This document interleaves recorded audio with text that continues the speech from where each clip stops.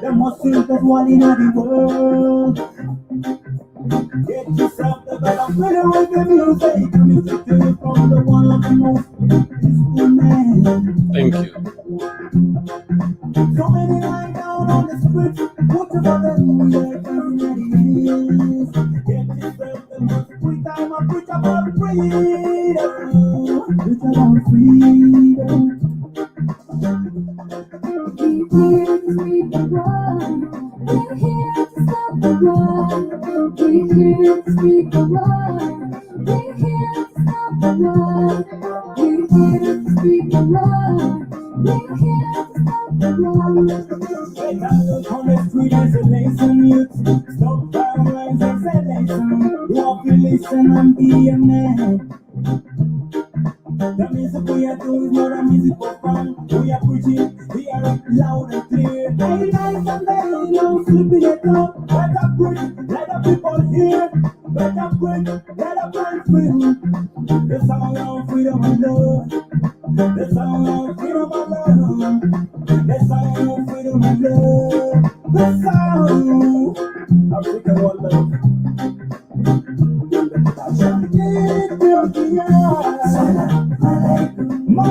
Salam alaikum, Libya. Salam alaikum, Niger. Salam alaikum, Nigeria. Salam alaikum, Niger. Salam alaikum, South Sudan. Salam alaikum, Sudan. Salam alaikum, South Africa. Salam alaikum, Africa. Salam alaikum, Africa. Salam alaikum. Let's see what I'm with you. Salam alaikum. Did I understand? Salam alaikum. Salam alaikum. Salam alaikum. Salam alaikum.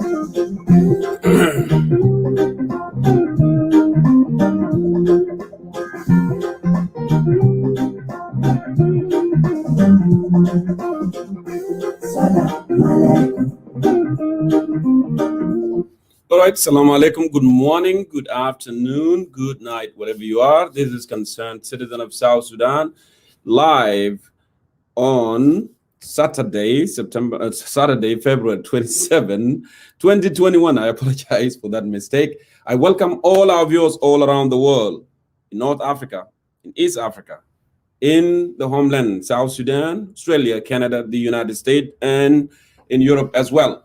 I welcome all of you to this special episode. I apologize. Last week, we didn't make it because we have a lot of issues with Be Live. So it is a gain for StreamYard. Tonight, we switch to StreamYard so we can do our live broadcast here. We are still resisting.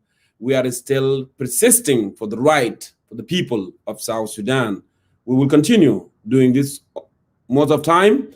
As I said last week, we have that very important discussion, but unfortunately, because of that network failure, we were not able to continue. But today, we are discussing very important topic here tonight: formation of a state government. Is it implementation of RCS, which is peace agreement in South Sudan, or is it policy of time buying? And you know what I'm talking about when I said policy of time buying. We have seen this numerous times over and over again. President Salva Kiir and his government, which is I call Kiiratarian regime, don't believe in election, don't believe in transparency. They do believe, though, on extensional, not election, as young men as wrote that before. So that's what it is. But we, the people of South Sudan, we will keep reminding the ordinary South Sudanese and educate them about the values, justice, liberty, and prosperity that our people came together collectively from all across the country, from Raja to Buma, from Numali to Rang, and work together to build farm so they can bear that arm to have justice and liberty and prosperity. Tonight, a child can be begging, 3 years old, 4 years old.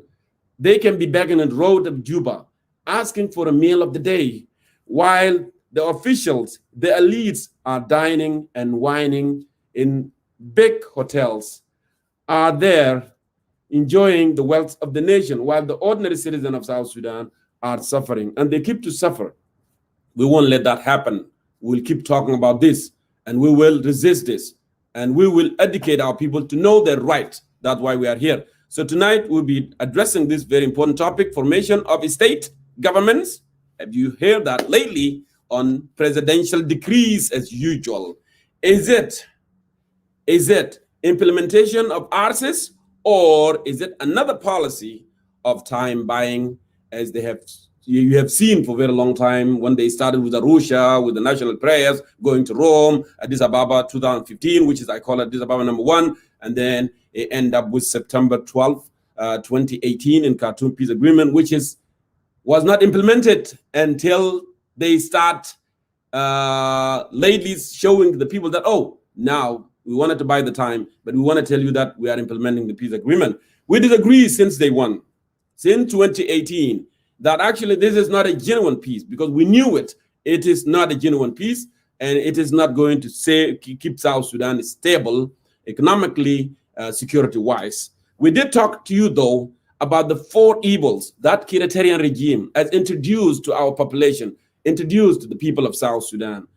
That Kiiratarian, with those 4 evils: mismanagement, security, lack of services, and corruption, they are still eye-racking in the country.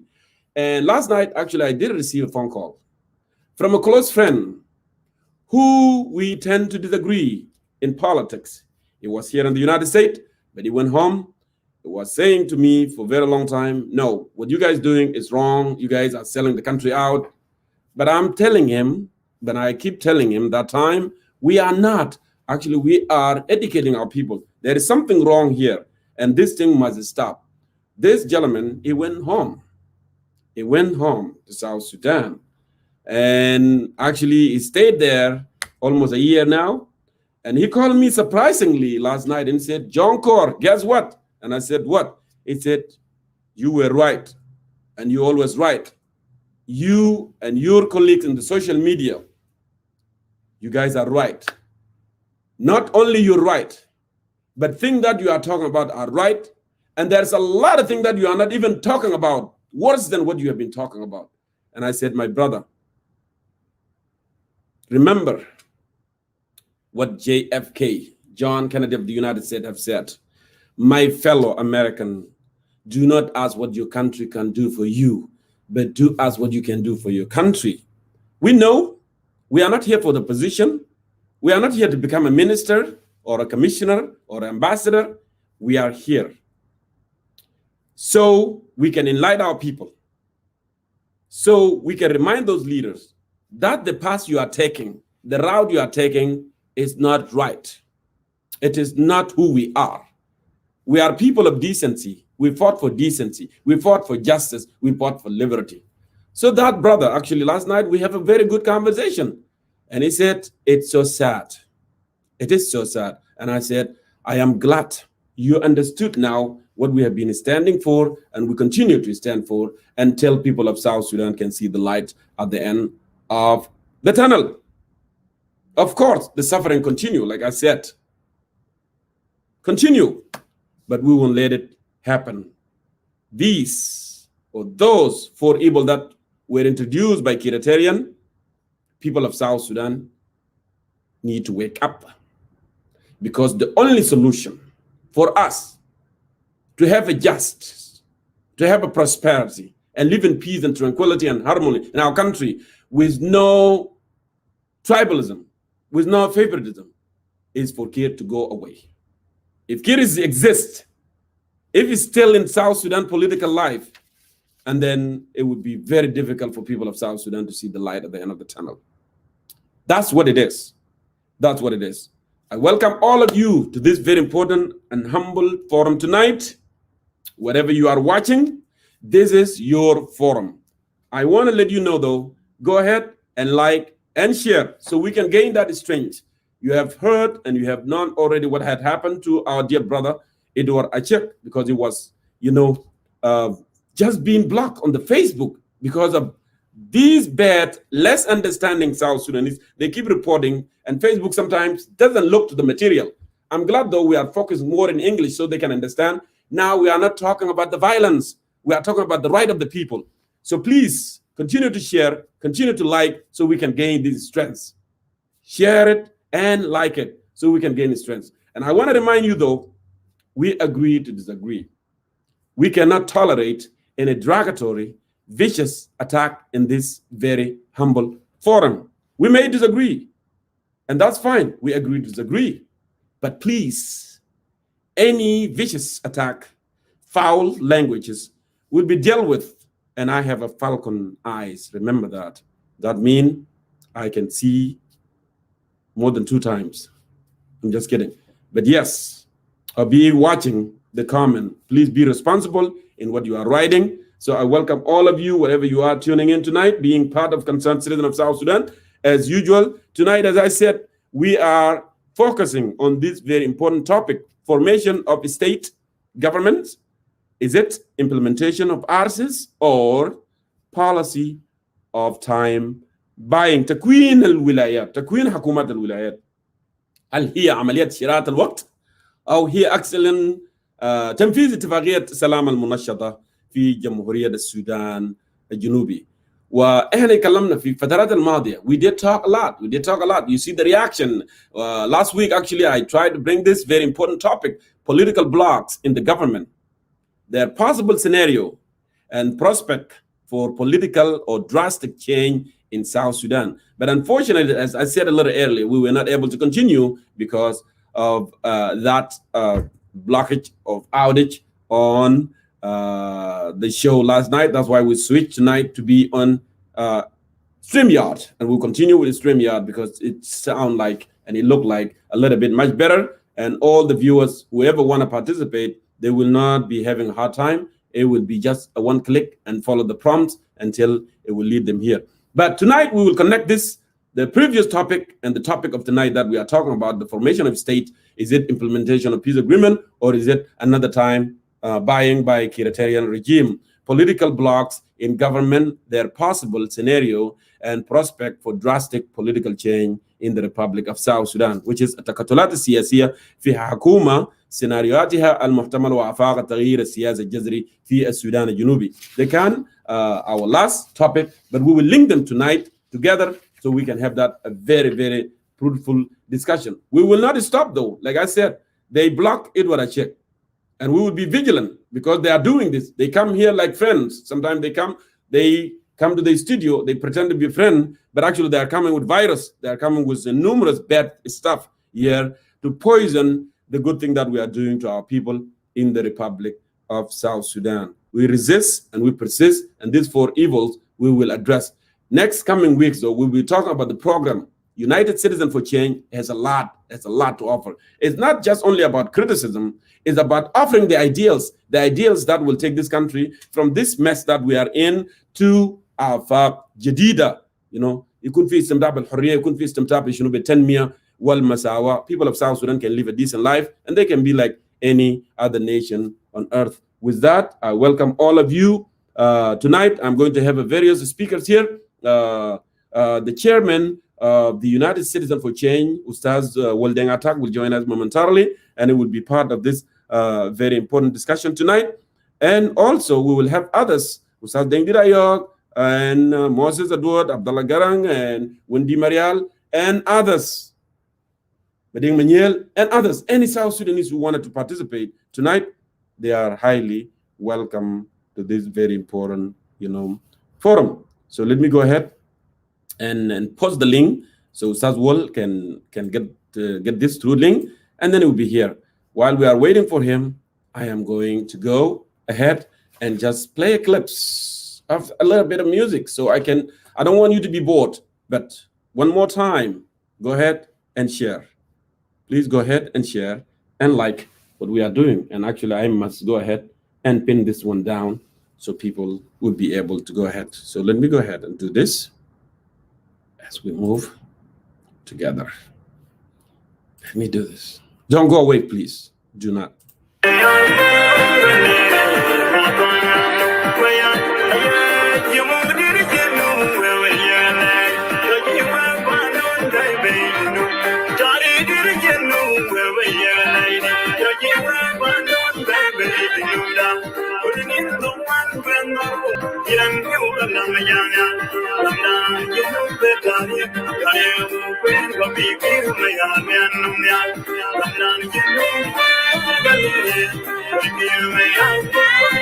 I have everybody's hearing me.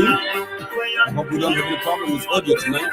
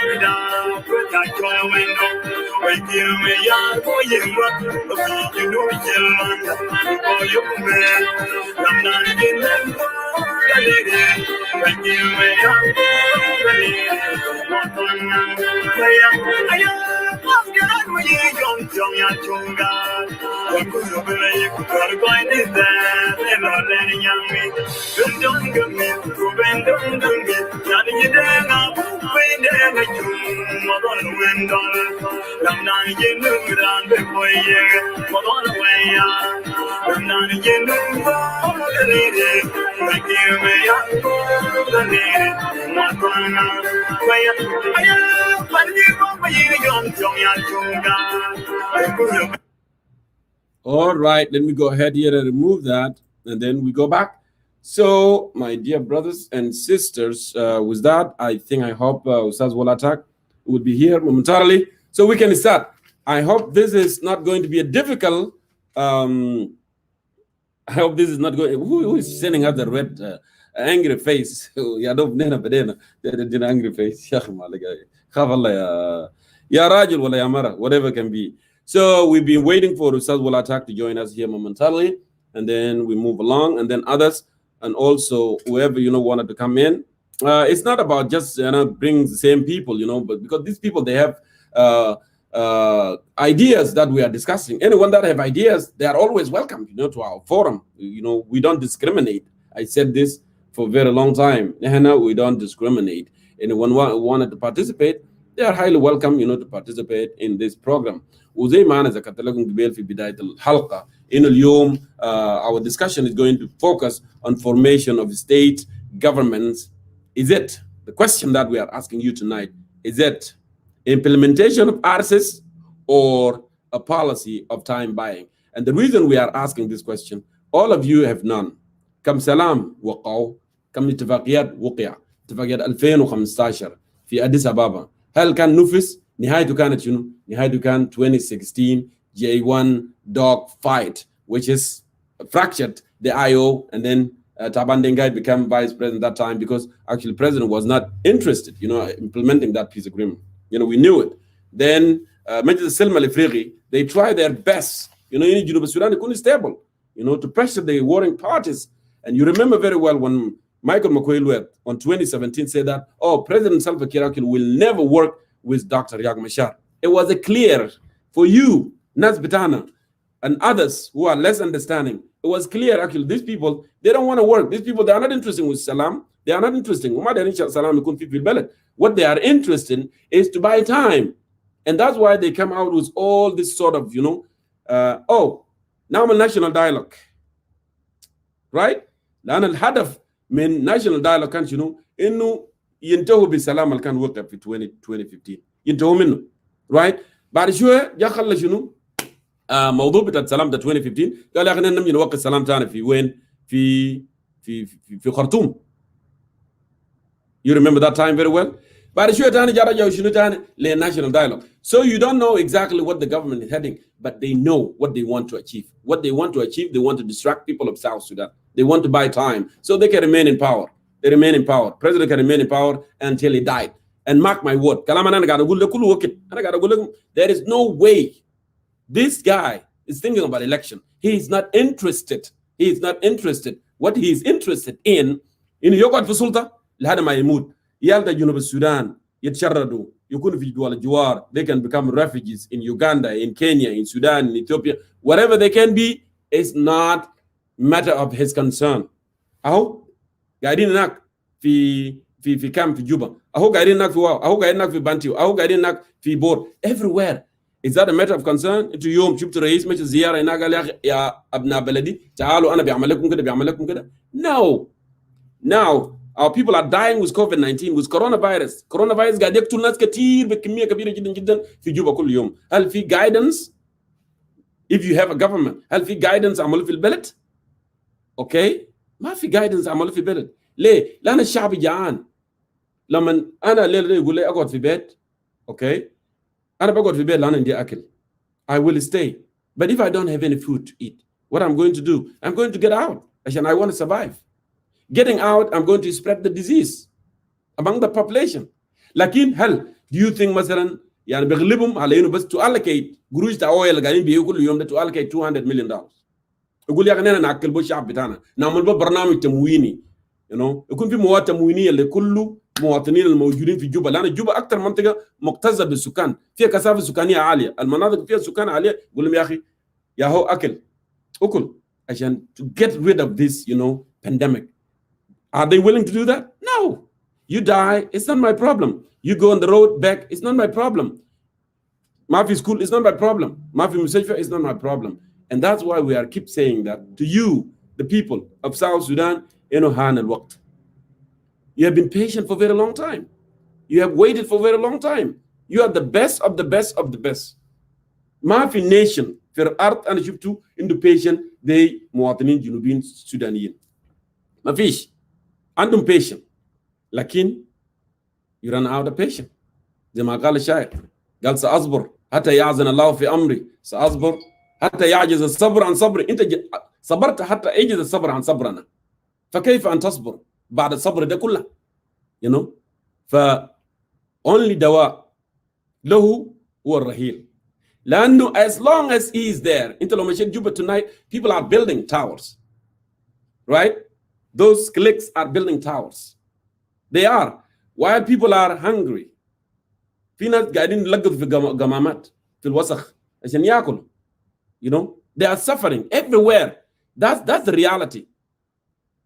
في ناس بيلقطوا في وسخ عشان ياكل، لكن في ناس بيبنوا عمارات ومرتاحين وشنو وبوتيك وما اعرف ايه وحاجات دي كلها. يقول لك oh the businessman, the businesswoman and all this thing. من أين لك هذا؟ Money laundering. That's what's happening in the country. It doesn't take a responsible government, you need to do right thing to help people. It doesn't take that, you know, serious thing. لأن نحن البلد ده بلد فيه إمكانيات، بلد فيه إمكانيات، بلد فيه قروش، فيه قروش بتاع oil. So عشان كده الليلة نحن قاعدين نتكلم عن formation of state. شوف سلام وقعوا بتين، وقعوا 2018 يوم 12 شهر 9 2018. وإننا قلنا لا يا جماعة this peace is not going to be implemented and it was not genuine, and we keep saying that it is not genuine. حصل شنو يا جماعة بعد سنتين عشان يكون الحكومة؟ سنتين بعد توقيع السلام. انت بس think about this. I want you to make sense to yourself. Think about this. لو ده really sincerely ناس دايرين يعمل حاجة، ليه السلام توقعوا وتتأخر 6 شهور من تنفيذه وتتأخر 6 شهور تاني من تنفيذه، وبعد سنتين هتنتجي تقول شنو؟ ده تيجي تعمل شنو؟ Formation of the government. What does that mean? That mean actually انت ده كان خدعة، deceptions. إنه نقول للناس نعمل سلام. That's what it is. But I will use my strategy. Authoritarian regime will use their strategy. 3 years. انتم ملاحظين الكلام ده؟ مما نحن اخذنا استغلال كلها بس 3 years. قبل ما نصل 2015 عملوا حرب. سلام اديس ابابا 2015 قدام شنو؟ 3 years عشان 2018 يجي يكون في election. قبل ما نصل 3 years قاموا عملوا حرب. They abolished the peace agreement. الآن رئيس سلفا كير كان قال الكلام ده بخشمه، قال السلام ده ما إنجيل ولا قرآن. Meaning that I don't care. You know, I don't care. Right? 2016 بالضبط كده عمل النايدة، عمل حرب، خلق حرب تاني من جديد عشان يكون في شنو؟ يكون في سلام تاني to get another 3 years. And he succeeded. He did it in 2018. مشي خرطوم ومشي عمل سلام تاني يكون في 3 years. 3 years من 2018 ل 2021. نحن في 2021، نحن في شهر 2 ماشيين لشهر 3 الليل ده يوم 27. 3 days 2 days 1 day actually 1 day نحن بنكون في شنو؟ في شهر 3 بمعنى هيكون باقي لنا كم؟ باقي لنا 6 شهور. 6 شهور لأن الاتفاقية نصت وقالت شنو؟ قال بعد 3 شهر بعد 3 سنة هيكون في انتخابات. احنا جايين الفترة جاي بتاع الاتفاقية انتهت، هينتهي وين؟ شهر 9 يوم 12. لكن لا we were right again. لأن هدف بتاعهم ما كان إنه يكون في سلام. هدف بتاعهم ما كان يكون في سلام، لأنه هدف بتاعهم كان في يكون في سلام كان يعمل شنو؟ ترتيبات right away. جروها 6 شهور، جروها 8 شهور، جروها كيف هسه 2 years وحكومة ما يتكونت. بعد كم جاء عملوا ولايات؟ بعد كم زمن جاء عملوا شنو؟ كون الوزراء. والآن البرلمان القومي ما يتكون. لأن الاتفاقية نصت إنه يكون في برلمان القومي. الناس الجو الأحزاب الثانية ديل يجي يخش في الحكومة عشان يكون في برلمان قومي في البلد. الكلام ده كله ما يتنفذ. الترتيبات الأمنية اللي كان يتفق عليه في السلام ما فيش. So you want to believe me or you don't want to believe me? The facts are facts. The facts are facts. They have shown to you for a very long time. And actually they are not interested. وبالرغم ده كله حكومة رئيس سلفا كير he launched what? National Dialogue 2016. They launched national dialogue December 14, 2016. إنه يكون في national dialogue. ونational dialogue ده يكون شنو الحل. national dialogue ده will silence the gun in the country. إنه ما يكون في حرب تاني في البلد. هنا هنستقر ويكون في سلام ويكون في ده كله. ده كلام اللي قاله الرئيس في البرلمان القومي December 14, 2016. We have it on the record. ماشي كمان ادى كلام في كينيا كان دعوه ماشي يتكلم لما كينيين عندهم مشاكل between رايل اودينغا and هورو كينياتا and all this. قال يا اخي انا I call for national dialogue, but people were saying that actually اللي انا قاعد نعمل فيه ده I'm just buying time وانا I'm just try to undermine the peace agreement, but I am not. But you know what? We prove ourselves right. People who have been saying that until you are buying time, that's what you keep doing. Learn until you want to buy time, you want to be in the power. Power, for life. You are. ليه؟ سلام أديس أبابا أنت ما نفذته. سلام بتاع خرطوم الواد 2018 أنت ما نفذته. أنت جي رجعت تان ليه؟ جا رجعت تان ليه؟ للناشونال دايلوج. الواد كان بدأ عمر الفات وعملوها بولش. جا رجعت تان شنو عشان نقوض بالاتفاقية تان اللي وقعوا وين في 2018. شايف الكلام ده؟ شايفين الكلام ده؟ جا رجع تاني. Now عشان تعرف جنوبيين they are very genuine and they are good people and they are smart people of South Sudan. They don't like حاجة اللي بيكون بيوجع كل يوم. They want to get rid of it.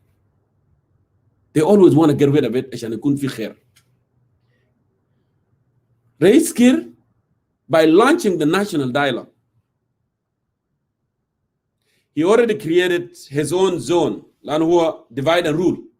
Dividing on region, dividing on tribe, driving on clans, driving on all these things. He did. He succeeded on that. Now, by going back and creating ما يسمى بnational dialogue في الزمن ده, and we were against it. لأن هنا قاعدين نقول يا أخي ليه ما تنفذ اتفاقية السلام. لكن anything that will bring solution in the country, we support always. National dialogue. رئيس سلفا كير قال شنو؟ قال أنا I will be abide by أي حاجة اللي بيجي شنو في national dialogue. كلام اللي انتوا بتقولوا يا جنوبيين سودانيين ده الكلام اللي انا بشتغل بوه. رايت؟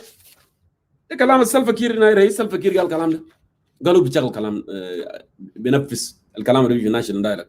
تعال شوف الحاصل شنو. national dialogue هو steering committee اللي فيها ناس كبار بما فيهم جين كانسل اوف ايلدرز ناس انجلو بيدر ناس بونا مولول ناس الدو اجودين ناس جاشوا داو اللهم جرى ديل كلهم مشوا عمل consultation للشعب في الولايات.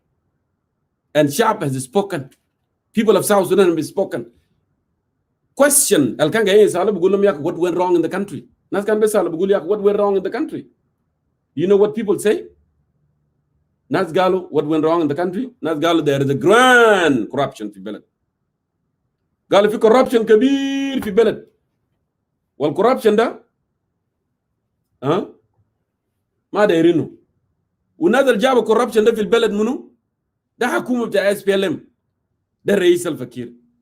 So therefore because هو حكم من 2006 لحد 2021 2021 وما شفنا مدرسه، ما شفنا مستشفى، ولا مويه نظيف، ولا عداله، ما في سكيورتي.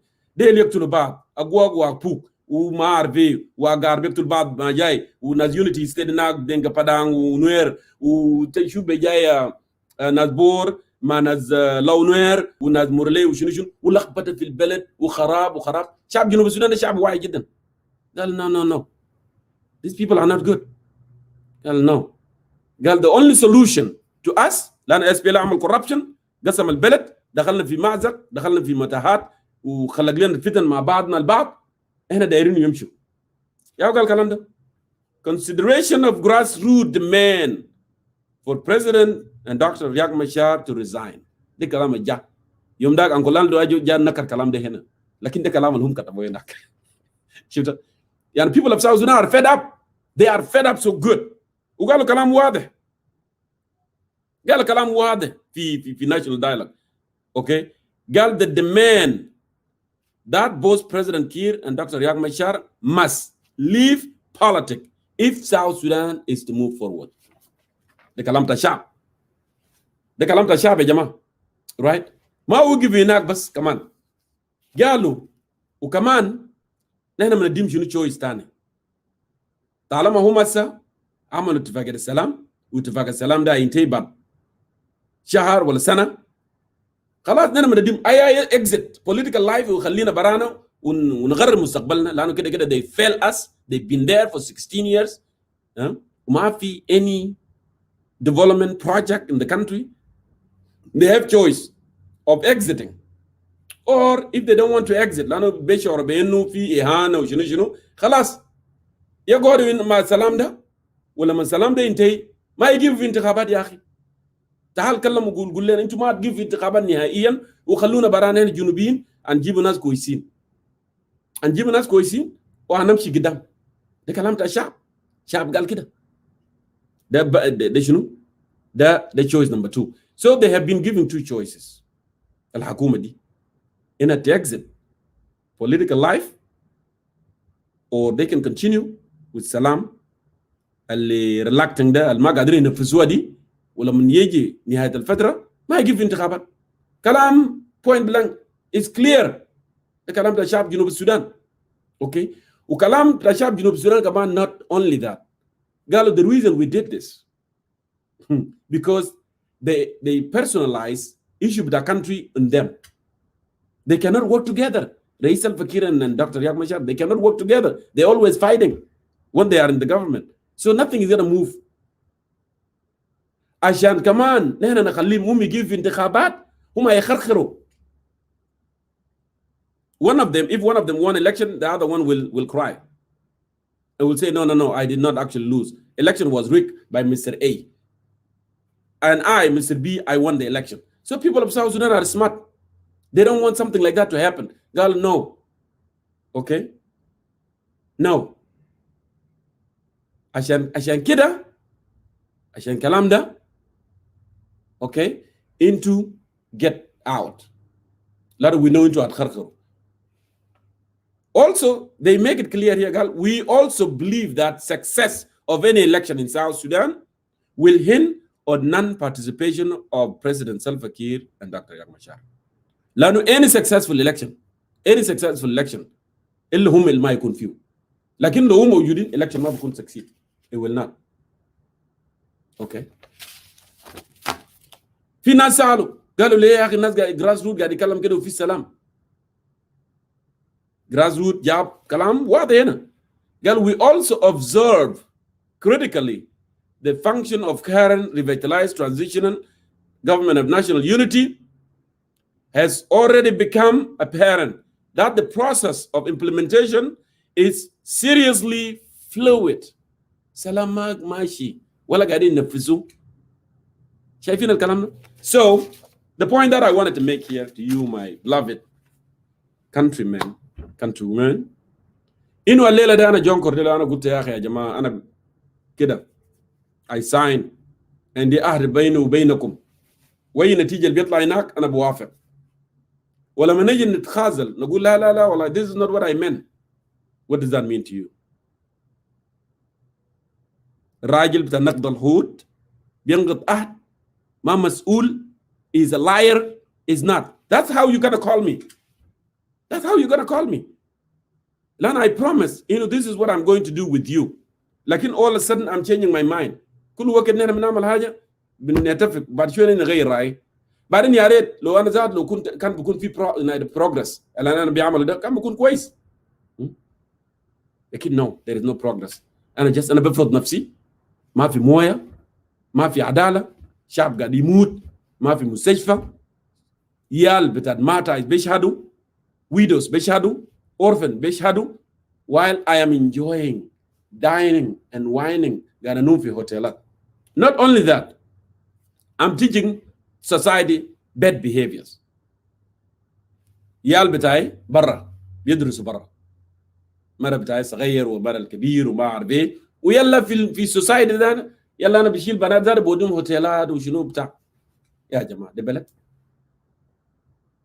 the responsibility. I know some people don't want to hear this but this is the fact and the facts must be said يا جماعه. حقيقه لازم يقولوا دايرينه ما دايرينه انا بقول حقيقه. You don't want to hear it That's up to you. فعشان كده نحن سألنا سؤالنا اليوم إنه formation of state governments, is it implementation of ARCES, which is ARCES, Agreement Resolution Conflict in South Sudan, or is it policy of time buying? Last week we asked this question also. Political blocs in the government, there are possible scenarios and prospect of drastic political change in South Sudan. Why we said that? Because we blocks, we political grouping in Genova, Sudan. Gen Council of Elders bejai, fi majmua tane bejai, fi shuni tane bejai. Hum zahad ma mutafikin bab. Kulu zol der. عشان كده نسألنا prospective drastic change in South Sudan last week. لكن طبعا الندوة خزلتنا وما قدرنا. لكن اليوم we ask another question and we hope everyone to come and participate in this very important one. I don't know what happened to Ustaz wآفاق. Let me go ahead and check. I hope this thing is working for him, because unfortunately I don't see him there. I don't know what's going on. Is he here, or is he having hard time coming in? The link is down here, Jama. The link is here. So, okay, let me go ahead and put some a little bit while we are waiting for him, because I don't want to take whole thing just to be me talking. I want to give an opportunity for us, you to be part of this discussion as well. Okay, let me go ahead and see what's happening here.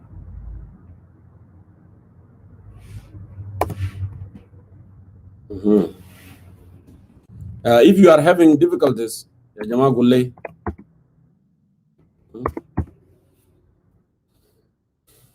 if someone having difficulties,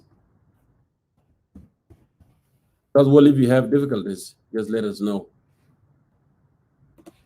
and then we can try to do something here, then move on.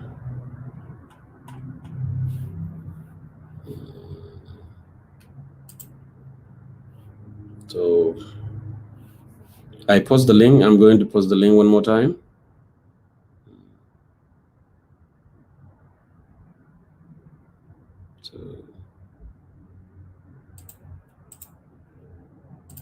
So let me go ahead and post the link one more time. Yeah, if you want to participate, come. Atong, you are highly welcome to participate tonight. I can't wait to see you on the screen. Just please go ahead and follow the prompt. It will bring you here, I guarantee you. Just put that link, and then you'll be coming. Oh, actually, I do see that Ustaz Wall is down here. I do see that Ustaz Wall is down here. Let me go ahead.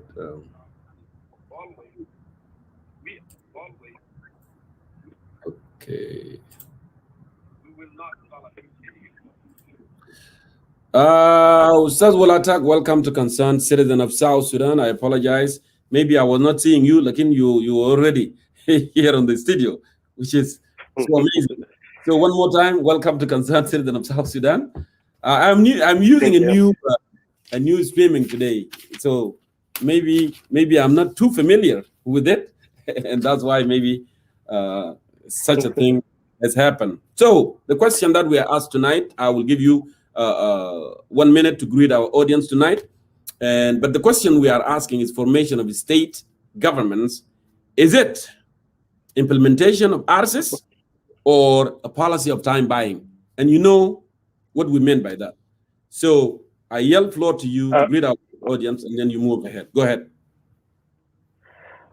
Thank you very much. Though I was not able to hear you because my system was echoing, I finally sorted out and I only heard you saying that the flow.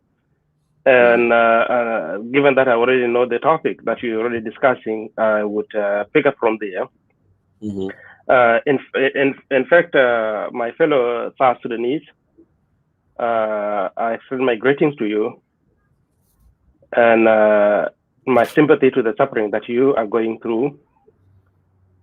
Basically, I would talk about the ASIS, the process as it is.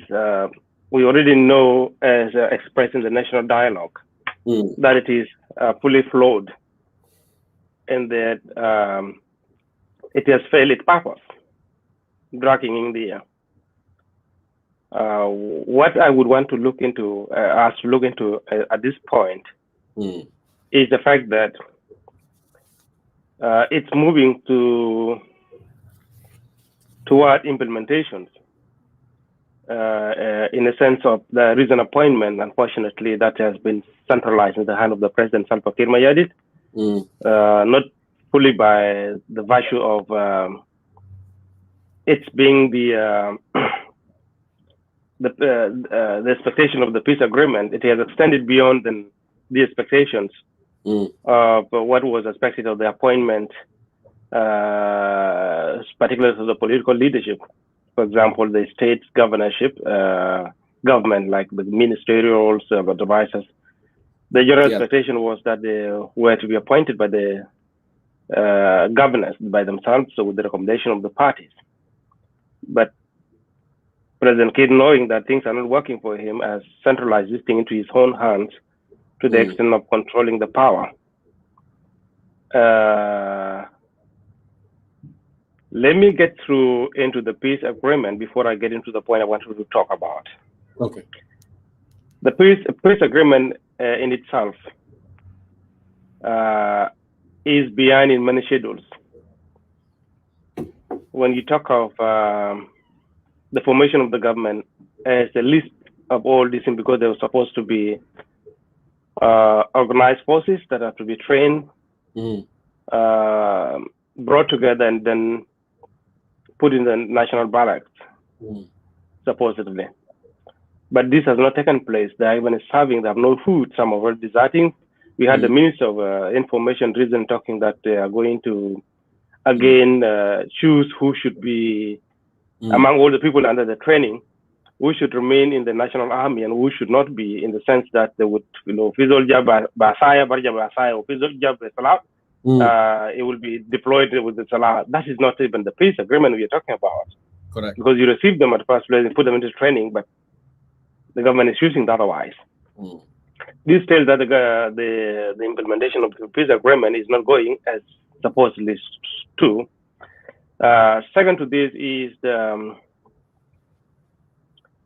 the stall in the formation itself. It took a longer period than expected because the parties couldn't agree. And this actually came as a result of what brought these people together. What brought them together is a position in the government rather than what the people of South Sudan should be. And they were in Khartoum. And I tend to agree mostly, though this peace agreement talks about the South Sudan. South Sudanese people is primarily addressing the interests of President Museveni and President Omar al-Bashir by that time. And the parties were rushing to signing this agreement. And of course, the interest is the power sharing, and they agreed to it and they signed without necessarily addressing the root causes of the problem. Yes. How to solve the problem of South Sudan. Coming to the point whether it is really buying time or a real process, I tend to agree. I tend to believe that President Salva Kiir and Riek Machar both have realized that the nation is no longer for them. Even the constituencies that they thought was there is no longer theirs. You see the messages that are coming from Law Nuer, where there has been a strong base for Vice President Riek Machar. And also the same thing with President Salva among the Dinka elites, including the Young Council of Elders. We are hearing and seeing the different messages coming in from various sections of the Dinka, showing disapproval of President Salva Kiir. And this has shaken him in a way and has resorted to controlling the spoon that feeds the politicians. And I made fun of it the other day that rather it is actually true, because what is remaining now is only for Salva Kiir later on to appoint everybody, and everybody will say, okay, tells you I want you to be waking up and sleeping on one side of the bed and then turn off, and then we say only, oh yeah, as always has been the case. This is so because the power of appointment turned into, for example, the old adage that no one bites the hand that feeds it. The hand that feeds now in this context is the appointing authority, and that's we signed the document that appoints the people literally is President Salva Kiir Mayardit. And if President Salva Kiir controlled the appointment from headquarters in Juba down to the state in Payam or Buma, then you would not see anybody, a politician would say otherwise, because saying opposite of actually staying by the truth will not. And that's why when we came out with the perfect name, which is Kiratarian. Lanu is authoritarian, which is Kiratarian. That's him. Everything, including you can appoint. Go ahead. Absolutely correct. And that being the point, our president, Riek Machar, are more getting close. And you see even Taban, who has replaced Riek Machar some time back and was the darling of the government, is now been complaining in the public with his group that they are being silenced. And the truth is that Kiir now coming back to the senses that the public is going against them, so they're coming to but more closer to work together. But this is actually going to be a marriage of convenience. It is not rather that for the people of South Sudan. Having said that, I want to reiterate my points on that. That I myself,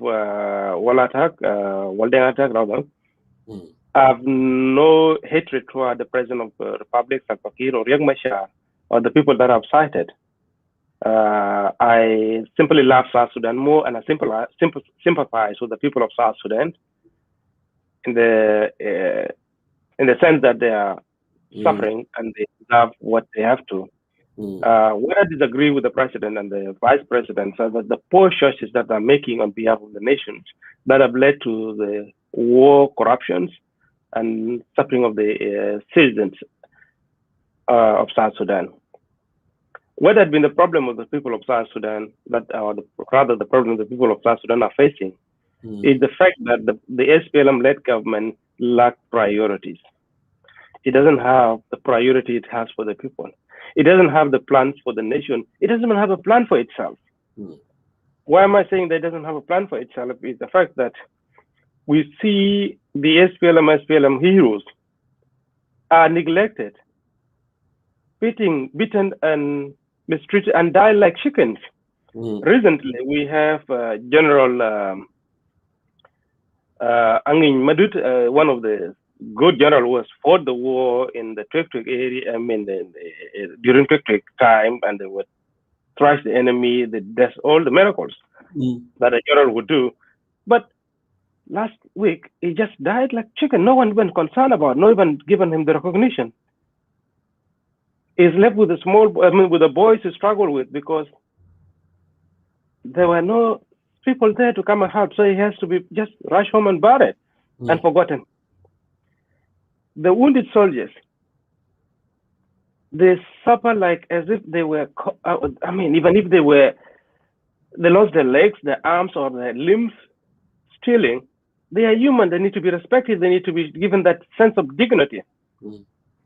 But the government has no plan for them. No. Give another simple example. We have South Sudan is starting afresh. Dr. John Garang said that there's some places in South Sudan that have never, or only the place under the sun in this world that has not seen tarmac roads since creation, which is correct. There were no roads. Now we have tried to make plannings, make roads that exist. They could not even honor their heroes. They could not even name a street in Juba or anywhere that has not been named. Under, for example, William Nyonbine, under Carbino, or under any generals or any war hero that has fallen fighting for this country. Never. They only have John Garang Museum. That's what you could talk about. They would not even think that it will make a business easy for the people. Let's map our roads GPS it and make business easy for our people so that they can trade and do business. Make it possible for someone that to number the street and the houses, the addresses, so that when you a businessman want to establish business and order over something online and get the business coming to their homes, they cannot do it. Yeah. The government has no priority to build the roads other than the few individuals themselves who are fighting, and the lack of priorities can be seen in the fact that they are focusing in fighting one another. Positions.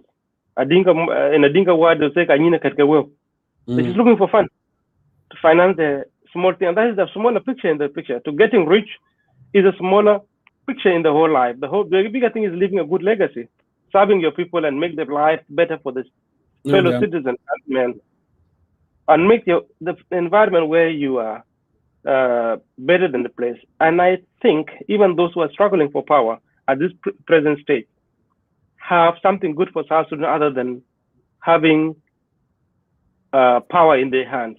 Why am I saying this? Is that people who want to change the world or want to make a difference, they start with a small thing. They have ministries they have with. Let's start from the first vice president, for example. Besides being a vice president during his time before the war, he was the minister of housing. Do we have social housing in South Sudan? Leave alone the citizens, even the employees of the government of South Sudan. They do not have. The houses the government are living in now, that those built by Abilalia. That's correct.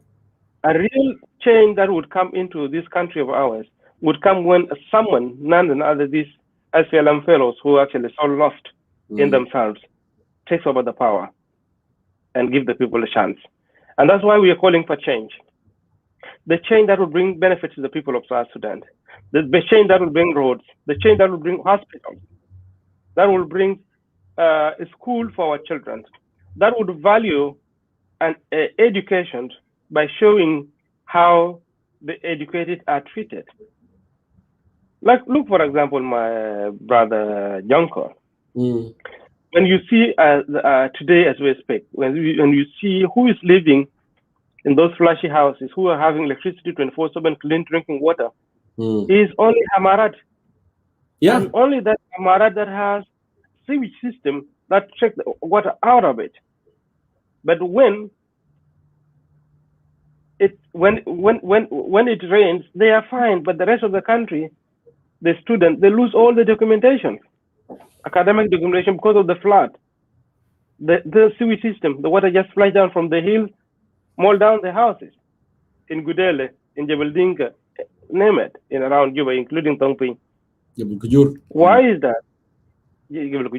Why is that the government of South Sudan, the ministers in the government of South Sudan, don't see or don't experience it? They're just a common man. And that's why I think a real change would come in when new group of people come in and take over the power and bring change. Not only that, they would move away from J1 and donate it to the Juba University, donate it to the research centers, research centers. And said, yeah, it is a place. And we moved to live with the common people and experience what it feels when the houses they live in floods. When it rains, we know what happens.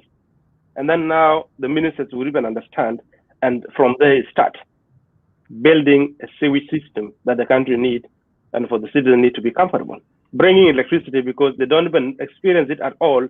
How does it feel for a child to use candle to study for exams tomorrow? Under the heat of Juba, you know how hot it is in South Sudan? It is very hot. And candles add up to the heat. How do you expect a child to even learn something? Candles for celebration, birthday and so forth. But they use it for the light for study. Whereas the ministers in South Sudan have electricity for 24/7.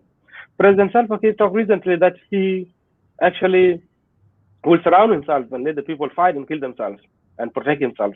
But in fact, if you go to Juba currently, if you've been to there, you go what they call senior 7-day or around about a 7-day Adventist church next to it. That's where the protections end, going back east to Juba. And it ends at, we call it Hotel Hamarat. That's where it ends. protectionism is stop there. That's what it is. But that is not what South Sudan wants. We want everybody to feel free, protected, and at night you move freely without anybody pointing a gun at you. Mm-hmm. And this is a change we want, my fellow South Sudanese. This change cannot come without you and I putting our hands together. Some of us, or most of us, have been trying to make effort to humanize this government, the officials, by saying that these people, that you are representing the human beings, and you must behave humanly. You must protect their rights. You must show that they have right to be protected, rather than treating them like the wild. And so, and though we are doing this on the run, I'm so grateful that the people of South Sudan now have come together and saying, no, Mr. President and Mr. Vice President, we don't need your service anymore. Please, we give you opportunity to tell us. But they never. Are you going to tell us you they step down, or you promise that you're not going for elections? But if that, and if you not continue, if you not tell us what we will do, what we think is best, and what is best is to go up for popular uprising, and this is the only way you could. And I hope I've answered your question, Mr. Junko. Absolutely, absolutely. But before I let you go, Sazwal, I must ask this question here, because last week we were not able to complete, our live broadcast because of the network issues that happened. We have been hacked or something that is not clear to us until now. So you have seen, political blocs or political grouping in Juba lately in the government and their possible scenario. What are they trying to achieve? Is it something to do with any change in the country? Should we think that maybe Gen Council of Elders, they are planning something, or those groups creating political blocs within the country are hammering for something? Yeah, there's one tricky thing about humanity. The human beings are made that in a way that they are self-seeking in a way. And self-seeking in this one means the people look for after their interest. Young Council of Elders, they are politicians, and they are seeking for their own interest. There are a number of things that I could say of the chain of recent Young Council of Elders tone towards President Salva Kiir. One might be that they come to realization that even the Young constituency are no longer following Salva Kiir as a group, and they might have felt that maybe they are getting isolated and will be left outside the line and probably shouting outside the line, so they might also get up and join the tone and move with the heart. Second to this is that JCA might be convinced now at this stage that Salva Kiir is no longer going to deliver what they had hoped he would. And they are looking for a new candidate. And the new candidate, based on the rumor, they are not agreeing on one particular person. The group of people that they are talking of, but is remain in their closet. So since they have not come out publicly, I will not also go public about it and talk to them about it. But there's tone of disagreement there. But for the rest of political constituencies that are divided and fighting for the change, I think they are basically lacking seriousness. They're just looking for opportunity. Like everybody has been seeing Salva Kiir as easy to fall and will fall easily. And the best thing they could do is just to get up and call themselves commander-in-chief of so and so and so and so, as it has been expressed before. But I would seriously suggest that the group that are based in Juba now have been always defined by one particular thing, that which particular minister of finance that have been appointed, that is not paying for the businesses or in the proxy businesses, and they need a placement, or they need to put in a new minister of so and so, or they would press the change that they would call for. But there's no seriousness in this group, and I would not focus so much on it, because I don't see them serious. Because a serious political program, a person with a serious political program would come up with a design program that X and Y, that's what he wants to do, rather than simply just going by opposition that does not spell out what is required. When I talk opposition, I'm talking about internal one within the SPLM group. You'll find group of like General Wendy and Kwalmanyang and maybe Nial and the rest in the one. You'll find the other group also on the other side of the and they're talking in one thing, but in essence, I don't see any my seriousness to speak. The grouping exists, but they only add to the destruction of the people of South Sudan.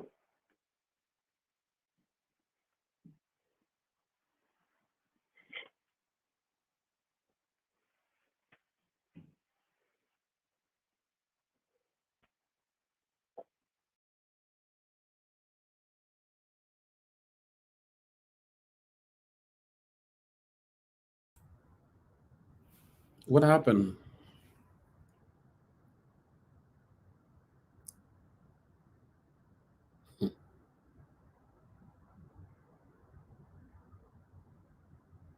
Malay Ustaz, well, you may continue to come back. It looked like just a little glitch and did that. But go ahead, please, and continue. I want you to continue. Tal Malish, we apologize for inconvenience. I think we might have touched something. I hope people are hearing me very well.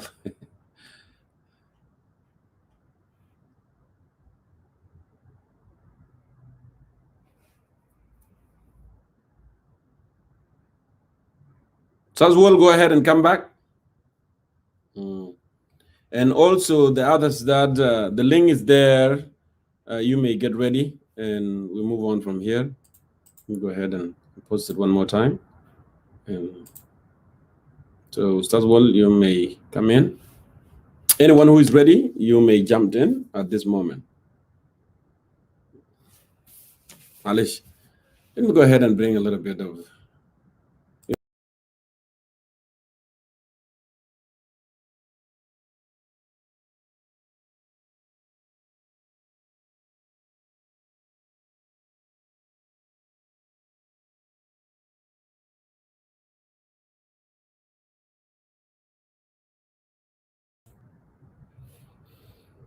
We are still here, Jama. We are not going anywhere. Just we are still here.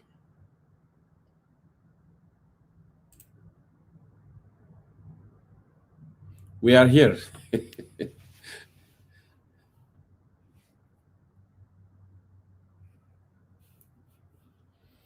So, Moses, Sad Abdullah Garang, you may go ahead and, let's move ahead here. Good. Thank you. We are clear. I really appreciate that.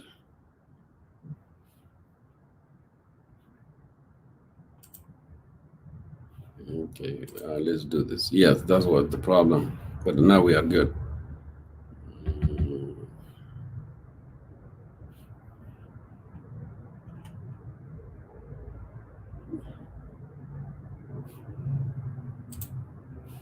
Don't over. We are waiting for you, Ajama. Go ahead and come in. Then we do this together.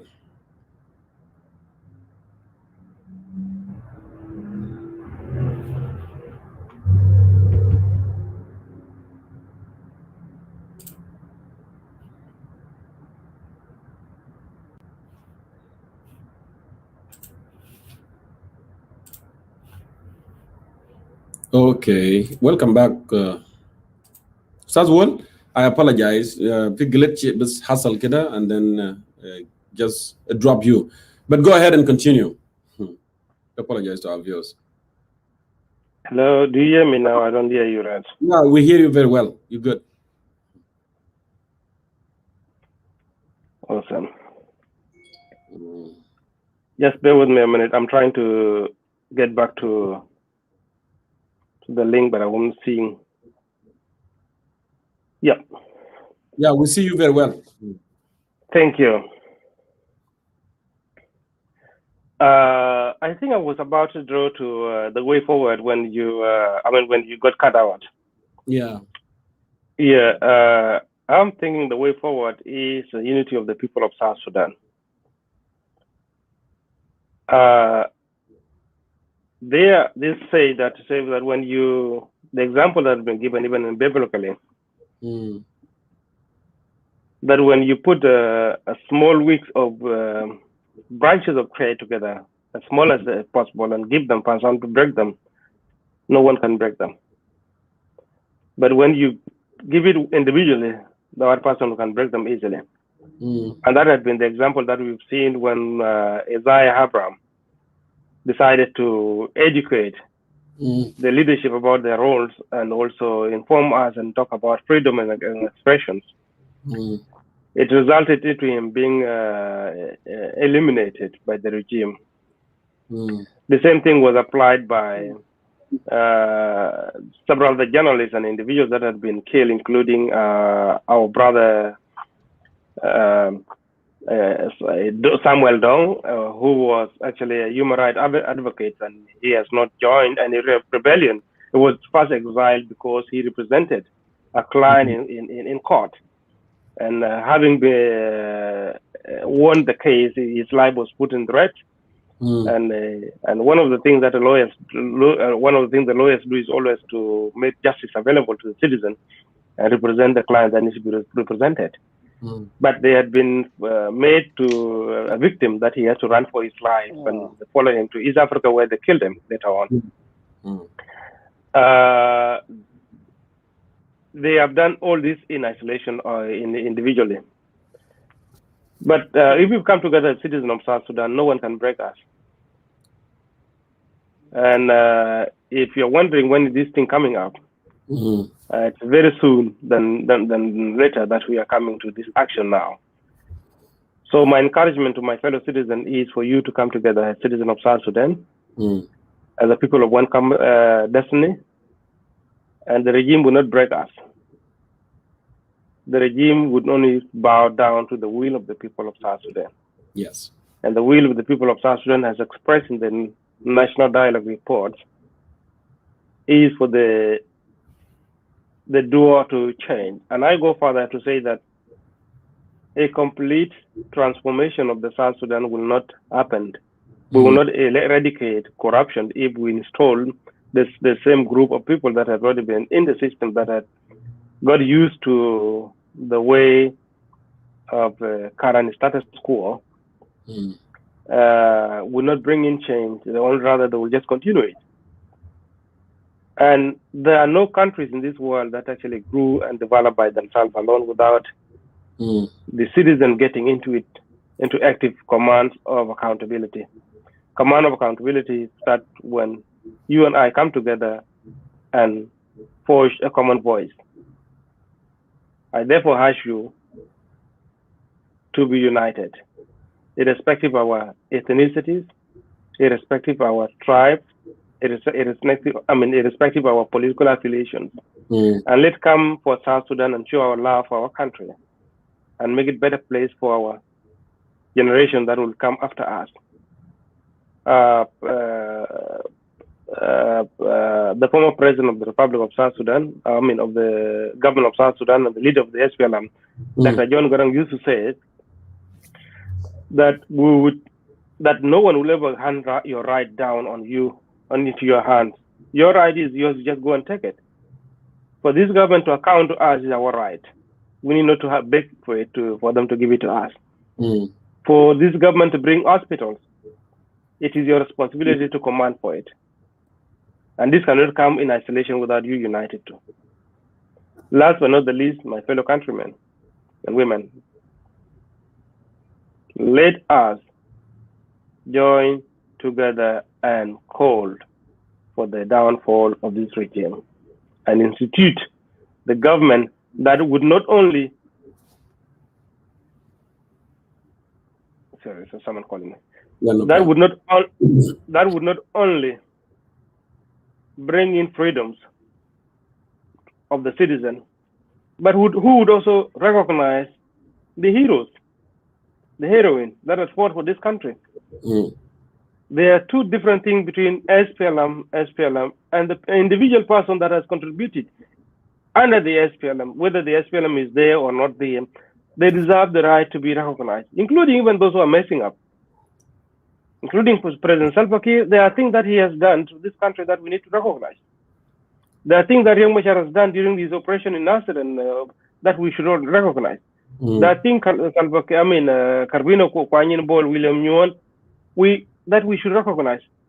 The individual contribution must be upheld and supported, and motivate even the next generation to sacrifice for the country. If you continue, for example, leaving the soldiers like the SPLA soldiers who are killed in the war, fighting the war against the regime, fighting the war for the regime, you lump them together and bury them. I see Aljo is making a comment there. Yeah, he's watching with that actually, and he made that comment that we are outside of circle peace and unity. Considering peace and reconciliation and forgiveness could save South Sudan. To make change by use of force would not succeed, but only through democratic process, bringing lasting peace and permanent. Well, I don't know, because we never called for any, a violent change in the country. So I let that for you. So I think this statement, Junko, the comment by Uncle Aldo Joe, is justify the reason why you and I are here today to provide information and educate ourselves about what is peaceful means and what is armed revolution movement. The thing that we are calling for now is for the peaceful means people's power. And what Juba holds and the opposition that are now on the dining table is merely a barrel of guns crushed down, pointed at the innocent lives. The change that we need to come now is no different from what the National Dialogue has called for, which Uncle Ajo was a member of it. That one aside, I will not let it distract us furthermore. But I would individually express this, that what is needed for us is a change to bring in a system that will respect and honor the fundamentals, basic human rights.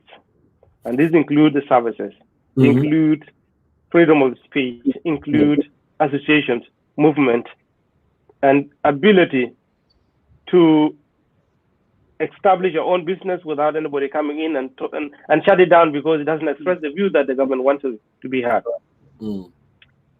I would, in essence, call on the people of South Sudan to come back to the united front they had when they were voting for the independence of South Sudan, when they were fighting and fighting for the SPLM, to come back to recognize and honor our fellow citizens who have fallen fighting for us to gain the independence that we have, to recognize and honor our fellow citizens who are struggling day in and day out to sacrifice for the nation and make this place better for us.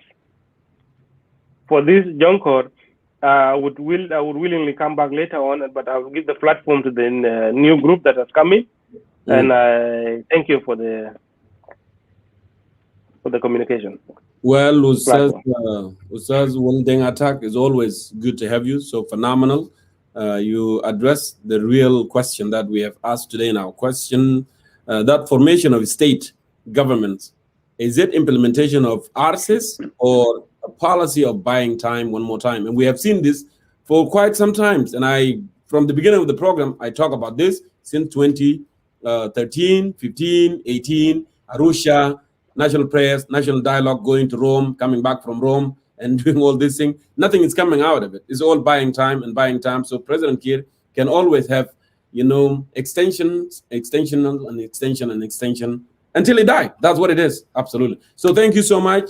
We may bring you back later for in conclusion. But I welcome dear brother Wendy Marial. Welcome to Concerned Citizen of South Sudan, and we want to hear from you. Ustaz Wilding Attack, the leader of United Citizen for Change. Thank you one more time. Thank you. Yeah, فضل Wendy Marial. يا بسلم عليكم، بحييكم باسم الجمهورية الثانية. نعم. جمهورية الأمل والسلام والرخاء والقانون يعني. It's good topic always جونكر إنه نحن بنناقش حاجات بمس البلد بتاعنا وبمس مصلحة المواطن في الأول. وده كويس يعني لو كل القوى السياسية في جنوب السودان بيفكروا بنفس الطريقة اللي احنا بنفكر فيه، وإنه الهدف أصلا هو المواطن ما السلطة ولا الجاه بتاعه. It's good to discuss this thing. And I saw Uncle Joe write a comment just a few minutes ago. سامعني؟ Go ahead and سامع guy. سامع؟ Yeah. Okay. Yeah. Right. كمان إنه الحرب ما بيجيب نتيجة. I hope network بتاعك بتشتغل كويس. There's some glitch on your network, but I hope it can cooperate and work properly. تفضل. I don't know. Yeah, there's a glitch. I don't know. I don't know. فالحرب دائما ما بيجيب الاستقرار المطلوب. وبيعمل جيوب عسكرية زي ما حصل يعني من 2030. الحرب اللي حصل ده كله خلق لنا جيوب سياسية وحركات كانت أصلا ما موجودة، وبقت هسه بيطالب في نصيبها من السلطة والثروة. وده سبب الاتفاقية بتاع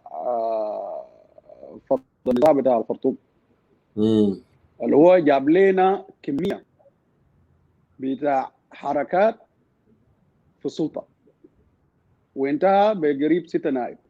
ولسه يعني كان القوى الثانيه عملوا اتفاق مع الحكومه بياخذ نصيبهم من السلطه. فالكلام ده كله لما تشوفه is really confusing. هو نحن دايرين شنو بالضبط كده؟ اللي هو باور accommodation ولا نحن دايرين حكومه مركزيه يقدر يقدم الخدمات للمواطنين؟ اوكي، ده السؤال اللي بيطرح نفسه. هسه القبيل الكلام اللي انت قلته ده انه التكوين الحكومات بتاع الولايات هو تنفيذ للاتفاقية ولا هو سياسة بتاع شراء الوقت؟ هو أصلا من ما وقعوه ما حيتنفس أصلا. ده الكلام الواضح يعني إنه أي زول لازم يفهمه. الاتفاقية ده موضوع عشان ما يتنفس. والدليل على كده هو الغرطسة بتاع الرئيس إنه هو المسؤول في السياسه بتاعت التحيين من الحكومه المركزيه لحد الحكومه بتاع الولايات لحد المحافظ. كله بديجري. الاتفاقيه هنا بيتنفذ من وين؟ اذا المعارضه اللي هو بيقودها رياض مشار والمعارضات الثانيه اللي هو بيدوروا في فلك الحكومه ورياض مشار ما قادرين يطلعوا حق الفيتو حقهم، ما قادرين يعترضوا، يبقى الرئيس هنا هو بالصراحه بالعباره صحيح وهو بيشتري وقت، وشراء الوقت بتاعه ده بيقود لتفاقم بتاع المشكلات اكثر مما هو حال هسه. وإف انكل جو از واتشنج يعني كلام اللي قالوه هو هسه بيتنفس. نحن فضل لنا اقل من سنه من انهاء الاتفاقيه. 6 شهور. سوى اتفاق 6 شهور اقل من سنه، 6 شهور من النهايه بتاعت الاتفاقيه كلها. طيب البديل شنو؟ لو ال6 شهور ده جاء نحن الناس حتخش الحرب ولا حيعملوا اكستنشن ثاني؟ فالسياسه بتاع شراء الوقت بتاع الحركه الشعبيه بقياده بنكير ميادين هو ما بيجيب سلام، بيقود لتفاقم الازمات ويقود للاحتقان الزايد عن اللزوم، وممكن ينفجر تحت اي لحظه. فما في قروش عشان الحكومات دي تتمول. انت حتكون حاكم لكن انت وقت كله حتتمه في هوتيل في جوبا، ما حتقدر تنفذ اي مشروع. في البلد regarding الامن والواجبات الحكومه الثانيه. ما حدا بيعمل. فالسياسه بتاع سلفا كير هو واضح للعيان، يعني قضوا 6 شهور في موضوع بتاع ال10 ولايات، ثاني 6 شهور في موضوع بتاع تعيين الحكومه، ثاني another 4 months عشان يعينوا حكومه بتاع الولايات. اوكي، ده كله شنو؟ هو بيتراكم. واهم حاجه في البند الخطر يعني المخيف اكثر انه الجانب السياسي من السياسه، الجانب السياسي من الاتفاقيه بيتنفس يعني بانتقائيه شديد. الرئيس بيختار حينفذ شنو من الاتفاقيه ويسيب الباقي.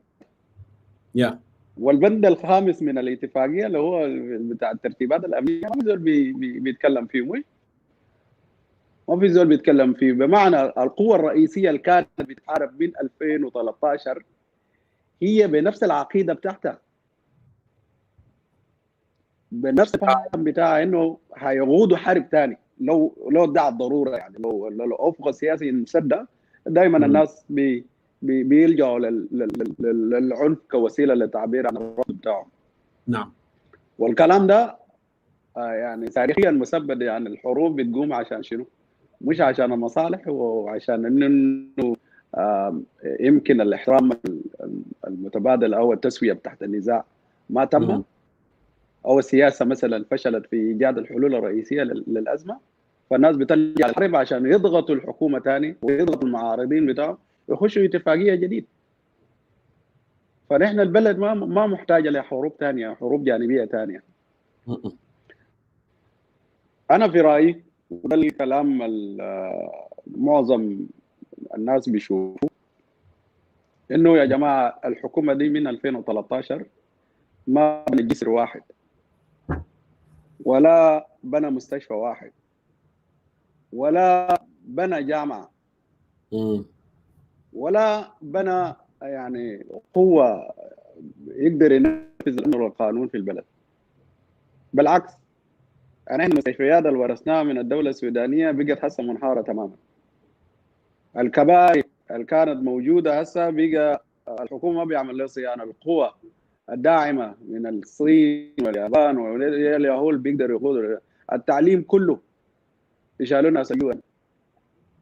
يبقى فضلنا الجيش ده، والجيش ده كله ما قادر يلقى الماهيه بتاعه.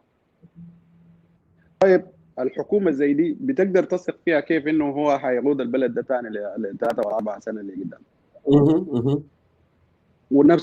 ونفس يعني الازمه الداخليه بتاعهم موجوده، اللي هو ما بيناقشوا القضايا القوميه بفكر، بيناقشوها بالسلاح. اوكي، بتقدر تثق فيه كيف انه الحكومه ده بيجيب لكم الامن والاستقرار؟ ما اعتقد. وده معظم الجنوبيين بيليف انه الحكومه ده فشلت تماما في ايجاد اي حلول لمشكلاتنا الاجتماعيه ولا الاقتصاديه. وايضا السياسيه ما قادر تجيب له حل للقضيه. فسياسه بتاع شراء الوقت اللي بينفذه كير هو بيقود لحرب محتمه، عنف محتم. ويزول يعني ما يزول. فانا ما اعرف في راسهم شنو دايرين يقودوا البلد لشنو، يعني حرب ثاني عشان شنو؟ فإن انه العمر الافتراضي المفروض الانسان يعيشه ذاته هم عاشوا. رياض مشى تقريبا 40 سنه في السياسه، ونفس الشيء في كير 40 سنه في هم. اذا قدروا يرفعوا العالم بتاعنا، واذا قدروا يعملوا كوندكت ريفرندم بتاعنا، وقدروا يعملوا سياده بتاعنا، ما خلاص كفايه خليهم يطلعوا من الحياه العامه ده والناس تمشي لقدام ثاني. اذا هم اصلا بيفكروا انه اي خلاف سياسي بيحلوه عبر السلاح، طيب الشعب قاعد ما تسالوا. وده كله الهدف اللي هو ان الدايلوج كملوا كله، انه يا جماعه عشان نقدر نعيش بسلام وامان الناس دي لازم يطلعوا من قدامنا. اوكي، فالحكومات بتاع الولايات كان انت مشاهد في جنوب السودان في اي منطقه ثاني، الحكومات دي ما حتغوض للاستقرار، ما حيقدر يبني اي مدرسه. حتى القروش البسيط بتاع الميزانيه اللي بيجيبوه من جبل حينتهي في الغرفه بتاعت القواتين في الولايه. ده انشاء ده انا اللي بشوفه كده. لو عندك اي سؤال ثاني انا ممكن اجاوب. so نحن الاسبوع اللي فات استاذ نحن تكلمنا عن political blocks. تكلمنا عن التكتلات السياسية في الحكومة، سيناريوهاتها المحتملة، وآفاق التغيير السياسي، الجذري في السودان الجنوبي. أنا دايرك تدينا تعليق في الكلام ده، لأن الأسبوع اللي فات المفروض كنا نستمر، لكن لسوء الحظ النتورك جاء قطعنا برا وما استمرينا. فأنا دايرك التكتلات السياسية، عشان كده قبل جبنا جين كاتب إلدس في المقام الأول they was very good statement and نحن ابتكرناه كمان، وأنكل عبد الدوجو is watching right now. إنه قلنا يا خلاص now they have a heart for the nation, they want to be on the side of the people, and that's why actually we elaborate more on the national dialogue. كلام national dialogue how so important إنه رئيس الفكير I will be abide بمقررات national dialogue. National dialogue now came out and it stated clearly grassroots they have spoken exit political life or يا أخي نفذوا الفترة الانتقالية ده وما don't run for election, because any election that include President Kiir and Riek Machar, it is not going to be credible. It is going to take us to circle one, المربع الأولى. أنا دايرك يعني تعلق لي في التكتلات السياسية وسيناريوهاتهم شنو عاملين grouping, political grouping ده. What they have, what they want to achieve exactly. Go ahead, تفضل. غالبا في اي تنظيمات سياسيه لما ما يكون في مرجعيات عشان الناس ترجع لها، لو الناس دخلوا في خلافات سياسيه حاده. نعم. يعني المرجعيه بتاع الحركه الشعبيه هو اصلا انتهى، يعني ما في مرجعيه ثانيه. اوكي، عشان الناس ترجع له ويعملوا ويغيروا قيادات ويعملوا يعني ينتجوا سياسات جديده عشان الناس تمشي فيه، هو ما في. والكلام ده انعكس في كل الاحزاب الثانيه اللي هي الموقعه على الاتفاقيه المنشطه المعاده. اوكي، الجروبينج ده كله لما تيجي تشوفهم هم اصلا اجزاء من الحركه الشعبيه الام، وانشطروا بسبب انه مثلا في غياب ديمقراطيه داخل الحزب، او مثلا اي زول ما لقى الكعكع بتاعه في السلطه فقام يتمرد. ومن يوم ذاك الرئيس بقى مو اوثوريتاريان، يعني بقى يعتمد على الاتفاقيات عشان ياخذ الشرعيه بتاعه. extensions yes extension. ولما تشوف يعني الدستور بتاعنا ما في الدستور دائم للبلد، هو كله انتقالي. اوكي، والرئيس ما عنده اي فكره انه يعني ينظم الحزب اللي هو منتمي له عشان الناس تقدر تعيش السياسه يقدر يمارسوها بطريقه كويس، بدل ما الناس تمشي الغابه تركب لك دبابير وتجي كرئيس بتاع هيئه اركان او زول كبير او ممثل كبير لمجموعه، ويدوك النسبه بتاعك في السلطه وتقعد تسكت، في حين انه جيشك موجود. اوكي، اسبابك اللي خلتك تطلع من الحكومه موجوده. يبقى كله لما تيجي تحلل الكلام ده كله انه المجموعات دي مقسمه على 4، ويمكن جين كانسل ريسنتلي بيكمل وان اوف ذم، بيبقوا 5 جروبات. اوكي، اي زول باعتقاده، نعم، واي زول بتصوراته، واي زول بالحلقات بتاعه. لما تشوف مثلا الرئيس كير عنده المجموعه بتاعهم، هو في صراع دائم، يعني زي ما بيقولوا انه لما يكون رجل الدوله مريض، القاده تحت الجيش بتاعهم والسياسيين بتاعهم يتصارعوا على اساس انه هو منو حيكون وريث. وده اللي قاعد يحصل في المجموعه بتاعت كير حسن، في حروب جانبيه قاعده بتحصل، وده كله شنو؟ تصفيه لخلافات داخل الاي جي عشان منو حيورث كير. ده واحد. المجموعه الثانيه مجموعه بتاع رياض مشار، ومجموعه بتاع رياض مشار ده بقى مجموعه يعني خامل في جوبا، يمكن لدواعي امنيه او منتظر الوقت المناسب عشان هو ينتقم من الاجي. اوكي، بيقولوا صامتين، كير بيطلع قرار رئاسي ما في زول بيقول لا. الازمه الاقتصاديه اتشعبت والبلد افلس، ما في زول بيتكلم، حتى ريك مشار ما طلع ستيتمنت مثلا يقول مثلا هو رايه شنو في الاوضاع اللي قاعد يحصل ده. وبالعكس القوه بتاعهم والغاده بتاع الاركان بتاعهم في حرب دائم معه، ويمكن في انشقاق قادم داخل المجموعه بتاعه ده. المجموعه الثاني اللي هو المجموعه الثالث هو المجموعه بتاع بقايا بتاع المؤتمر الوطني. واحد منهم نائب رئيس هسه بنفس الايديولوجي، والواحد الثاني ممثل الامن القومي بتاعنا. المجموعه ده كلهم شغالين منظمين اكثر من الثانيين، اكثر من ناس ريك مشار واكثر من ناس سلفا كير ميادين. هو منظمين ايديولوجيا ومنظمين سياسيا، هم عارفين اهدافهم شنو يعني. فالتحالفات بتاعهم قاعد يشعل كل يوم. المجموعه برضه داير السلطه، داير يخشوا السلطه معهم. المجموعه الثالثه اللي هو ناس المعارضين السياسيين السابقين، يعني اللي هو النخبه بتاع الحركه الشعبيه او الارجرن. يمكن ما عندهم قوه موجوده، بس هو مرتبطين ايديولوجيا بفكر معين. لو مسكوا السلطه ممكن يعيدوا نفس التجربه القديمه بتاع الحركه الشعبيه. المجموعه الخامسه اللي هو طلع يعني بقى صوته اقوى اللي هو جين كانسل او هو الجويسيه. نحن بنصنفكم كمجموعه سياسيه ما كممثلين بتاع اندينكا. فالمجموعه دي برضه عندها رؤيه للخروج من البلد. وافتكر اللي هو breaking the silence هو لما تقراه يعني هو بتحس انه الناس دي فعلا هم سياسيين ما إلدس. ما إلدس بتاعنا، هم سياسيين وعندهم رؤيه وعندهم تكتلاتهم المخفيه.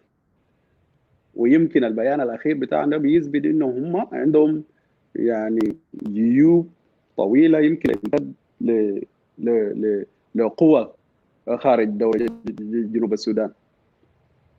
هم اصلا اللهجه بتاعهم لما تشوف وندي مريال معلش اقطع حديثك، كان في انفعال شديد. ستيتمنت الاول يعني بريس ريليس الاول اللي هم كان طلعوه بريكنج ذا سايلنت، لقى تجاوب كبير يعني من قبل الشعب انه الناس ديل now they are coming on our way so why not. لان هنا بقينا قاعدين نتكلم عن national dialogue. رئيس قال يا اخي هينفذ national dialogue. why are you even they are not even talking about it. هسه ما بتلقى حكومه في جوب بيتكلم عن national dialogue، وده national dialogue ده they initiated. so انا بس my point of argument with them, why are they not consistent. يعني مثلا طلعوا statement كويس and then following when we start talking and then all of a sudden they deny everything, and they went further even denying the fact that actually national dialogue stated that President Kiir, Riek Machar, they must step aside. They are denying this, but all of a sudden I don't know what was behind all this thing. Now they went back to their original, and the last statement that they released actually أكد president statement بتاعهم الأول. لأنهم كلموا قال يا أخي 2015 agreement 2018 agreement is far worse than 2015. Now they are talking about now why not supporting peace. So now you see how we confuse that. يعني أنت بتقول يا أخي سلام بتاع 2018 is far worse than 2015. Okay, that means that actually you don't believe it. It's not genuine, and this is what we said from the beginning. It's not genuine. I got it. We agree with you on that point. And then all of a sudden now you are saying that, oh, you guys supposed to consider it supporting peace agreement. I don't get it. Al-Mim, go ahead, Kamil. It's all confused, man. لأنه أنت تشوف لما التطور اللي قاعد يحصل داخل الجين كانسل هو تطور غريب جدا جدا لما تيجي تشوفهم. هم بدوا كإلدرز بيراعوا مصالح الدنكا ووجودهم داخل الجنوب، وهم قالوا هم الحماة بتاع الجين.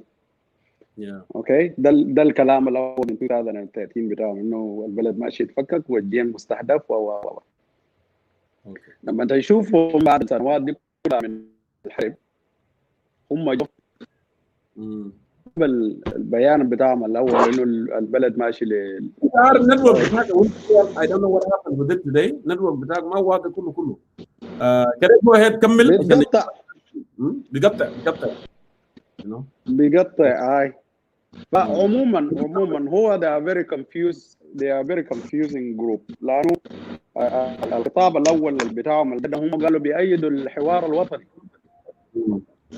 ولما نحن قلنا لهم يا اخي الحوار الوطني اللي انتم بتأيدوه، انكل اجاو انت في الانترفيو بتاعك هو جا رفض انه الكفرنج نوت بتاع ناشونال دايلوج لو في ازعاج. يا بكون يمكن ده استاذ مين في استاذ مين انميوت يور سيلف كده، اعمل لنفسك ميوت. اوكي تفضل واصل. انت عملت لهم انترفيو وهم قالوا ما بيأيدوا الفقره بتاع الرئيس الفقير ورياض مشاعر هم المسبين الرئيسي بتاع الانسداد السياسي في البلد، فهم لازم يطلعوا من الحياه العامه عشان البلد يمشي لقدام. هم رفضوا الكلام ده، والناشونال دايلوج بيأكد على الكلام ده، وانكل بيقول الكلام ده جانا في سكرتاريا ونحن رفضناه. اوكي رفضوه على اساس انه ما ريب وكير ما يمشي. هسه في البيان الاخير بتاعهم ده قالوا بيقولوا يا اخي الاتفاقيه جاب لنا 6 رؤساء وجاب لنا المؤسسه بتاع الرئاسه فرقوه، بقى ما عنده معنى. اوكي بقى ما عنده معنى انه القرارات المهمه في البلد الرئيس ما بيقدر يتخذه الا عبر المجموعه بتاع الفايس بريزيدنت الكتار ديل. اوكي فقال الاتفاقيه ده هو سيء في التركيبه بتاعه وما بيجيب سلام وما بيعمل وما بيعمل. هم اصلا المفروض يطلعوا كلية عديل. اوكي انت ممكن في نفس الوقت عندك ايديولوجيات سياسيه بتقدر تنتقد بها الحكومه، وفي نفس الوقت انت تقدر تراعي المصالح بتاع الجيش. الكلام ده ما بيقدر يتم. هم يا يكونوا سياسيين عديل يطلعوا زول بتاعهم كمرشح للرئاسه، اوكي عشان يكون كلير. بعد ذاك جيل ما عندنا فوضى بيقدر يهددنا في جنوب السودان ده، بالسلطه بالحرب بالعدد باي حاجه ما بيقدر يهددنا. وتاريخنا شاهد يعني حاربنا المستعمر، حاربنا الانجليز، حاربنا ونحن المنتشرين على طول الحدود بتاع الشمال. اكبر حدود موجود في بين دوله الجنوب والشمال هو الحدود بتاع دينكا. يعني حاربنا كل الغول الاستعماريه دي كلها، يعني ما شالونا من حدودنا. يبقى قبائلنا واخواننا الداخلين مثلا زي نوير يقولوا محدد رئيس للدينكا او اكواتوريا، ده doesn't make sense. فهم الكلام ده المره انا ما سالنا سؤال المره اللي فاتت، لو هم فعلا وانا I don't want to dwell on that، لو هم فعلا كان بيراعي المساله بتاعت مونجان، ما هم كان مشكله بتاع بوغا اقواق ده كان بيحلوا. هسه اليوم زاروا المجتمعات مشي يتكلم معاهم قال يا اخي انتوا عندي شاكل ليه؟ هسه يوم زارنا ده بوغا اقواق ولانجان قالوا انتوا عندي شاكل ليه بتقتلوا بعض ليه؟ نو. هسه اليوم مشي زاروا ناس اقار اللي بيقتلوا بعض for nothing قالوا ليه قاعد تقتلوا بعض ليه؟ Did they have initiate anything to bring peace among people in Lake State or in Warab State? Hassel? Nah. So that tell you something. You know, actually, they were not after the interest, you know, of the Dinka as the community. They were not actually. You know, if they were, they would have done that. That's how you start. No interference. You care about the community and you care about the, you know, the welfare of people, you know, being secure. But that's not. So we don't want to dwell on that because we know exactly what is their agenda. And if they want to be politicians, no problem. You know, let's just debate. You know, in politics, they are citizens, like they said, and they are elders in the country. They can participate. Most of them are former politicians. They work for a very long time. Uncle Joe is a senator. He's a senator. Yeah, we well informed more. Yeah. So go ahead and في interview. I'm just to conclude. في interview في SBS Dinka. لو انتوا رجعتوا لهم انكل جو كان عملوا انترفيو، اجاك سالوا قال لي يا اخي انت بتقولوا انتوا بتراعي المصالح بتاع الجين، انترست بتاع الجين. That's a good statement. Okay, good. We like you, uncle. فهو قال سالوا actually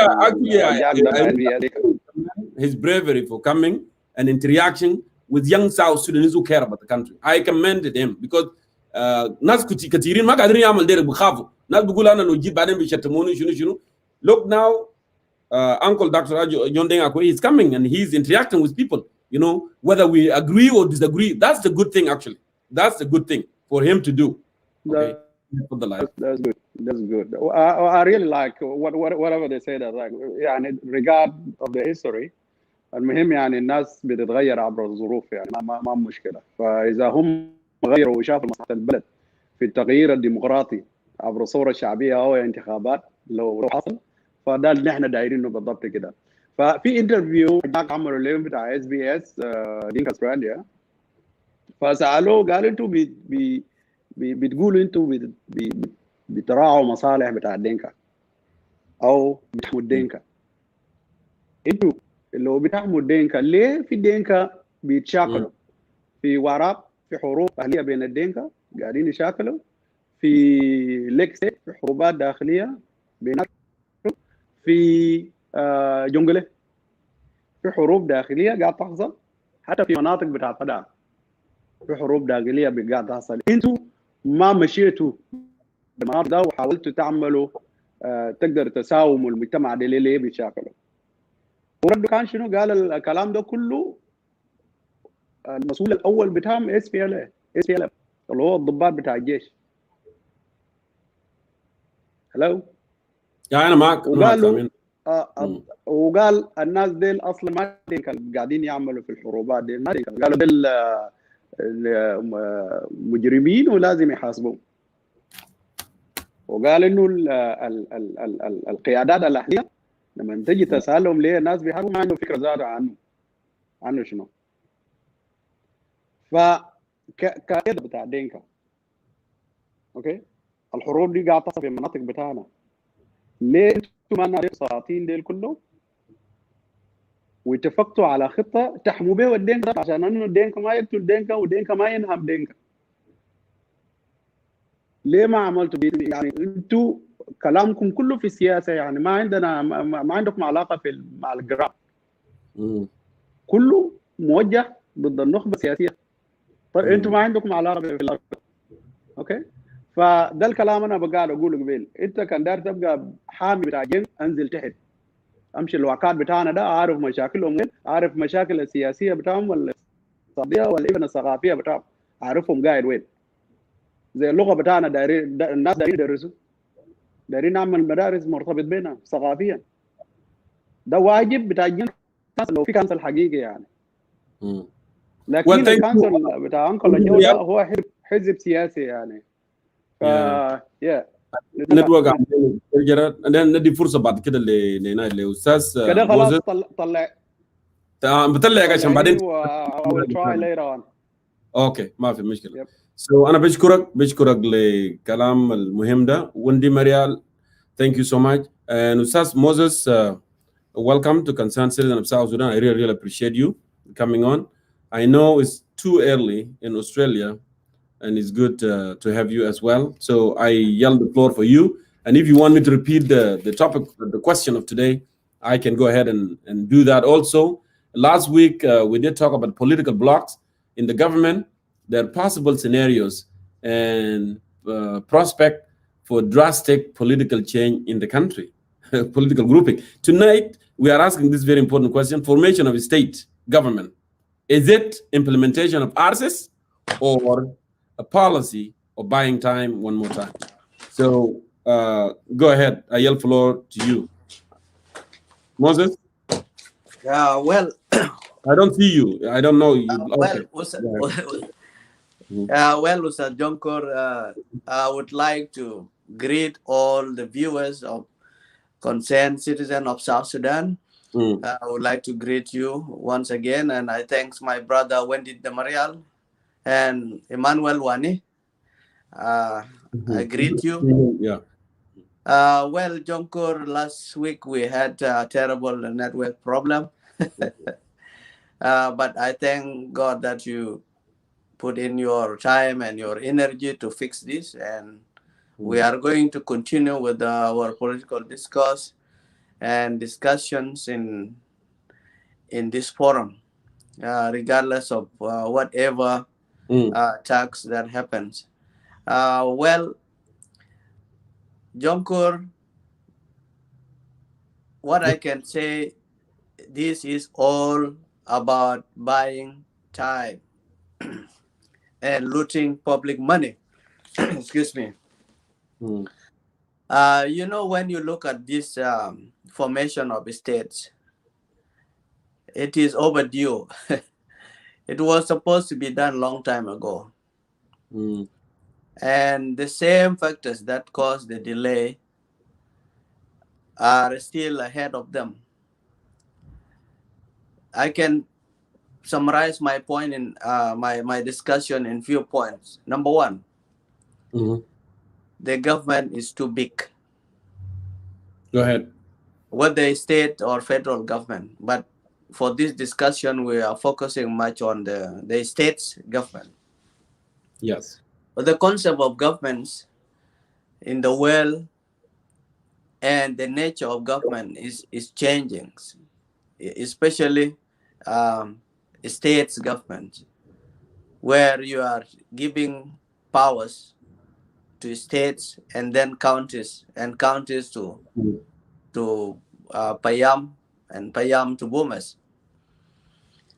But having a small country like South Sudan with 12 million people, with such a huge and a big government, it is not going to serve the interests of the people of South Sudan at the state level. Because governments are meant to deliver public goods. But if you are going to have 550 members of parliament at national level, that's too big. And if you are going to have 100 members of state parliaments times 10, you're going to have 1,000 members of parliament at the state's level. Let's say you're going to have 7 commissioners in each state. Yeah. That's the list. So 7 times 10, you will have 70 commissioners. Wow. So 70 commissioners plus the governors, the state ministers, could be 10 or more. So 10 times 10 is another 1,000. 1,000 state ministers and 1,000 state members of parliament, plus 70 commissioners, plus 550 national members of parliament, plus the huge number of national federal ministers. This, in terms of economics, it means waste of money. It's a huge government. That money that they are going to disperse among the states, it will all be wasted by all these big number. Because the world is moving to small governments. And South Sudan is moving to big governments. It's going to a different direction. Everywhere in the world right now, the countries are moving to small government, so that small government can be effective and efficient, and can have money left for public schools, for roads, for hospitals, for all the basic services that the people are interested in at the state levels. People are not interested in positions. People are not interested in the hand-picked MPs. They are interested to elect their members of parliament, whether at the state level or at national level. But all these big government, they are all hand-picked. Therefore, they will serve the interests of the people that appointed them by decrees. An advisor, of course. Yeah, and they will also have advisors. Exactly, I forgot that list. So the world is moving away from the mentality of having big governments at the states level or federal or national level. But our country, Mr. President, is going backward. And it is the consequences of the peace agreement. The peace agreement, as we have discussed, has not addressed the root causes of the fundamental problem of South Sudan, which is underdevelopment. That's why we need a small government in each state, so there could be money left for development. But so far, we are not going to expect anything out of this big government, because they will have no money. They will just be ministers in names, commissioners in names, members of parliament in names, but they will have no money, because people have not been paid for so many months at federal level or national level. The government, the president say, use Genubin, forget about the 6 months. From July, August, September, October, November, December, people have to forget the 6 months, and they were given the salary of January 2021. So we are starting from January, and we're waiting whether they will get the salary of February. And the last 6 months of the last year has not been paid at a national level. The same thing at the state level. The states are actually more months have not been paid. The same thing with the foreign affairs. But if the objective of SPLM, revitalized peace agreement, is just power sharing, then they have achieved that. They have shared the power. But the purpose is not meant to improve the livelihood of the citizen of South Sudan at the state levels. It's meant to calm down the power struggle at national level. Now they are transferring the power struggle from state level, from national level to state level. So next time when there is a war and there's a conflict, it's going to start everywhere at the same time. It will start at the states, counties, state, and Juba. Because the last 2013 war and 2016, all these wars start in Juba.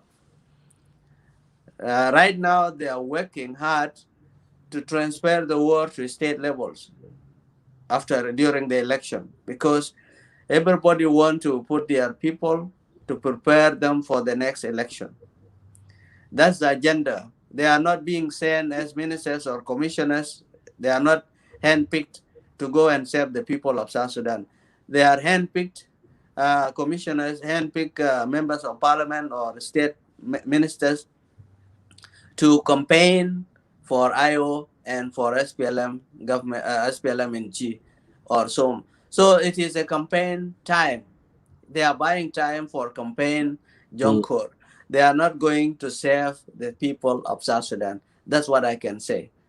And as we have said before, the only decree that President Kiir has not made is to appoint drivers and messengers in South Sudan. Yeah, and but since he has reached the level of appointing commissioners, there's nothing left. Absolutely. For But kaman Gufara and Kulu nas shagalin. Yeah. So thank you, Moses. And there the brother Emmanuel Wani, an opportunity to weigh in, and then بعد كده برجع لك ثاني عشان نمشي لموضوع political blocks اللي كان اتكلمنا فيه الأسبوع اللي فات, and link it with what we are talking today. Emmanuel Wani, thank you so much for joining us. Thank you for being part of Concerned Citizen of South Sudan. As we indicated a little earlier, our topic of tonight: formation of state governments. Is it implementation of RCS or a policy of buying time, as usual with Kiritarian regime? So I want to give you an opportunity to weigh in as well. Go ahead. Thank you. I salute all my brothers and the viewers of the Concerned Citizen of South Sudan. It's actually my first time to enter this program, and I've been following you guys from, I think this is now 1 year that I've been following the program. Good. And then today, I'm very glad that I be part of the program. It is amazing that what I know, that first of all, I have to stand that our constitution has been raped and our constitution has been violated. Because when you go back to the Article 62, stroke 2, inside 2, he talks of the power that were given to the governors, and the president has the right to appoint the governors, but then the commissioners is the right of the governors to appoint the commissioners and in the states. So that's why when we go back to the topic we talk about, I say that our constitution has been read, and we look at this appointment of the states and all others, they just is to just, you know, as they have taken us as the citizens of South Sudan, as a South Sudanese, we have no right to speak in our country. Because if this power that what is the work of the governor, because in the end of the day, these people who that the president has appointed, even the governor has no right to even order these people to do other things. So what I know that President Salva Kiir has appointed people to go and campaign for him in these 10 states for upcoming election. That is what I know. But he did not appoint people to give us, for those people to go and deliver for us the services in the county. Okay? Because you cannot tell me, in a county you have over 19 officers. Where is the money going to come to pay all these people? When we talk about the economic of our country right now, and you appointed a deputy minister and all those kind of things that they have appointed, I believe that they have appointed for us people who are going to take the small resources to steal the resources that is supposed to go to the community, you know. And you cannot tell me you have 19 people in the one county, okay, and then in one state, not all the state of South Sudan, only in county you have over 19 officers. You have ministers, you have a minister, you have a deputy minister of road and bridges. And where is this money going to come from to pay even when our own medical staffs can go for 6-7 months, cannot even get a salary? And even our soldiers who are right now even have no food, they have children, their children could not have access to school, they're even cutting charcoals. It is very shame for our government that it does not even look that even an army that presents a nation, and then he's cutting charcoal, moving with a government uniform, doing this kind of thing, and the whole world is seeing. And then you come here and you say that you have formed already the government of national unity. This is just, you know, to blackmail the eyes of international communities and to know that they are what they have formed the government on whatever they have signed. That is, for me, finally what I know, that is just blackmailing the eyes of the international community. But we, the South Sudanese, we know what is happening. We know what is going on in the country. I'm not in America. I'm not in abroad. I stand with the refugees. I am a refugee. Since 2013, I was pushed out of my country. I went back home in 2016. We are pushed back to the country, to the refugee camp. You know, so the truth is here that whatever that they have formed, there are no South Sudanese who are celebrating. When we look at this July 9, how many people celebrated? Nobody celebrated, because the reason we bought it is already what taken to the person. But what I want to say in this topic, that whatever the appointment they have appointed, it is just not to take out the services to the vulnerable communities, but is to leave their interests in their interests that they have already appointed that. Because even if I will be the governor, I can resign, because that when this appointment was done by the president, and that thing is very clear in the constitution that the governors have the power in the state to appoint people of them. So you as a governor, what you have done now, you have already surrendered your own power to the national government and to the state to decide on your own. So we even, as we the citizens, as the citizens of South Sudan, the concerned citizens of South Sudan, you in your own state, ask yourself, if the governor has no power to appoint, do you still have a hope for the national government to deliver the service to your own state? That's a question we should ask us as the South Sudanese. Number two, the national government has been crippling for years. We have all the healthy centers in these places that people have been displaced and other people have returned back home. They have no medical services. They have not even the staffs The staff that even gone back and they're working as volunteers. They have no salaries that they are paying. Okay, so in this own area, and then you say that we have formed the government until today. Even most of other staffs that is still in the refugee camp. Okay, the only thing that I was looking, if this government was really looking at the interests of the South Sudanese, you know, the innocent, the people who stood with them in actually, let me say from 2005, because the peace agreement was signed in 2005, and he believed that after the peace agreement was signed and all the South Sudanese returned back home and they celebrated and they voted for the referendum, but the only offer that the government is now offering to the citizens of South Sudan, the better thing that they can offer is to give them a sound of a gun. In every village, you heard that there is a displacement, there's a cattle raiders, and all these in roads there are ambushes. And then here they should really sit down and address this kind of issues other than Drastic, because 1 year they are supposed to form this government of national unity in the last year, at least in February, but until today, nothing has been done. Okay, and there is a pressure.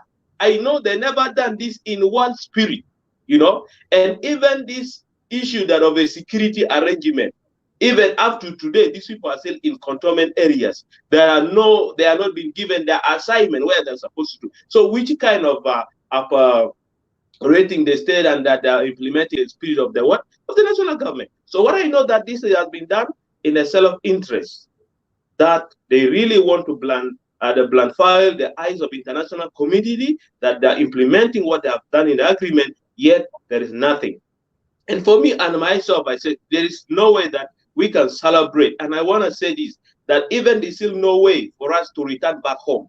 Because this is something that for me, as I see, that's appointment that has been done. For me, I see war ahead of everything. Because these are the people who have been given, they've been given privilege to do whatever they want to do.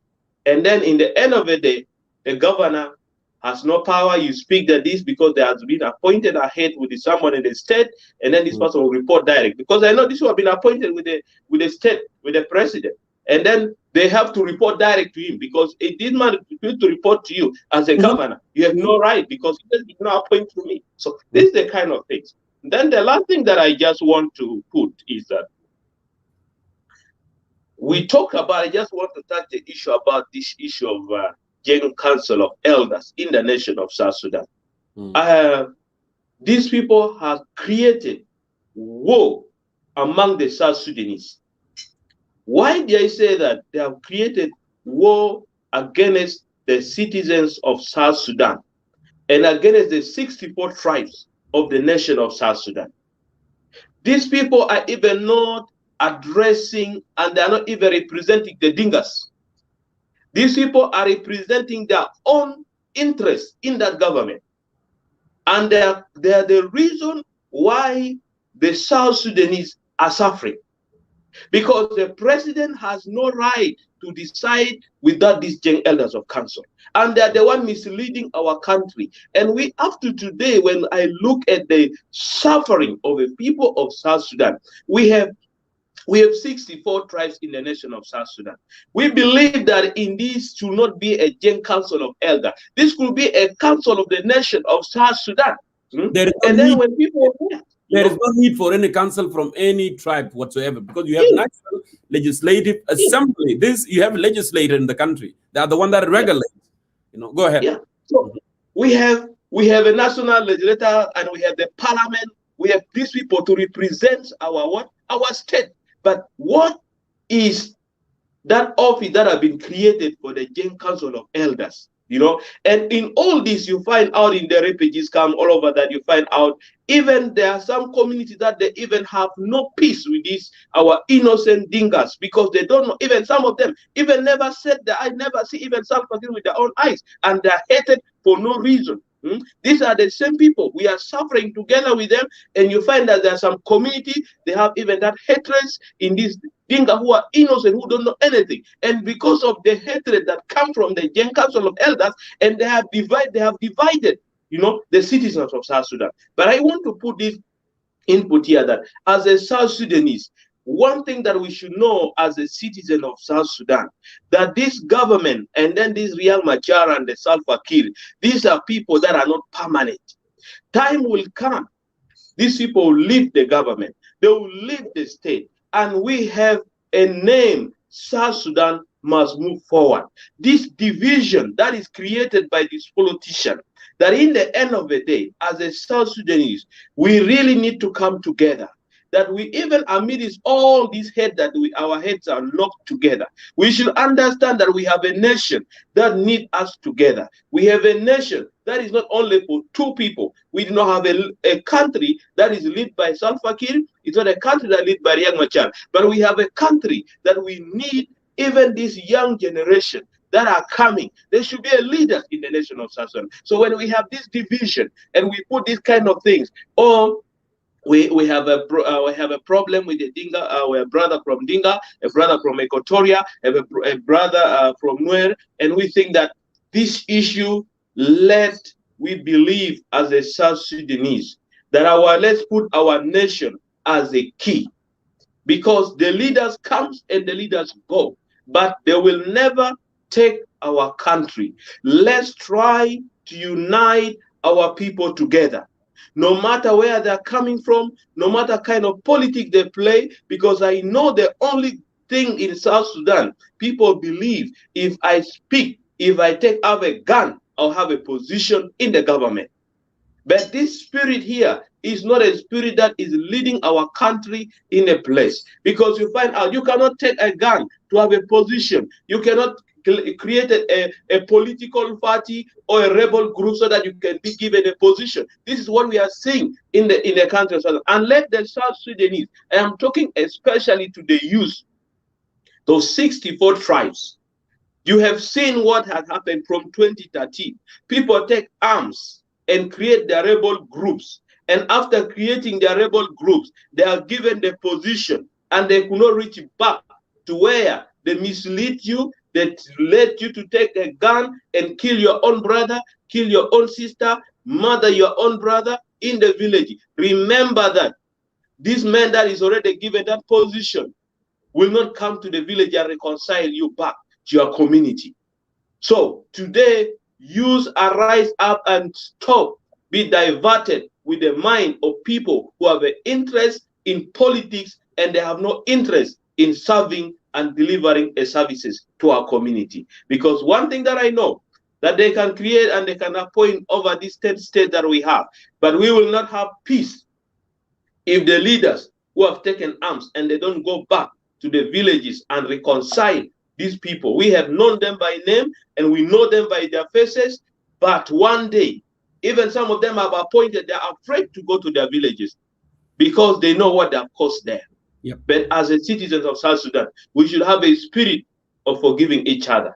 Because I've been in the camp since 2016. I have moved all the refugee camps. Like the incident that happened recently in this last year, that our brothers from Dingas were killed by the Ugandans. Because these people have a heart, they have their own cattle, because they came, because these people are farmers and people who know whatever they have to do, they stabilize their life. And they buy their cattle, and then some of them, their community, and what happened? They attacked them, they killed, we buried some of them. None of the government official has even visited these people in the refugee camp. Nobody. We buried these people in Mashgrave, they were buried in Uganda. None of the South Sudanese that were killed with these Ugandans. You ran away from your country. You believe you are going to take up a refuge, but in the end of the day, you are killed. Is it the reason why we have voted for the separation in North Sudan? That was not the reason.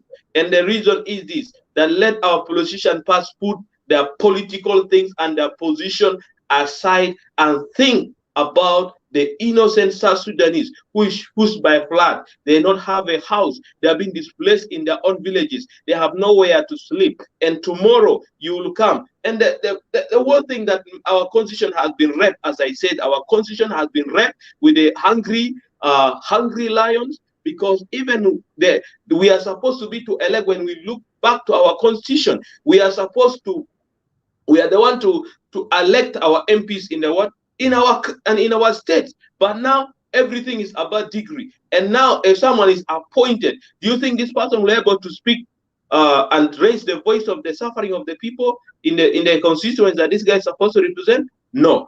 Then this is what they have done, that we as a citizen of South Sudan, we have no voice because our constitution, it is now just like a papers in the office. And I'm sorry to say this, I will never believe that. Yeah, I never believe that one day that the history of President Salva Kiir will be remembered with a good thing he has done. Because one thing, that constitution is the voice of the nation and is the one governing each and everything. But our constitution has been raped, and there's nothing. Everything is about the power invested in me by this degree, and I decree all. This is the only thing that has to be done. In anything, our people are suffering. Our soldiers, that sometimes when they take out their guns and rob people and take ambushes in the road, these people, they do this because they not want to do it. Okay, they have done it because you work for 7 months, you are serving the country, but you are not even remembered. Even your child is not going to school. This man has no food. He has put on the uniform of the government, but is moving barefooted, has not even shoes. So what do you think in the end of the day? The failure has come direct from the state because people are there, are serving money. I remember one of the video our president says that people that I have, they are just people who want to eat. And if you know that the people you have, the only people who want to eat, they don't deliver. Why do you continue to appoint people who only want to eat? Appoint people who will go and deliver the services to the community. Look at the recently, these people work for 7 months. And you say, forget about the 7 months, forget about the 6 months. Let's pay the salary of January. This person, do you think he has worked for all these entire months? And what service are they going to deliver? Please for me, how is he going to take food? We really stand in solidarity with our own South Sudanese who are even going without a food in Juba. It is very hard nowadays to eat in a country of South Sudan, especially those who are in Juba. Things are very expensive. Every day the dollars goes high, and you cannot. What about this innocent person? This innocent person, this citizen who have nowhere, everywhere. Is very shame that even in Juba, that in this government of today, where you find out many people are begging, the street kid, people are sleeping in the graveyard, people have nowhere to cultivate, and then you still call yourself, I'm a government of national unity. And you shamefully, people still talk, there is an IO, and then there is a government. These people are all the same, they're in a government. There's no different that there is an IO government and there is a what? There's a national, these people are all in the system. So there is no way that we want them to really stabilize our country. We want our people to go back. Our people are raped when they're going to face firewood in the refugee camp. Our people are raped when they're going to look for water. Every corner. Where do we have a place? Is it by mistake that we have been created to be a South Sudanese? It's not by mistake. God has created us to be a South Sudanese and to enjoy our land like others are enjoying our land. And I always tell people that let's stop admiring other countries, because the countries that we admire, even they have been worse than our country. When we take the history of Uganda, Uganda was worse than even what South Sudan is. But the question is, the leaders has already divided us. But it's a time that we as a South Sudanese, let's come together as a concerned citizen of South Sudan. Let's put our head together. This one government, if we unite our voice and we speak, they will never kill us all. And I always tell these people, I told them, I said one thing that I know, that this government is silent because killing of the innocent blood of people in South Sudan does not pain them. But one day, if people start killing these kettles, government will think of bringing peace. Because I think the government think of this kettle more than the human being life.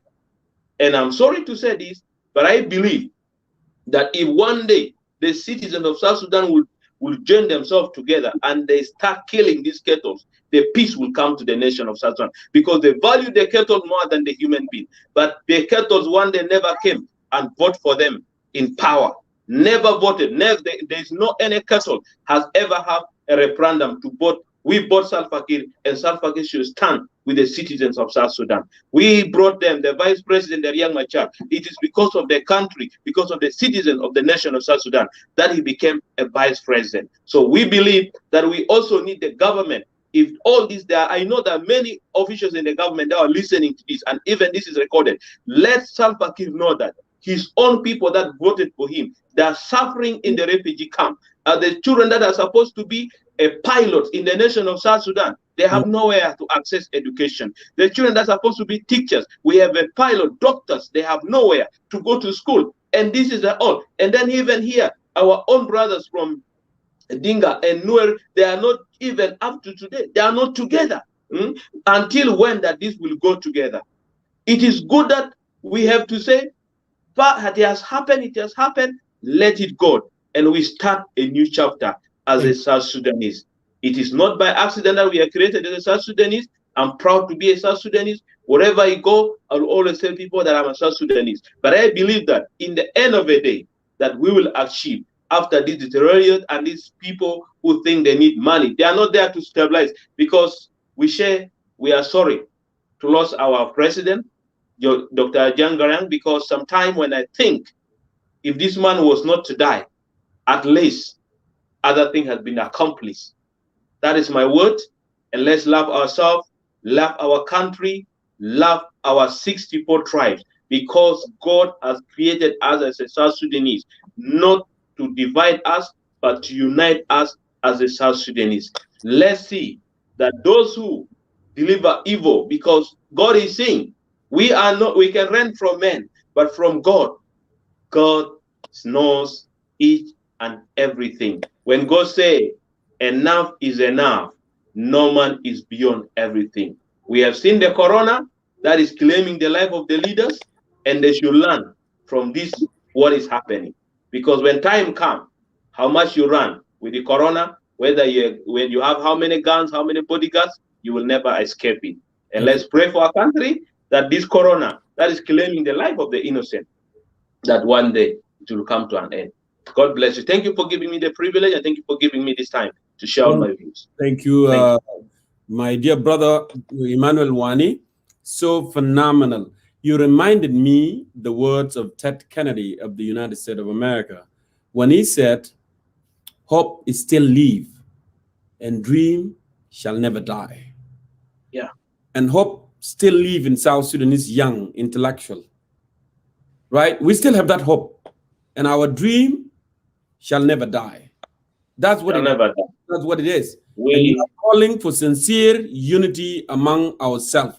If we wanted to succeed, and if we wanted to cut that cancer and take away that pandemic, the disease that dividing, because they survived when they are dividing us. That's how they've been surviving. So when you call for that unity, and then we are all collectively together, as the people of South Sudan, not Dinka, not Bari, not Lotuka, not Nyangwara, not Banda, not all this creation, whatever. That's how we're going to succeed, because we always win, and we win when we are together. So thank you so much. I really appreciate you for coming in and adding your perspective. Now, my dear brother, Moses, I saw a statement again, by Dr. Aldo Jodeng Akwe. He said here, do you agree to the fact that RCS purposely was manufactured to continue chaos, not to bring peace, to promote further violence? Bad peace is in the hand, nothing else, my friend. So now, Dr. Aldo Jodeng, he agreed now that this is the bad peace. And we said this to 2018. That peace is not genuine, and it will never be genuine, and it will not be implemented, right? So if you know that this thing is not good, why should we continue with the bad thing? People of South Sudan, they have that capability. We can turn things around, and we can get out of this chaos, right? It is bad if it was manufactured. It was manufactured by who? By Salva Kiir?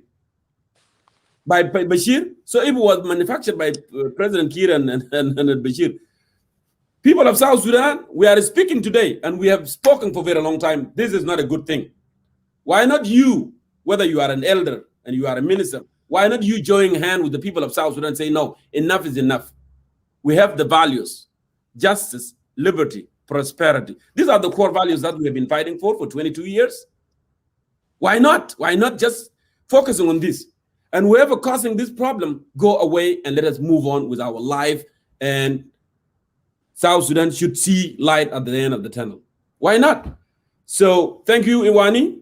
Go ahead, Moses, and we move on and we continue with the program. Go ahead. Thank you, Jonkor. I would like to thank my brother Wani. I'm so really glad. That is what we call unity among youth. What unites us is our suffering, not tribes. We are all suffering as youth, and this government of President Kiir and Salva Kiir Mayardit, Dr. Riak, they have stolen our future.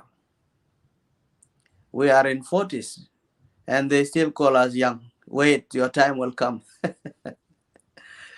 I'm even older than President Kiir when he joined the army, the movement. I'm 41 now. And when President Kiir was in 37, he joined Anyanya 1, or less than that. Did he ask Nimeri or anyone in Khartoum government that please allowed me to join SPLM so I can be free? No. So Wani, Emmanuel Wani, I thank you. And this is the spirit we want from all young people. We don't need a license from this retired politician of Dr. Riak or President Kiir. All these old men that are only loyal to their stomachs. They are not thinking about tomorrow, the future of their children, and the future of the country. We don't need a permission from them to liberate ourselves.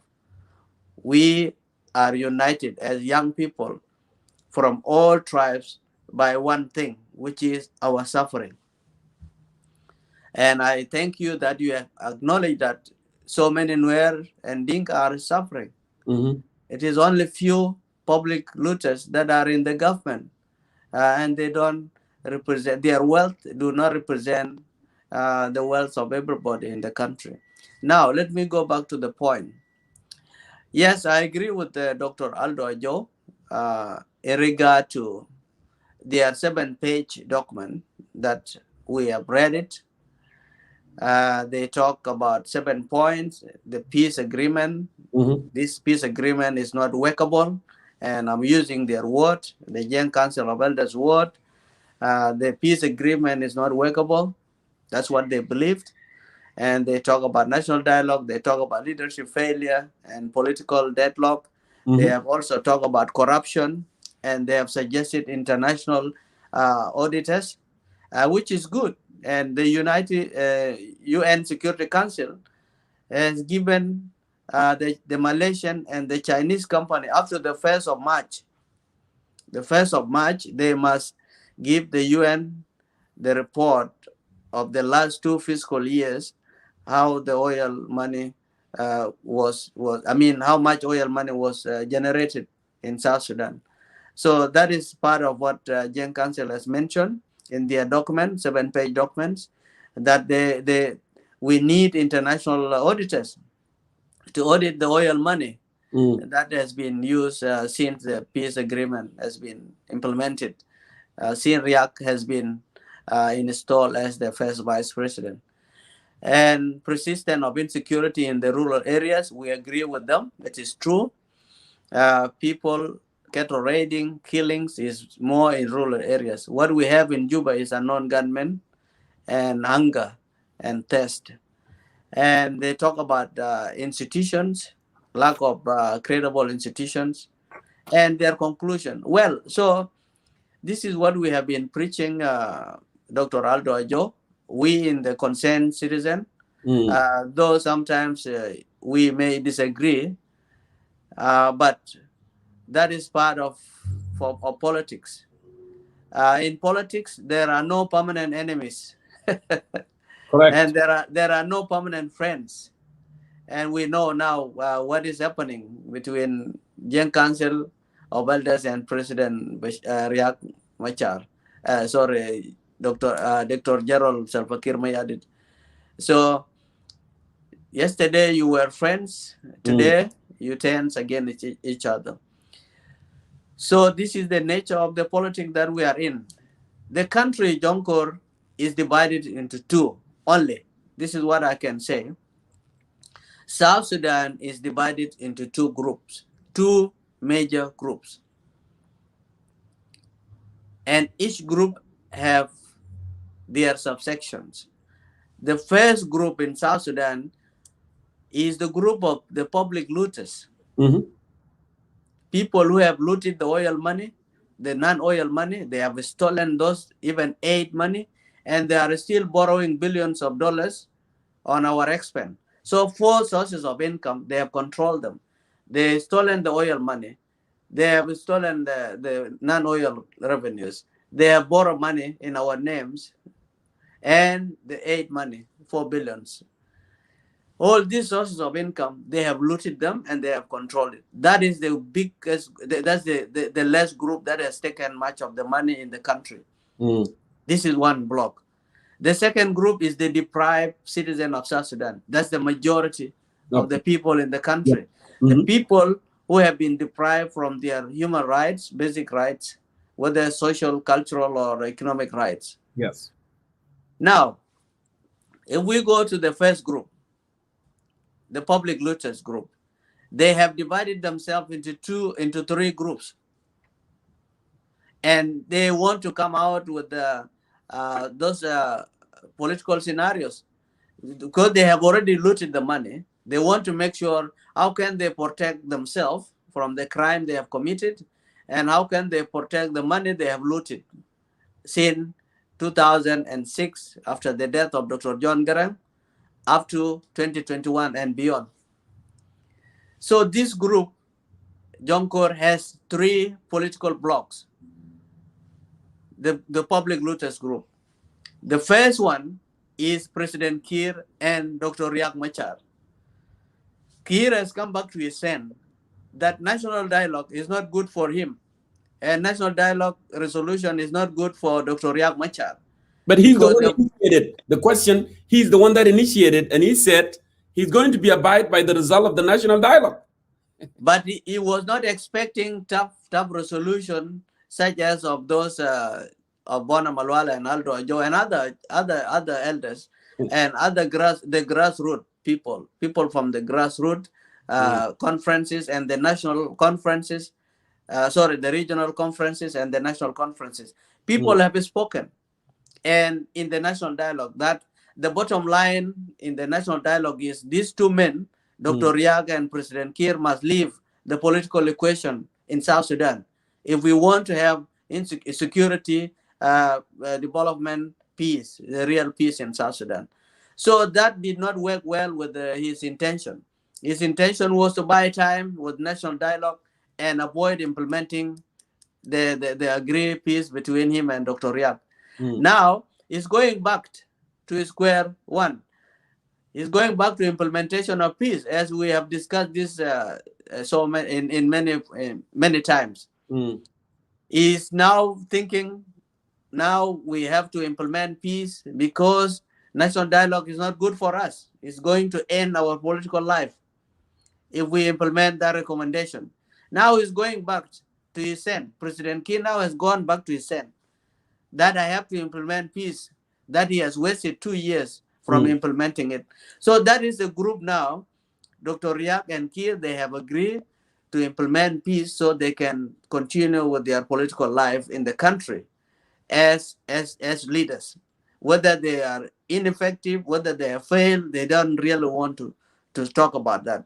Whether they have killed people, they don't want to talk about that. What is in their mind now is to continue up to next election, and they continue to rule for the next 5 to 10 years until God takes their life in position. So they have become now a group.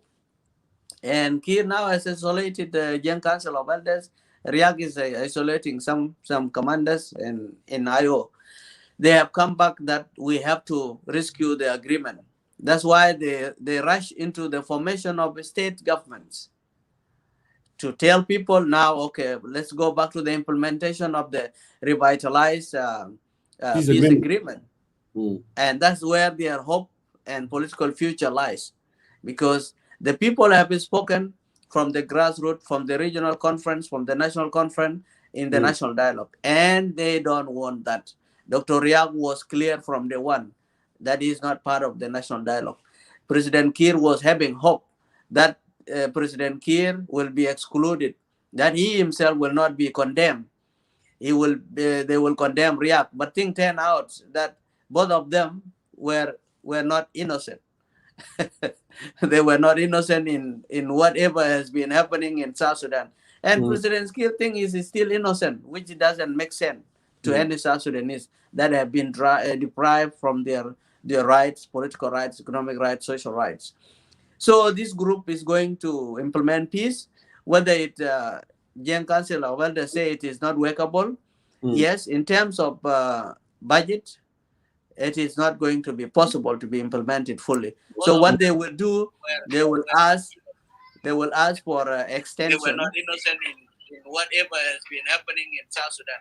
And President Kiir thing is still in. Go ahead. You can mute yourself, Jonkor. No, I muted Ustaz Wall. Ustaz Wall, yep. You may get the ear part like what you did before later when we give you a chance. Go ahead, Moses. Ustaz Wall, I greet you. Let me continue. So the President Kiir and Dr. Riek group will ask the people of South Sudan and IGADs for an extension of the transitional period. That's what they have in their mind, and that's what they are working. That's why they are rushing. That's why they are forming the state government, so that they can ask for extension another 2 to 3 years up to 2025. So they wasted 2 years, want to be compensated by another 2 years or 3. And it is going to happen. They are going to request for an extension of transitional period, so they can do the census, do the constitution as they promised. And I know that constitution will not be a credible constitution. Any constitution that Dr. Riek Machar and President Kiir are going to do or make is going to be a useless constitution.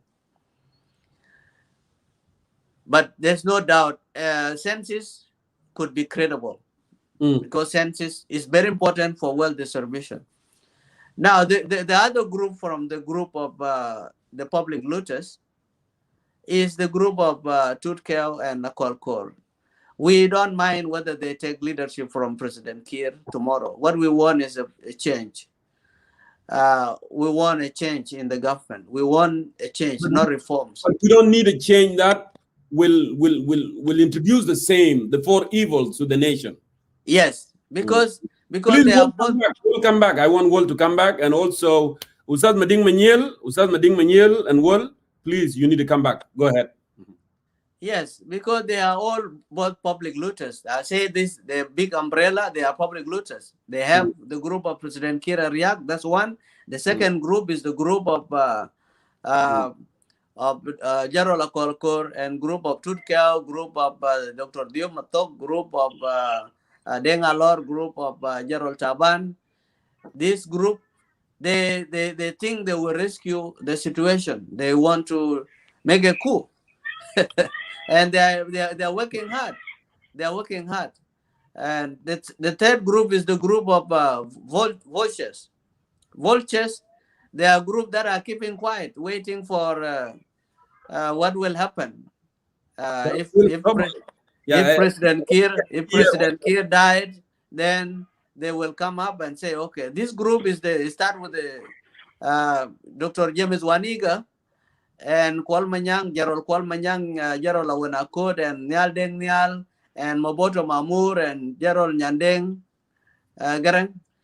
These people are patient and quiet. They're waiting for God to take President Kiir. We don't know when, because nobody controls somebody's life. But they are patient. But they are not satisfied with the performance of President Kiir. So this group, they are against the group of Tutkel and Akolkor. And then you can see these three groups now, each one is working to maintain the political status quo under a different name. The third group is us, the non-violence. The fourth group, which is part of the deprived citizens.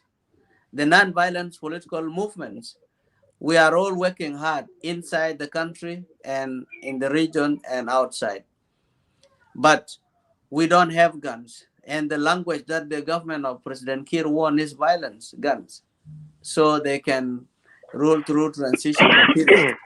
So they can avoid transitional justice. So they can avoid elections. But we don't want to dance into that tunes of violence. We believe in non-violence movement. It has worked in India. Gandhi has made it work, and it has worked in South Africa, Mandela. It has worked in US to some extent through Dr. Martin, and it brings the lasting result. Any non-violent movement can have a lasting result, because nobody will come and sit on your neck or your head that we have liberated you. Like what happened in violence movement, the liberators come and control everything, like what we are experiencing now in South Sudan.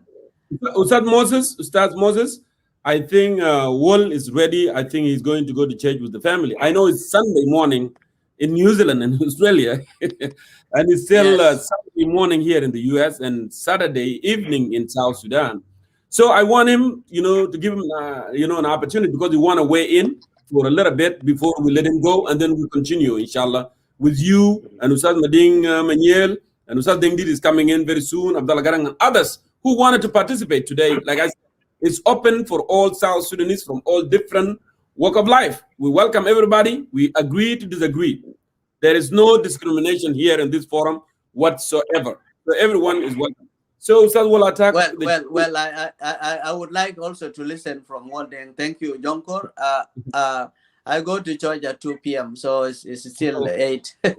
Thank you. I will wait up to the end of the program. So I would like to listen from him, and we can continue from there. Thank you so much. No problem. Ustad Wall, go ahead. Thank you once again, the audience and my fellow South Sudanese. First, before I want to say what I have in mind is to congratulate my brother Emmanuel Wani for the great message that he has delivered to the nation today. It's so powerful and it even touched us as well. And I hope also those who are listening have been touched by this message that he has delivered. And also I wanted to revisit the statement of Uncle Dr. Aldo Ojo. He told us two different messages that actually are a bit confusing to me.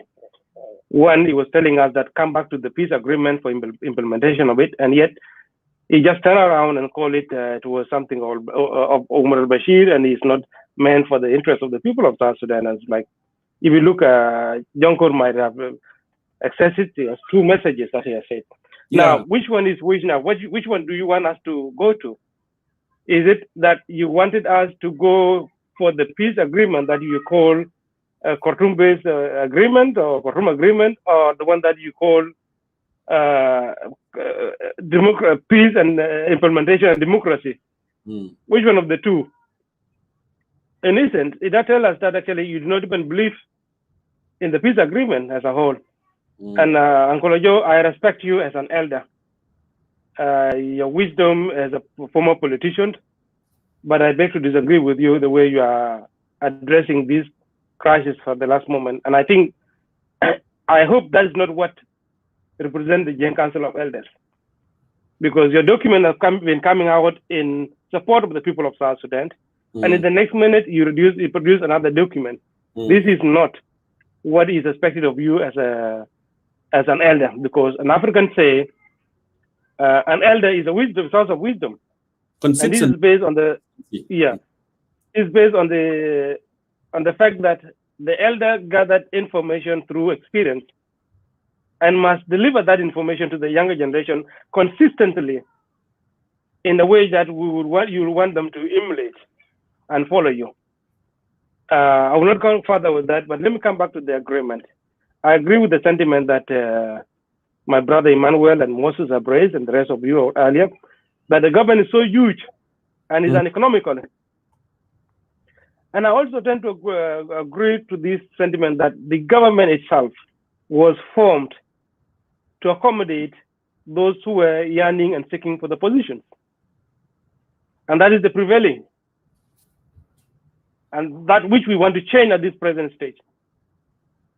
As a people of South Sudan, as a concerned citizen of South Sudan, we would change and bring in a lean government, a government that is pro-people, that will bring development, that will focus on economy, that will focus on building a political program that makes South Sudan an unstable nation.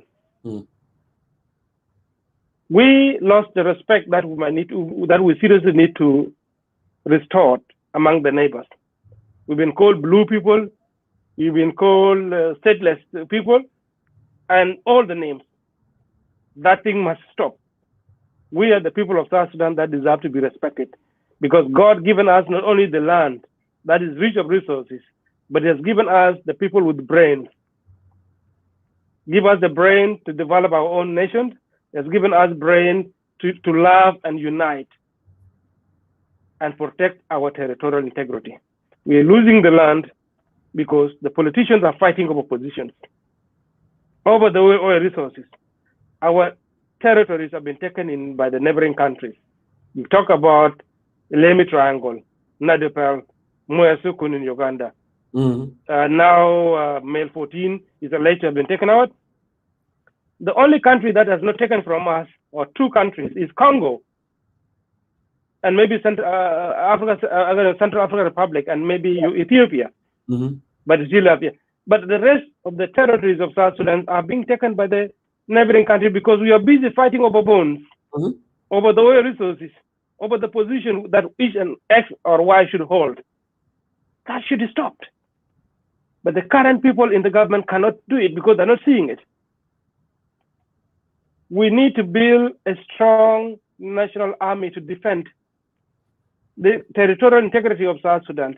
We need them to live in barracks where the army is supposed to live. Yes. We need them to have their own salaries. We need them to have their uniforms and not trek on foot with safinjat on the street and khaki on the top of it.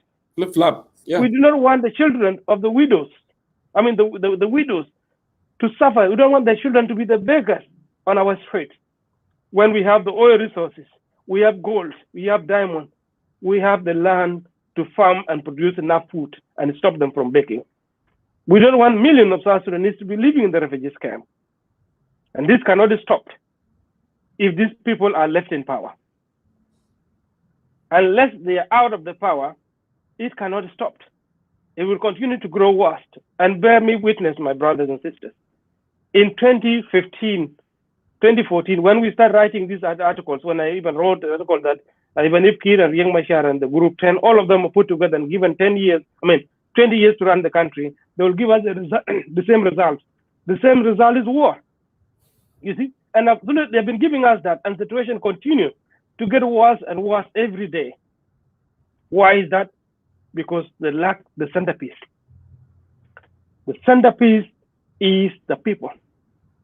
The people are the center of the country. Yes. Are the center of the power. They're the center of the development. But that focus has been taken off them and wrong placed by the leaders that leading the country. Leading our nation called South Sudan.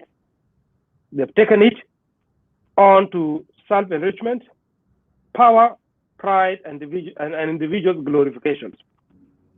And that you see most of the ministers. You see them, the current one, you see them, how many wives they are marrying, where they're getting the resources from. And why are they marrying? Leave alone about the others. Culturally, marrying too many wives has been seen as a source of prestige. So they want to attain that to be look prestige, to look rich, and look great people. Whereas the people of South Sudan continue to trek day in, day out.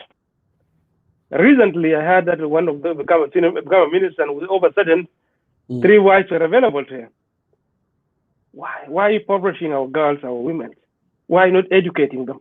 make them independent, make our women strong and empowered. Because they say one hand doesn't make a sound if it claps. Educating men highly and put them into public institutions without necessarily bringing in women, it will not sound. Our economy will be sound if we have girl child educated and boy child is educated, and they rise together to build our nation called South Sudan, contribute to it. They cannot contribute equally if you only, as a leader, seek to just marry them off. Seek not to build the schools and only pick your children and take them to the foreign nation to educate them and get them to acquire the foreign culture and bring them back to our country and pollute our system. We have a very fine culture that we need to protect. We have values that we need to protect, and we need to pass them to our children. We need to pass them to the generation that is after us. We cannot get them to learn those things when we are taking our children to foreign countries and make them leaders and become the role models. Bringing and helping the children to copy them. My children are in abroad. I would want them to love our values. It is not their desire, not their will that they go there. Their father was forced out because he was articulating the values that I'm saying them today, but they've been forced to live in a foreign country. We, like other thousands or millions of South Sudanese refugees living in the camps. They did not choose to live there. They were forced to live there, and they are acquiring the culture that is not theirs, including dependent syndromes, handout, because they've lived there for years with the UN providing for them, killing the creativity in the individuals. Go and play Costena, go and play dominoes, go and play outside and come back knowing that food is on the table. UN has given you something. But if we live in our own land, see their fathers cultivating their lands, looking after their cattle, going to job and work every day, the land people work and eat what they worked for and build their own country. Why are you, Mr. President Salva Kiir, Riek Machar, and the group not thinking about our children today and want us to believe that you represent us? A leader should be that person who represents the value of society. And that's it best. If you are presenting corruption to the people of South Sudan, how are you representing our values as a nation, as a people? If you are not doing that, then you are not representing us, and you deserve not to sit on that seat. If the violence is what you represent by arming yourself, putting few or vast soldiers around you to protect you, and you take the money that the people have and go abroad, even the soldiers that you're supposed to give you protection, you're not feeding him. I remember when I used to drive along J1, I'll see a fellow soldier, a guard, sit it down because he doesn't have energy to stand. He's hungry. But when the old man comes out, and with a group of the soldiers, they're healthy and driving so healthily. That tells me they are not feeding the soldiers.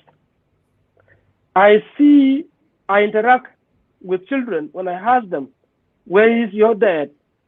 They will tell my dad, mom told me he's in front line. What does your mom do? It's not working. We've not been paid. Mom said dad is not sending in the money because he has not been paid. And he's in the front line, 3 years. And someone in Bilfam is sitting, taking that money and pocket it without feeling a bit of shame. A soldier killed in the war, leave the children, and paid for the salary of 2 years. And the mother is forced to go and beg for food to make a living. Do all sorts of things to make sure that something is on the table for the children. Why are you subjecting our citizens into such a painful situation? If you truly love us, if you truly think what took you to the bush to fight the Jalaba was to make their lives better, why are you giving them hell? If you truly believe you love South Sudan and you want us to call you patriot, why do you allow the resources that belong to the people of South Sudan to be stolen? Why do you take part in stealing it? and complain. Why do you accept the power that is given to you to take it and sit on it and do nothing with it, and only use, and I can borrow the Emmanuel words, use selectively the power vested in me by the Constitution of South Sudan, whereas the other aspect of it to protect the citizen of South Sudan, the Constitution and the Constitution itself, you're neglecting it. Why are you picking selectively? The other day, one of the ministers has been quoted as saying that the president is allowed to appoint the ministers in the state, including the advisors and the members of parliament, because there is a constitutional vacuum in the state. We have members of parliament that were elected just like the members of parliament that passed the constitution that is using today in Juba. Why are you picking things selectively if you truly worth your salt? A leader, a patriot, a liberator that you want us to call you. My appeal to you, that my fellow citizens, do not allow to be misled that each and X ethnicity are against you, and if so and so is out of power or out of active political playing in the country, you will be at risk. No, that's not true. I'm a Dinka, and I know for sure I'm not at risk if Salva Kiir is not the president today. I'll still survive as a South Sudanese, as a Dinka from Warab State, from Toin. I'll still remain that South Sudanese, irrespective of who is in power. Yes. And the same thing for you as a Nuer, you still remain a South Sudanese, irrespective of who is in power. Is it Riek Machar is not out of politics, or is not the same thing with our brothers in Equatoria?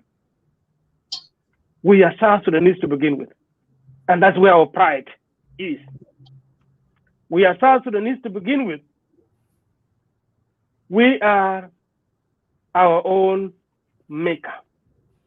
What I mean our own maker, we can be what we want our country to be. South Sudan, God has done his part.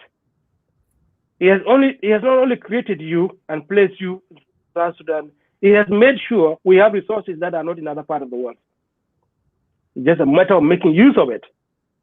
And after making use of it, we will have a nation that is able to feed not only its citizens, but even the neighbors.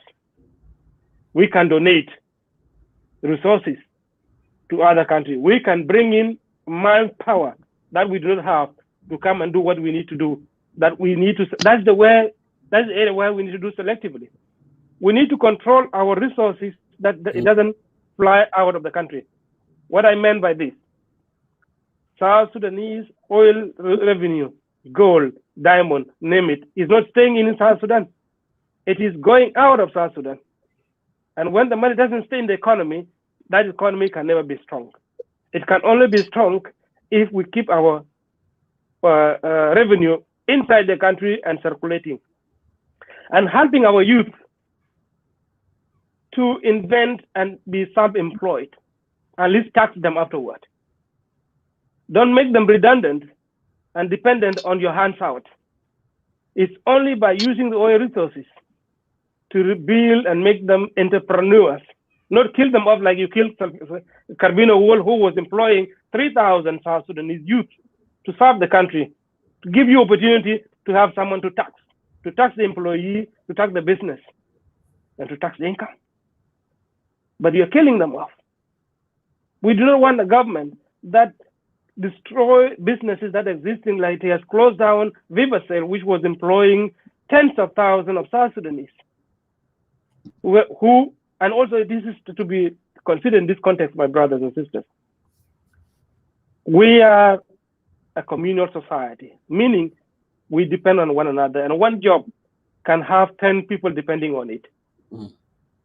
And that trickle down. If you deny that one job a chance to contribute to the society, then you are destroying so much more by saying you don't get the political support.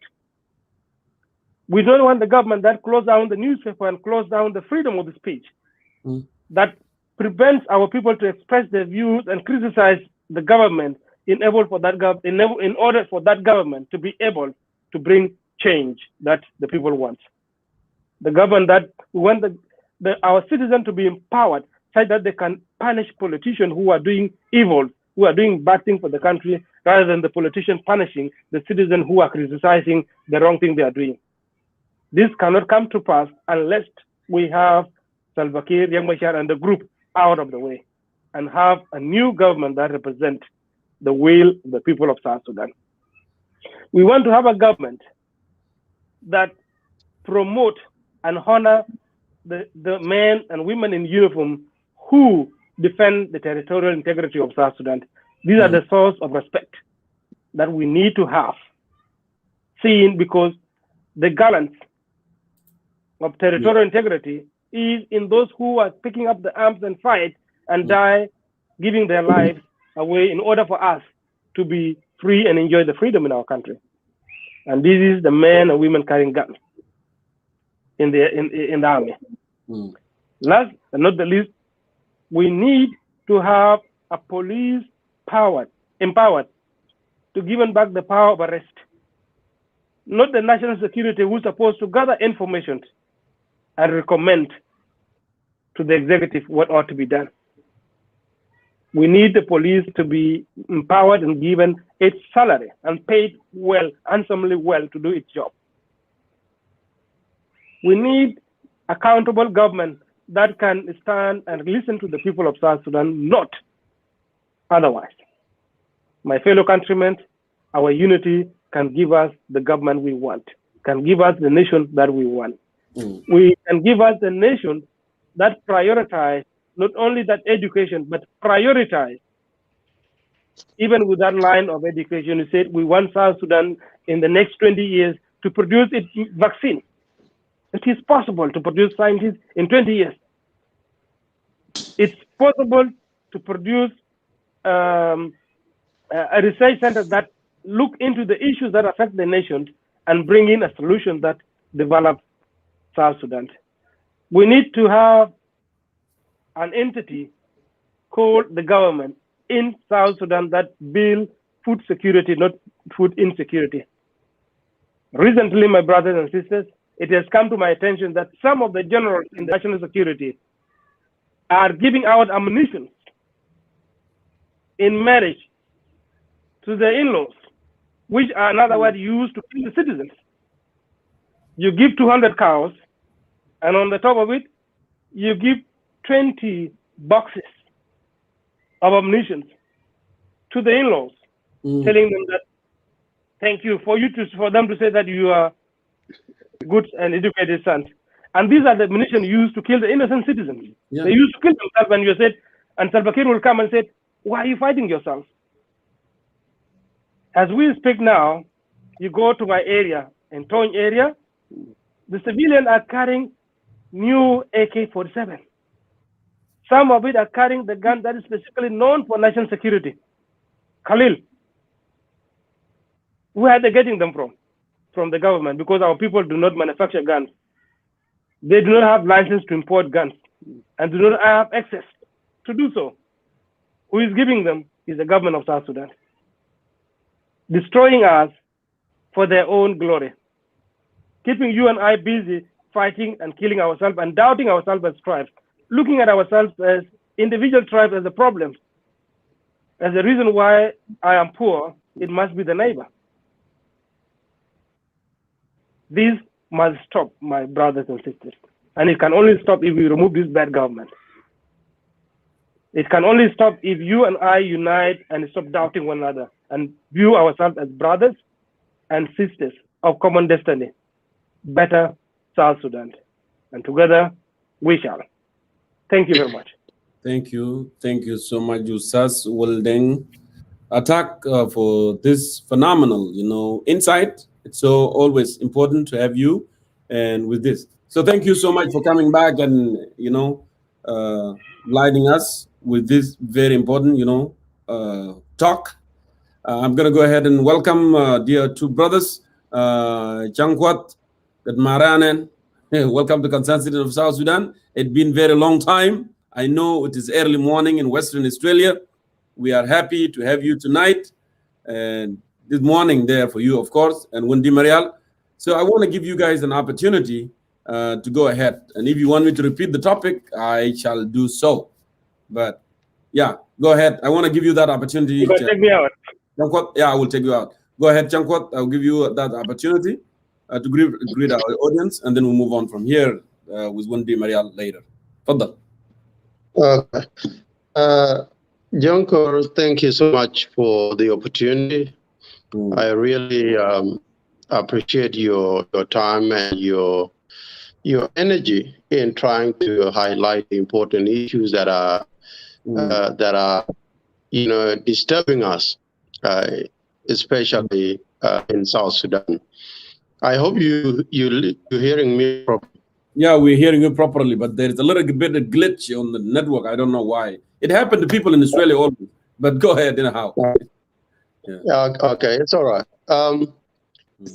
As I'm speaking to you, it's just after 6 o'clock in the morning, and I hope it will cooperate. You know, I just got back from work, and I thought I should also weigh in my 2-cent coins. Absolutely. Junko, this topic is it's a critical topic in terms of the events that are always unfolding in South Sudan. I really appreciate you since the day you notified us via your social page. Junko, in terms of the political issues in South Sudan, I have to agree with some of the point that has been raised by our previous speakers, that our country is going down the wrong path. And why is it going down the wrong path? It's because our leaders are choosing chaos rather than peace. Junko, I believe if you are one which was given this duty to spearhead the peace agreement, it would not have taken you 6 months. It would have taken you only a week or two to make sure things are implemented, because you probably had nothing hidden. Because we are dealing with leaders that have hidden agendas, it is very hard for them to implement the peace agreement as signed. For years now, we have been talking about the possibilities of peace, whether it's going to be possible to have peace in South Sudan or not. And the answer has always come out that peace is not going to be realized in South Sudan as long as our leaders continue to object the full implementation of the agreement. I'm one of the people that always say that if the leaders do not want to implement the peace agreement as they sign, we are unable to have peace in South Sudan. You know, at the moment, we pride ourselves on the silencing of guns, but silencing of guns for only a month or two does not mean there is a permanent peace in the country. It only means that there is a glimmer of hopes that if our leaders can work together to implement the peace, then we might be able to achieve that peace. But unfortunately, because the leaders do not want to implement the peace, I am afraid that it might falter. It can surprise me if it falters, because in this world that we live in, Jacob, we believe in what we sign and what we can implement. There has to be honesty in how we implement the peace agreement. Now, we have been in the process of peace for the last 2 years. Let me say that. Because from September 12, 2019, we perceive that peace was signed and it should have been implemented. But up to now, there are key procedures in the agreement that had never been implemented. So if there is any occasion where peace collapses, your network, I don't know. Even when Di Marial froze, for some reason, the network is not good for you guys. For some reason. I think take me out and I will come back later on? Okay, let me try this. Okay, go ahead, Chankwat. I hope it will work now. Chankwat. Okay. Yeah. Yes. It keep frozen for Yes. some people. I don't know why, you know, for you. Yeah, I have no idea. Is Wendy Mariel in Australia as well? That's not good now. Okay, go ahead. Try now one more time. Is brother Wendy Mariel also in Australia? He is in Melbourne, actually. Yeah, go ahead. Okay, maybe it is a pandemic. You know, the COVID-19 might be taking over, so you never know. Get to the wire. Brother Joko, let me say this. Over the last 2 years, we were supposed to implement the key procedures in the peace agreement. But up to now, nothing had been implemented. Everything you see that these leaders are saying they are implementing, it is not the key procedures in the peace agreement. They are only trying to work around the clock in terms of delaying the time with hope that they can be able to put blind eyes on what we had signed and hope that we can just jump and go to elections. So you would agree with me, I'm very sure you've been following all these issues. Peace agreement is not being implemented, but the leaders are saying we are progressing. How are we progressing if the security arrangement, which is the backbone of the agreement, is not implemented? How are we going to progress if unified forces are not graduated and deployed to the towns? Let me remove you because it's cutting your voice very bad. Really? Try to refresh your device. Try to refresh it, and I think it might work because we want to listen. Okay. You have nothing to say. Let me remove you. Just go ahead completely and refresh the device, and I think it should work. Chankwat, refresh it, and I don't know, Wendy Mariel, if you refresh your device or not, because that way, sometimes you just refresh the setting, and that can make it work. You know, refresh the setting, and that can make it work because it's not really good. I'm also waiting for those of Ustaz Meding Manuel and Ustaz Abdullah Garang. What you need to do, you need to follow the prompt. Just click on the link, and the link actually will say copy the link, and then click on the copy the link, paste it on the Google, and it will show you the instruction. Click and click and click, and it will bring you here. I think the StreamYard is more easier than Be Live. I think it's more easier, and it will give opportunity for everyone to come and participate. Yeah, I invite everyone who wanted to come and participate at this moment. عشان كده أنا قاعد أقول دائما الفرصة دائما متاح للكل. So click on the link, and I see the link is down here below the video, and I can send it one more time to you guys. I can send the link again.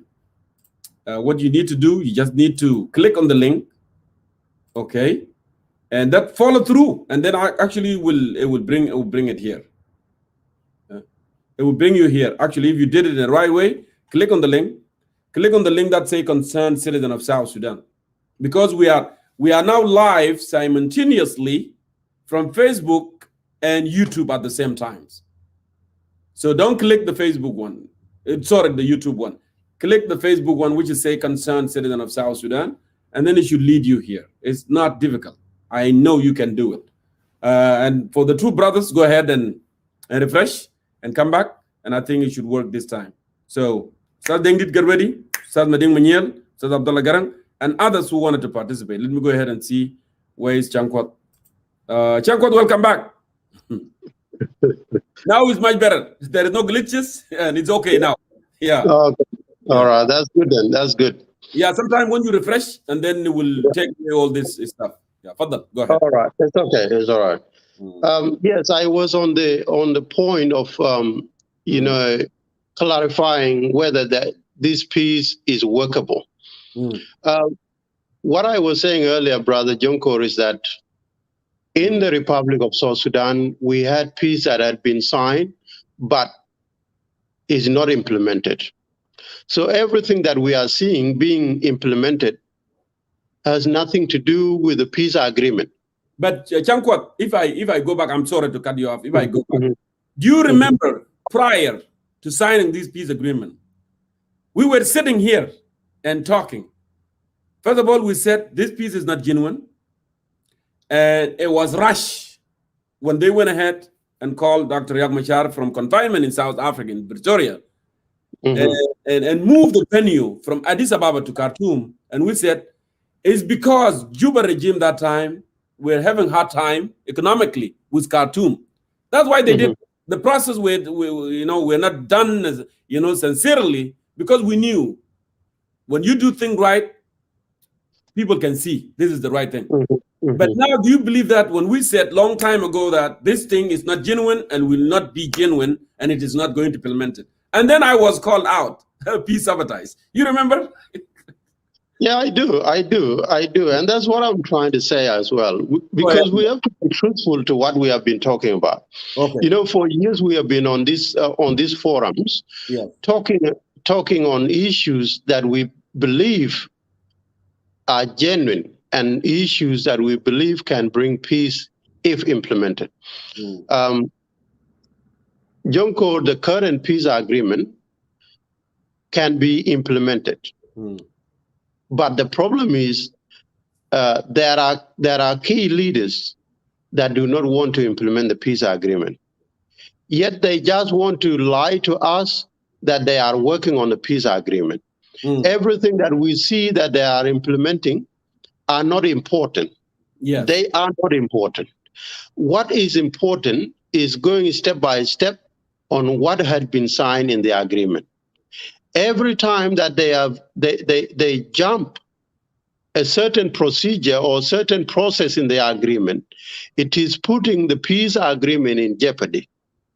For example, the implementation of the secure arrangement, that should have been the first things that should have been implemented if they want us to trust them.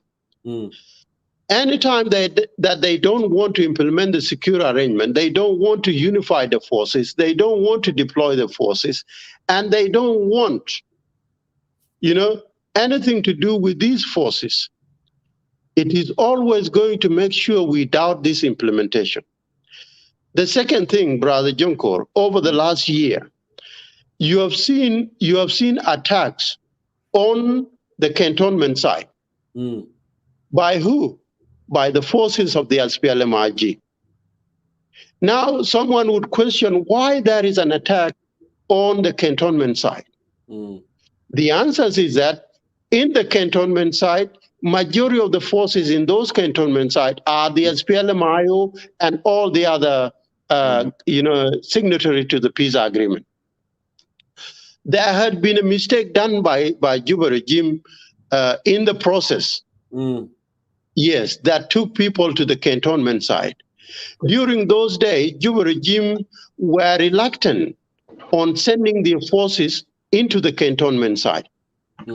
Now they realize that training has been done and it is a time for these forces to be graduated and be deployed. Unfortunately, now they realize that their forces were not trained together with these forces. And that is why they don't want this graduation to take place, because at the end of the day, at least 60% of those forces are from the IO. Now you see, so what they are trying to do now is to sabotage the graduation of these forces and make sure it is not going to take place. And therefore, if it continues like that, the peace agreement, as we know, is not going to be achieved. Because, we have for example, we are only 6 months from the time that peace agreement was signed. So now, today is 28 in Australia, and it's still 28 here in 27 in the US, 28 in Australia. Tomorrow is going to be March, what I know. So with that, you are going to have only 6 months and 12 days from the day that they sign agreement. That's the end of the interim period. And that's okay, but you know what, Brother Jonkor? Okay, let me speak not as an SPLM-IO supporter. Okay. Let me now speak as a citizen of South Sudan. What we are seeing in the implementation of the peace agreement is time wasting. Why is it important to Juba regime that we have to waste time? It's because they don't want to implement the security matrix in the peace agreement. That is one thing we South Sudanese people must understand. That Juba regime don't want anything to do with security arrangement because it is going to dilute the rotten security forces, the rotten police, the rotten army. Because if this security arrangement is implemented, you and I, Jonkor, will trust the full implementation of the agreement. But they don't want it because they don't want you and I as normal citizens to have belief and faith in our army, to have belief and faith in our security forces.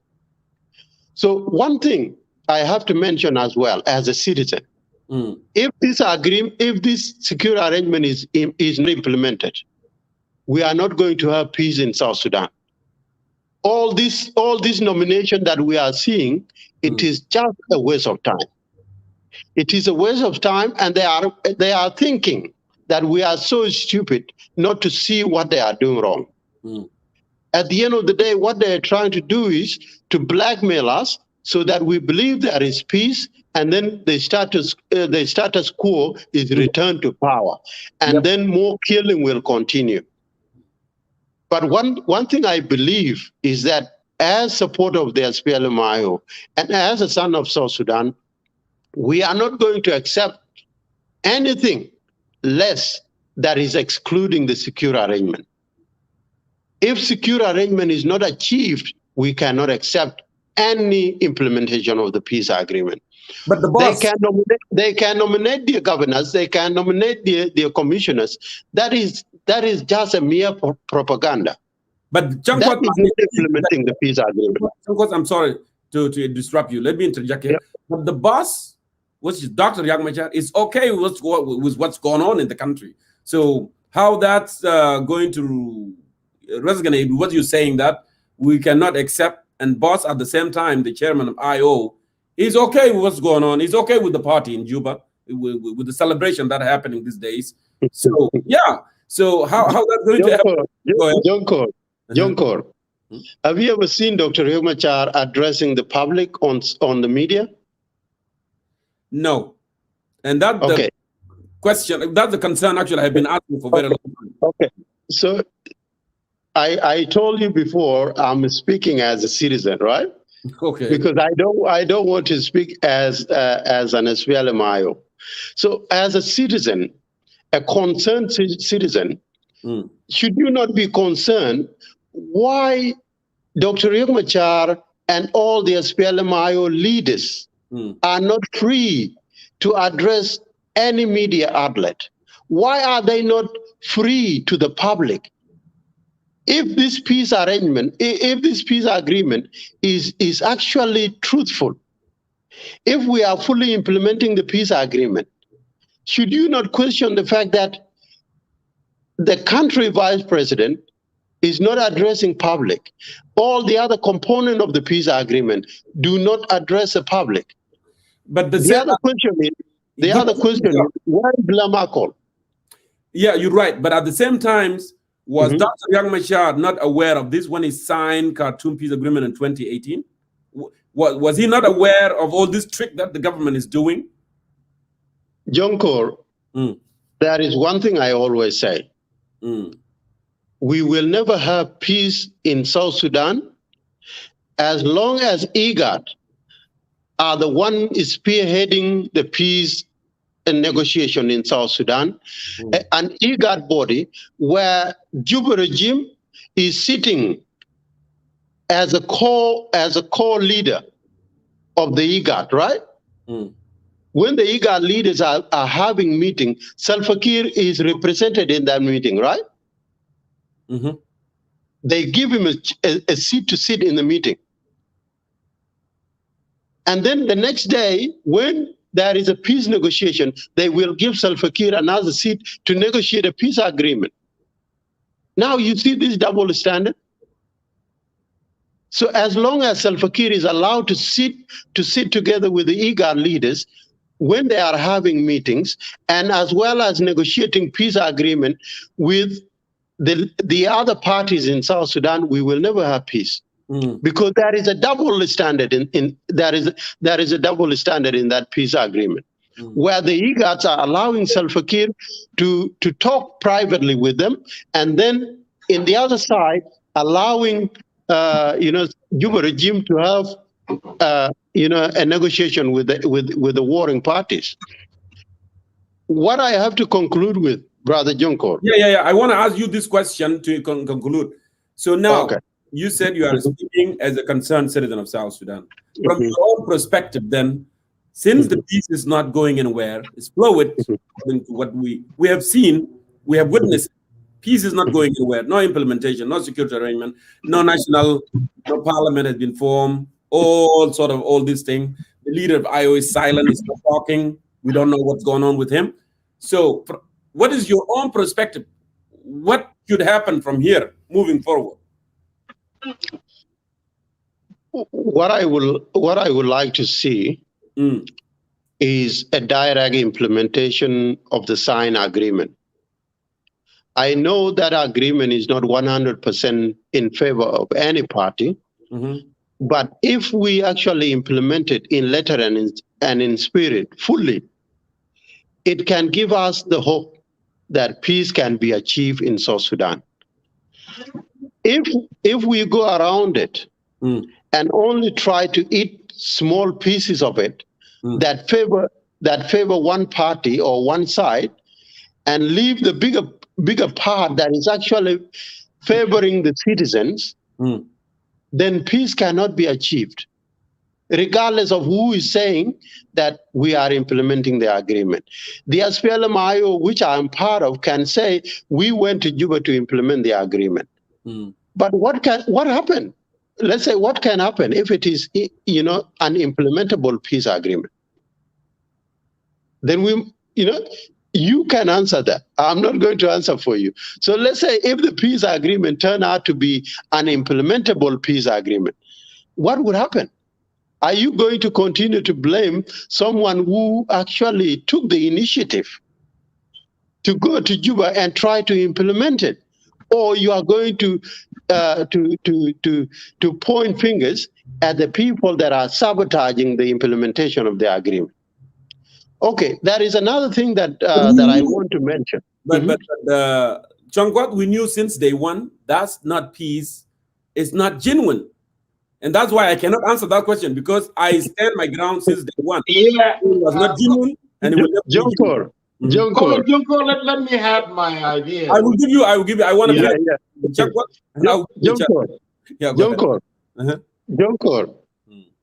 In any peace negotiation, regardless of where you are on this globe, there is always pressure.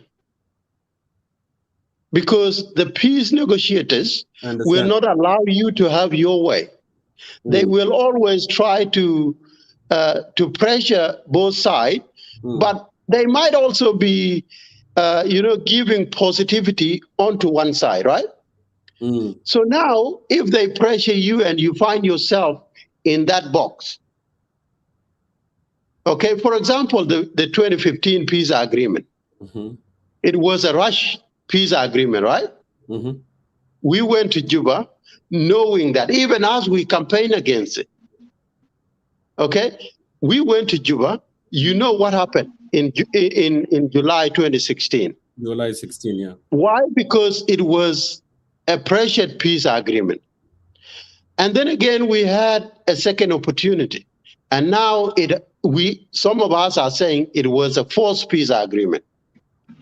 So now if it's proven to be a forced peace agreement and it cannot be implemented, maybe the answers are everywhere. I'm not going to answer them. But let me just say this, Brother Jonkor. There was a point mentioned before by our brothers. you know, it is not good. We as South Sudanese, there is something that we must remove in our speaking. When we talk, let us not have this double blame. Let us be honest and genuine enough in how we are pouring out our blame.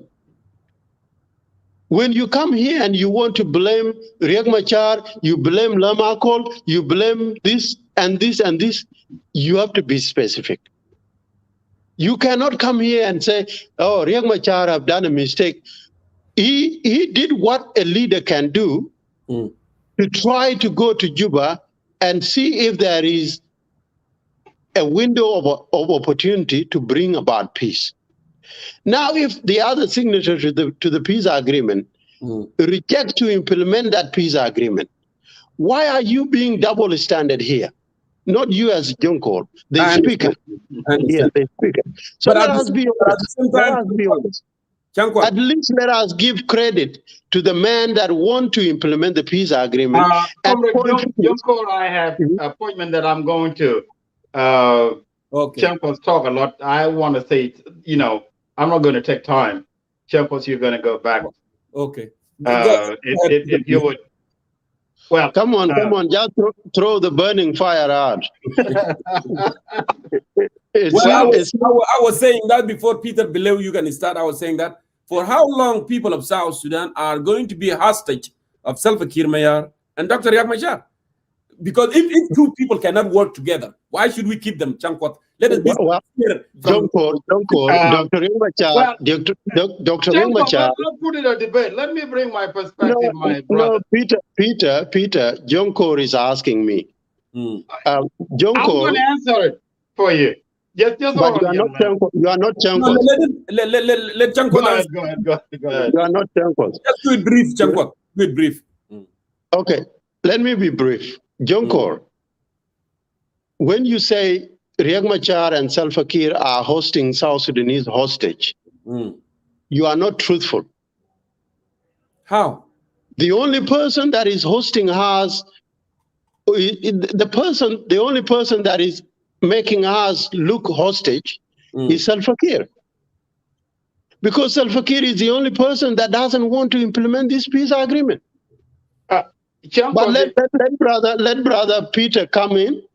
After him, I will talk about the Aldo one, the Aldo statement. Oh, go ahead. Go ahead. Come on, Peter. Well, you know, comrade, it's good to having me on your show. I have a different perspective with my younger brother, Chankos. Chankos and I, we are from the same community. He's a young guy. I have seen him back in 1993. I didn't recognize him when he started appearing on the show. He's grown up now. Let somebody, his uncle live here with me. His uncle had to, you know, tell me that he is him. So I'm so delighted that the young man he's trying to defend, but there is nothing to defend here. And this is the reality. There is no way you can blame Salva Kiir leaving Riek. And let me just make it specifically. When he said all these things, he said it because he saw me. He knows my position. Everybody knows my position. When Riek was in Khartoum, the chairman of Joint Chief of Staff and the leadership of IO called Dr. Riek and told him, Salva Kiir cannot be touched. Yeah, you're talking about James Garwood Dual. Yeah, yes, right. Okay, go ahead. The whole leadership of IO, including politician diaspora, all the chapters leaders of IO, got together and decided they will convince Dr. Riek Machar from not going to Juba. And they had a phone conference trying to convince Dr. Riek not to go to Juba. Even myself, I object. Go ahead. Continue. Yes. And in that, I have it on the record. Yeah, in that conversation, it was stated Salva Kiir cannot be tossed. And he was told you need to tell IGAD country and Troika that Salva Kiir cannot be trusted. If he go to Juba, and concerns the chairman of Joint Chiefs of Staff and leadership of IO had was, if we go to Juba without implementing security arrangement, because Salva Kiir can change his mind, he can go and change implementation. The only thing, let's sit in Khartoum, let's try to put pressure on him so that he would allow the implementation of security arrangement before you apply to Juba. And then from there, you can go to Juba and form the new unity government. And some of the things that were discussed was that without amalgamation of the two forces, the forces of IO and the forces of IG, those who are currently living UNIMIS, the fear of the government soldier, harm them, they will not get out of UNIMIS until the force of IO, enough forces reach Juba. That's where they will see there is enough security. They would be able to come out. That was one of the things all the SPLM-IO supporters were talking about. Let security arrangement be implemented first before he go there. Some of you had not been with Riek Machar, don't even know who is Riek. Let me just, Comrade Jenko, this is my first time to appear on your show, tell you who I am. I was the first group that went to Etam at the same time with Mama Rebecca, if she's listening. I was with Samuel Gaitu's family. I left the town of Kurmayam, we went to Etam. At the same time, we were in a place called Tariyid Malwal. And while we were waiting, we met with a group of Nyany 2 that came from Etam, led by Biel, who were the officer in charge of that. And then we met there. Samuel told them, so you guys are going to take me and my children. He came with his family, has 2 wives and his kid. And I was with them to Siajak before you can go back. So Samuel sent civilian to go and inform Kunsal is a spiritual man in that area of Gagwang and pretend to be the leader. People listen to him because at that time there was a terrible relation between a group of Anyinyi 2 and civilian from that area. So while we were waiting for a person that was sent for by Samuel to come back, John Garang came with his family. He got out there, Tariyir Malwal. Then Captain Salva Kiir Mayardit came and joined us. So Uncle Kwaratem was with us. 3 days later, we went to Ethiopia and we arrived in Etang around 10 o'clock. Around 4, that year we came with helicopter, took Mama Rebecca. If she's there, she will listen and know exactly, verify. Because there are people that are listening to this show and will verify what I've said. Took Mama Rebecca, Garang de Mabir, who became. But brother Peter, what is the link between this and the topic? I'm telling you the story. Hold on. Let's give him an opportunity. Yes, you will have the opportunity. I'm telling you. No. I'm just asking you a question. Because leave me alone. Let me talk because you are given a shot. The reason I'm bringing this history. You didn't leave me alone before. You know, I have to ask you a question. What is the link between what you are narrating and the topic? I'm going to come to topic. Just leave me alone. I'm just assuring him that I was a part of SPLA. So we went to Etang, and then from there, the division of Kar SPLA was formed. And then later, I was very young at that time, joined SPLA and become a soldier. In 1991, when Riek de Glier coup, I was in NASA. I was a part of NASA faction. And then, you know, I couldn't have it, my just old side, until I was with Riek under the leadership of Riek. I knew who he is. If he's seen my picture, you will recognize who I am. Let's come to the topic that we are talking about. If any security, any peace agreement, the first thing you need to do is security arrangement. Hold on.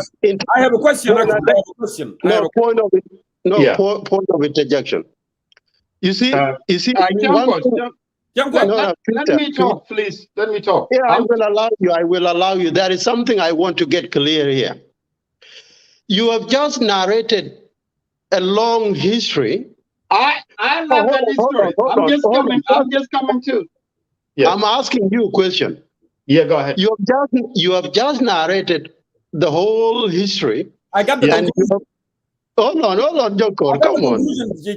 I got the conclusion, and that's why I'm going to ask the question. Actually, I got the conclusion what he wanted to say. It's all right. It's all right.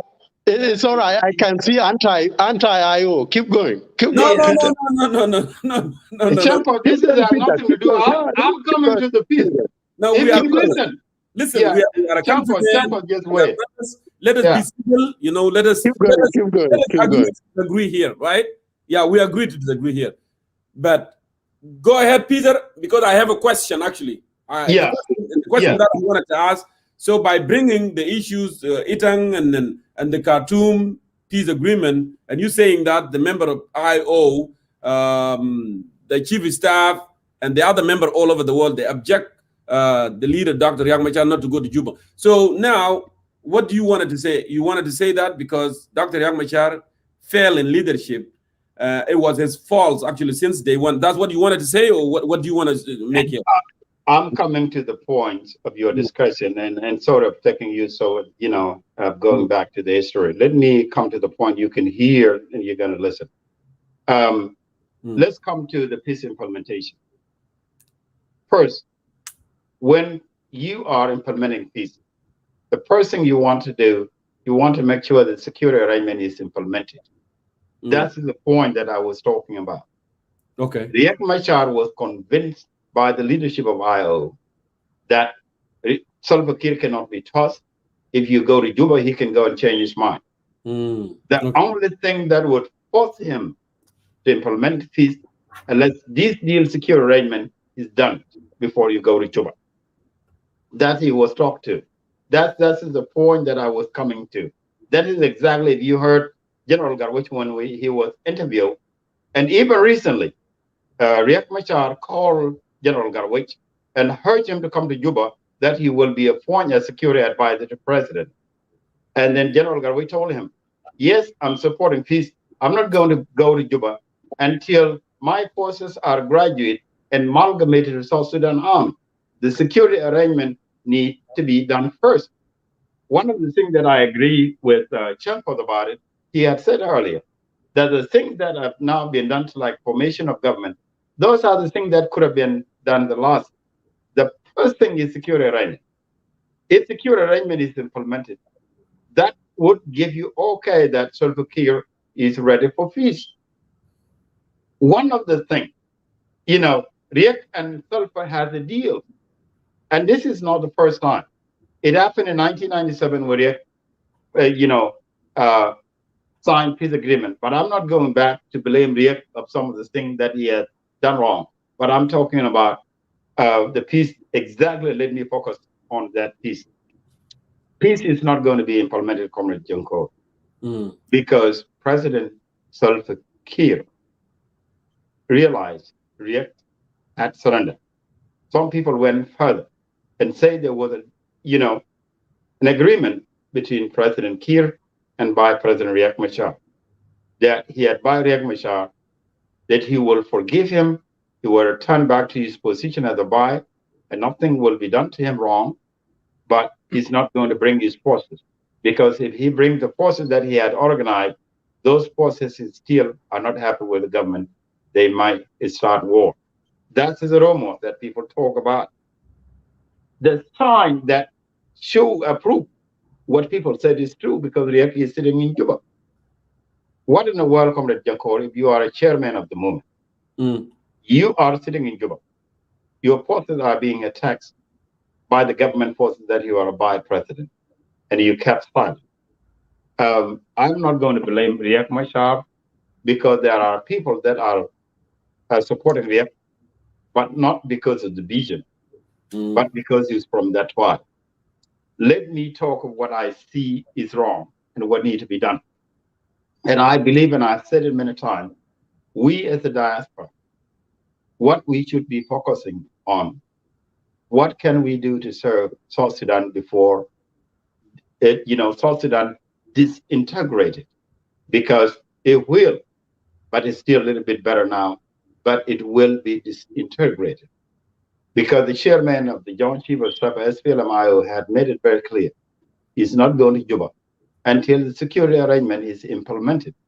And that is exactly every members of the SPLM-IO who want to see the peace is implemented. That's exactly what they want. Thank you, Peter. Peter, yes. I think you make a valid point here. Thank you. Jankwat, you have heard what Peter have said. IO people, they have already made it that Kir cannot be trusted. Chief of Staff has said that, all the members of SPLM-IO. But Riek Machar seem like to have a deal with President Kir to, to divide the cake, among themselves. So why are you surprised when we say that? We don't want to be hostage to those who actually try to work together, to tell people of South Sudan we are implementing peace, but they are not implementing peace. Because given the fact that Riek Machar actually knew Kir cannot be trusted, but he's still going to Juba. Because as long as he's going to be vice president, okay, it's fine. You respond. Brother Junkor, look, when people are trying to play cat and mouse game here, I'm not going to be willing to be part of it. Because if you look at it, if you look at it, Brother Junkor, how in the world would someone who is not a member of a party, someone who is not active member of a party, someone who is not in the leadership of a party, knows the communication details that are going on and around that party? Let me stop. No. Do you know the SPLM-IO military is run by my family? Peter, let him finish. I want to give him that chance to finish. Go ahead. You have already finished. Go ahead, Chankwa. Now you see even the answer that he just given, that the SPLM-IO is run by his family. So now I'm talking about the military part, well, but not the political part. I'm talking about military part. I have the relatives that are in leadership. Okay. Let me continue. I know exactly what's going on. Let me continue. Let me continue. Go ahead. It is misleading that someone who is not a member of a party, someone I'm a member of SPLM-IO. Don't say that. But I really don't support the blindness. Peter, go ahead and give people the chance. Peter, now you are interrupting me. Go ahead. So, Jonkor, would you be able to tell us the communication within Salva Kiir as SPLM-IG? What communication are you talking about? No, I mean, I'm just asking you simple. Would you be able to know what is going on within the SPLM-IG? Of course, no. Why? Because you are not a member. Now, you don't know what they are talking about. Okay, stop, Shanko. Let me ask you this question. No. Peter, we are intellectually debating, and it's good to give somebody a chance. Okay, just go ahead. It doesn't matter how bitter whatever he's saying. Okay, go ahead. Go ahead. Yeah. Thank you, Shanko. I will get my chance. Go ahead. Go ahead. All right, Joko. Let me skip that because it's going to hurt him. No, I'm trying to say. Go ahead. What I'm trying to say here is that let us not put ourselves in a position where you want to speak on behalf of a party that you are not a member of and that you are not a spokesperson of. For example, you spoke, comrade and brother Peter, you have just spoken and alluded to things that are sometimes classified informations. I'm a chapter leader, and I'm a chapter member. I am also a member of the SPLM-IO and a leader of the SPLM-IO. Anything that I would say here, that's why when I speak here, I say I'm speaking on my personal opinion. Because if I alluded to things that are classified information, and you would come here and say, oh, the SPLM-IO had a communication, chief of staff talked to Riek Machar. These are things that are not truthful. Okay, one thing I will tell you, and I will agree, is this. The peace agreement, just like the same first peace agreement, majority of the members of the SPLM-IO did not like it. Okay? Majority of the IO members did not like this peace agreement. Why? Because we felt that there were things that should have been addressed that were left unaddressed. But now when you come and tell us that on the days where Riek Machar was nearing going to Juba, that there was a meeting between chief of staff and the members of IO and the chapter leaders. Remember, I'm a chapter leader here. Why was I not invited in that meeting? If it actually took place. So the reality is you are alluding things that you only hear from people. Now, the other thing that you have said, you are from Law, I'm from Law. We are from the same family. We are from the same region. Now, if you are telling us that the information that you have just told us comes from family members of yours that are military generals and soldiers in the IO, are you not putting those people in problems? Who is going to give them problems? Okay, all right. Who is it? All right, I will stop there. I will stop there, Peter. Thank you. This debate is not between you and I. Let me get back to the topic. Yeah, to get back to the topic, actually, I want to ask both of you the last question so I can give an opportunity for other people to come and weigh in. So the topic of today is clear. Formation of a state government. Is it implementation of RCS or a policy of buying time? I want to give you that opportunity to answer that, and then I will give opportunity to him to answer that, and then we conclude, and then I can move on with the group. Go ahead, John. I already agreed that whatever is taking place, it is a tactics of buying time. Why is it a tactic of buying time? Juba regime are not interested in implementing any of the procedures in the agreement. What they are implementing, what they are interested in is to give shortcuts so that we all jump to elections. Their focus is only on the elections.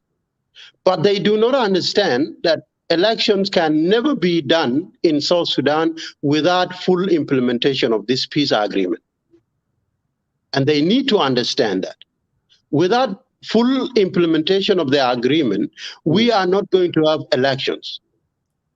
Even if they are willing to have that election, it is going to be impossible to have elections in the Republic of South Sudan without the current peace agreement. The other thing, Brother Junko, that I would like to say a few words on. Earlier, you have talked about the statement from the JCE through Aldo. Okay? You know, JCE are not different from Salva Kiir. I am responsible, with this statement. JCE and those of the SPLM-IG are not any different. Because there is no way you had been milking the same cow for years, okay? And now when the cow refused to be milked anymore, you want to tell us, no, that cow is bad. But you've been actually milking that cow for years together. And you have been drinking from that milk. Yes, and you've been drinking and satisfied with the milk for years. But now because the cow is so tired and the cow is too old to be milked, you are telling me the cow is bad. It cannot be. That is not true. JCE are part of Salva Kiir and part of the SPLM-IG. What they are doing here is the same game with Salva Kiir. They are the angels. They have been sent through different directions to come and confuse you and I, so that we believe that they are running away from Salva Kiir, and we give them what they want. Now, what do they want? They want to bring a different person. In the name of what? In the name of trying to get rid of Salva Kiir and who? And Riek Machar together. We are smart. Especially we in the SPLM-IO knows the game that JCE want to play. They want to come and tell me now, Champot, Salva Kiir is bad. But they have been drinking the same milk with Salva Kiir. They want to come and tell me this milk is bad, the cow is bad. Let us get rid of this cow together with this other cow that was a victim, you know, and let us bring a different person. I will not accept that. I'm not going to accept that because they want to say Salva Kiir now can leave the office together with Riek Machar. No, we're not going to accept that. Well, thank you. The only thing that we will accept, Brother Jonkor, is either we implement the peace agreement the way it is, or let us abrogate it and maneuvers our own way forward. And what do you think is the way forward? The way forward is full implementation. Because no, the way forward. Come again. There is a political deadlock already. Peace is not being implemented. People of South Sudan on the grassroots level, they said peace is failing.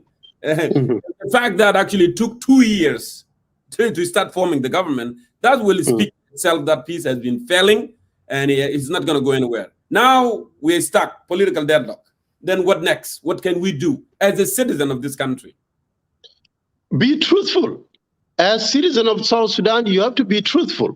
Peter Bilio has to be truthful by making sure that whoever is responsible in destroying the agreement. Listen to me. You have asked me a question. That's too political. I asked you a direct question, but you are making it political now because you said it's not political. It's not political. I said, what next? What can we do as a citizen of South Sudan? But you said be truthful. Let me reverse this question to you.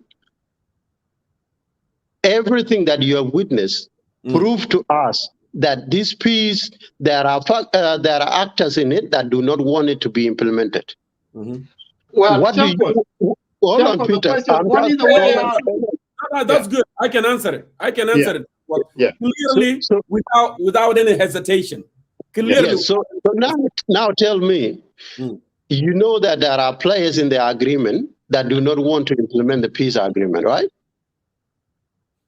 Well, this is the deal. This is the deal. To answer that question, this is the deal. Listen, we should not depend on other foreign. Okay? We have to have, we have to have a gut that actually we want our country to move forward.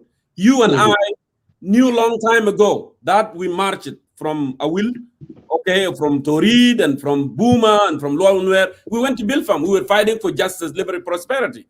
Now, all of a sudden, people are fighting on the power. Power is struggling for very long. They don't want to work together. Why not you and I make a decision? You know what? This is not what we want.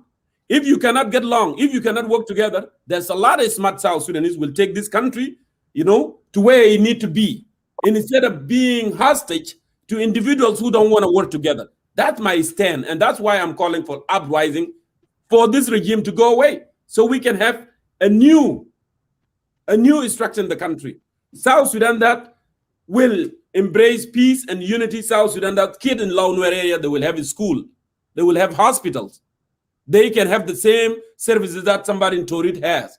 That's what South Sudan that we believe in. Not South Sudan that we are hostage to kill, not hostage to Dr. Yak. No, I have to make my own decision as a concerned citizen. I am being, truthful. Yeah, okay. Before I let my brother Peter Bilio come in, Brother Jonkor, you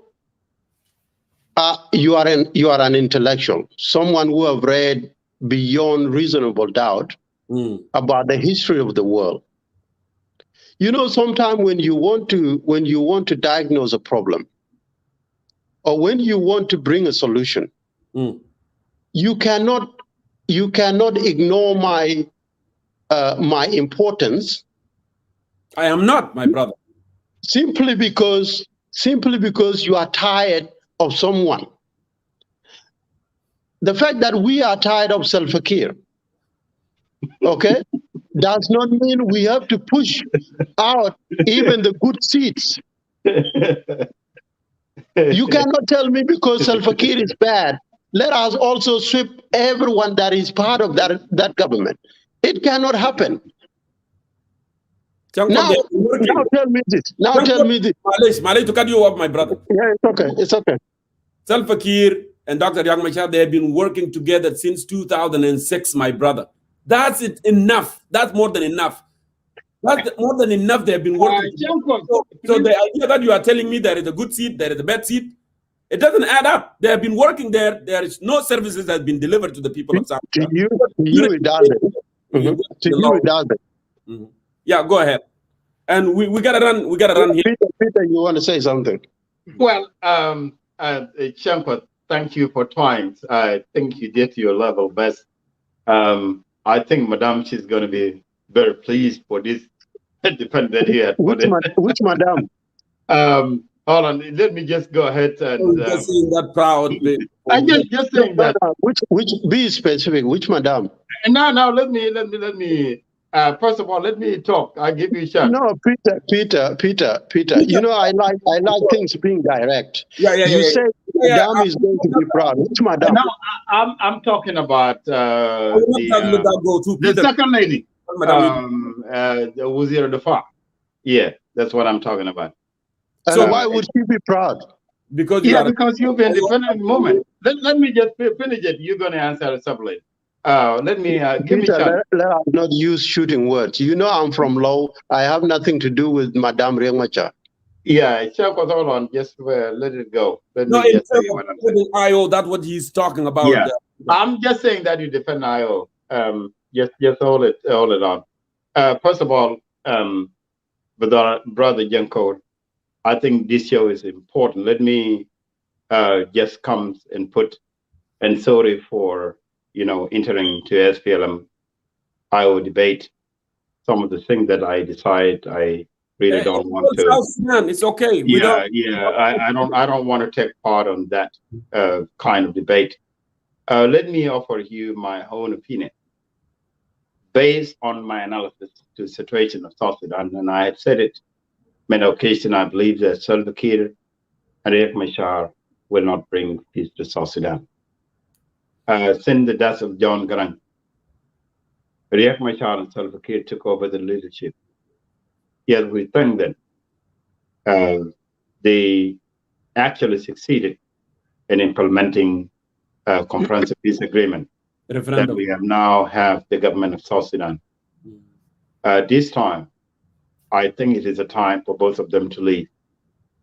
If we have to serve South Sudan from disintegration, we have to serve the unity of people of South Sudan.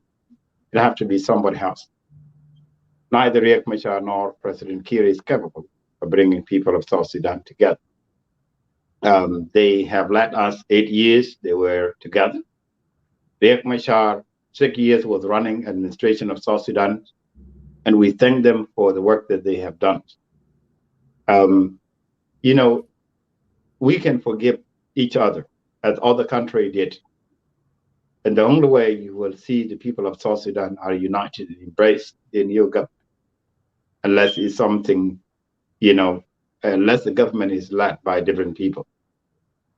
I made it publicly that I have a relative that are Dinka. I've stated my show, and I've made it very clear that I would never, support anybody who hate people because of the tribe that they came from. Salva Kiir and Riek, they have done their part. They have achieved what they've done. It's a time for them to step aside. Thank you. Because this peace is not going to be implemented at all. As you heard, one of the reasons I say the headquarters of Iowa is in the place where I was born.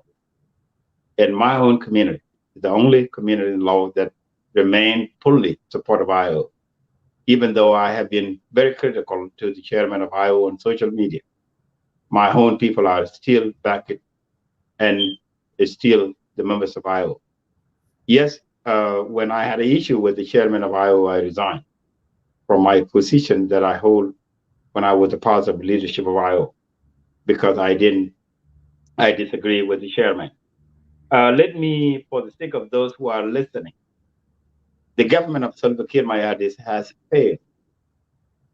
the responsibility, and let me define what is the responsibility of the government. The responsibility of the government is to provide security. The government under Salva Kiir and Riek Machar has failed. Comrade Junko, you have heard what President Kiir had said in the meeting in board. He said, "Intum lo shakhalu mina anama bajiku." Okay, and I don't know. The guy got to Utah or got to Washington. I think those are two states. I am in Washington. I got to Nebraska.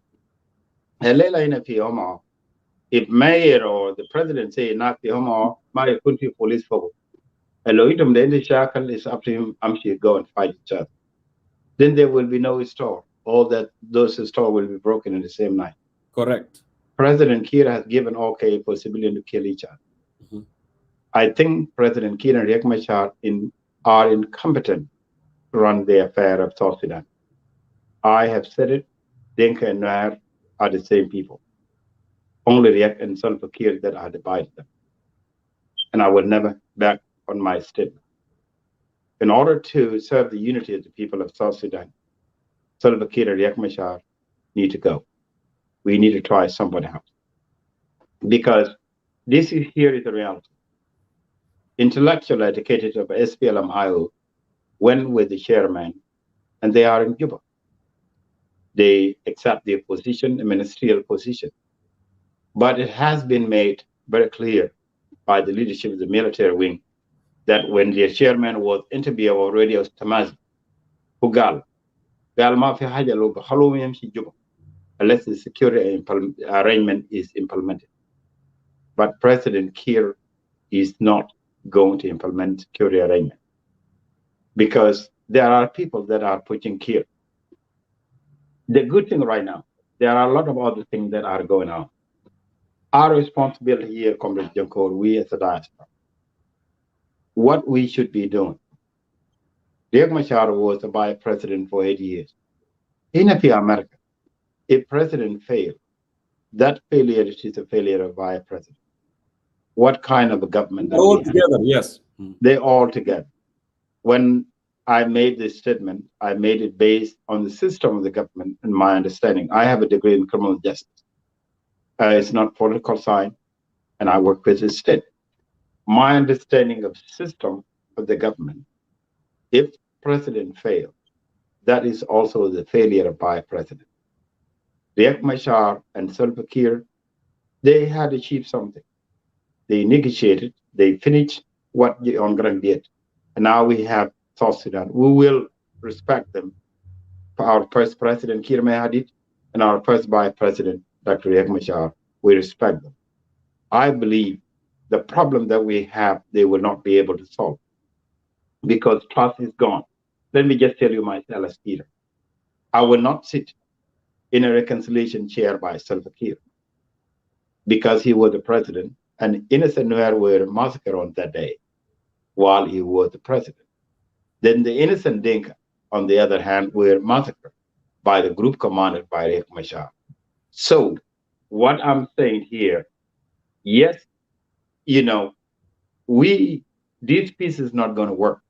And believe me, tomorrow and next tomorrow, you will tell me exactly. Sulfur does not want to implement it. Here is the reason. Within the people that are sitting alongside with the president, politicians, there are people that their interests will be jeopardized by the implementation of peace. That's why it took so long. Then they implement the good part of it. But here is the most difficult part, is security arrangement. Because there was, according to my information, you know, I happen to have a lot of friends all over, including, according to my information, Salva Kiir is afraid of bringing SPLM-IO forces, those whom their relatives were killed by the government forces.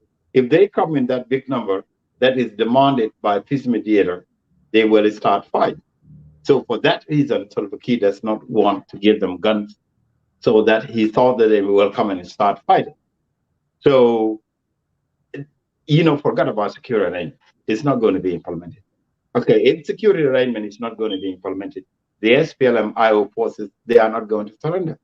That is clear. What do you have left? You have left with war. How do we avoid war? We avoid war by hurting Salva Kiir. If Salva Kiir is step aside, I happen to know some lobbyists here, and I do talk to them. One of the lobbyists told me that they had talked to Salva Kiir, and Salva Kiir accepted he's going to go away.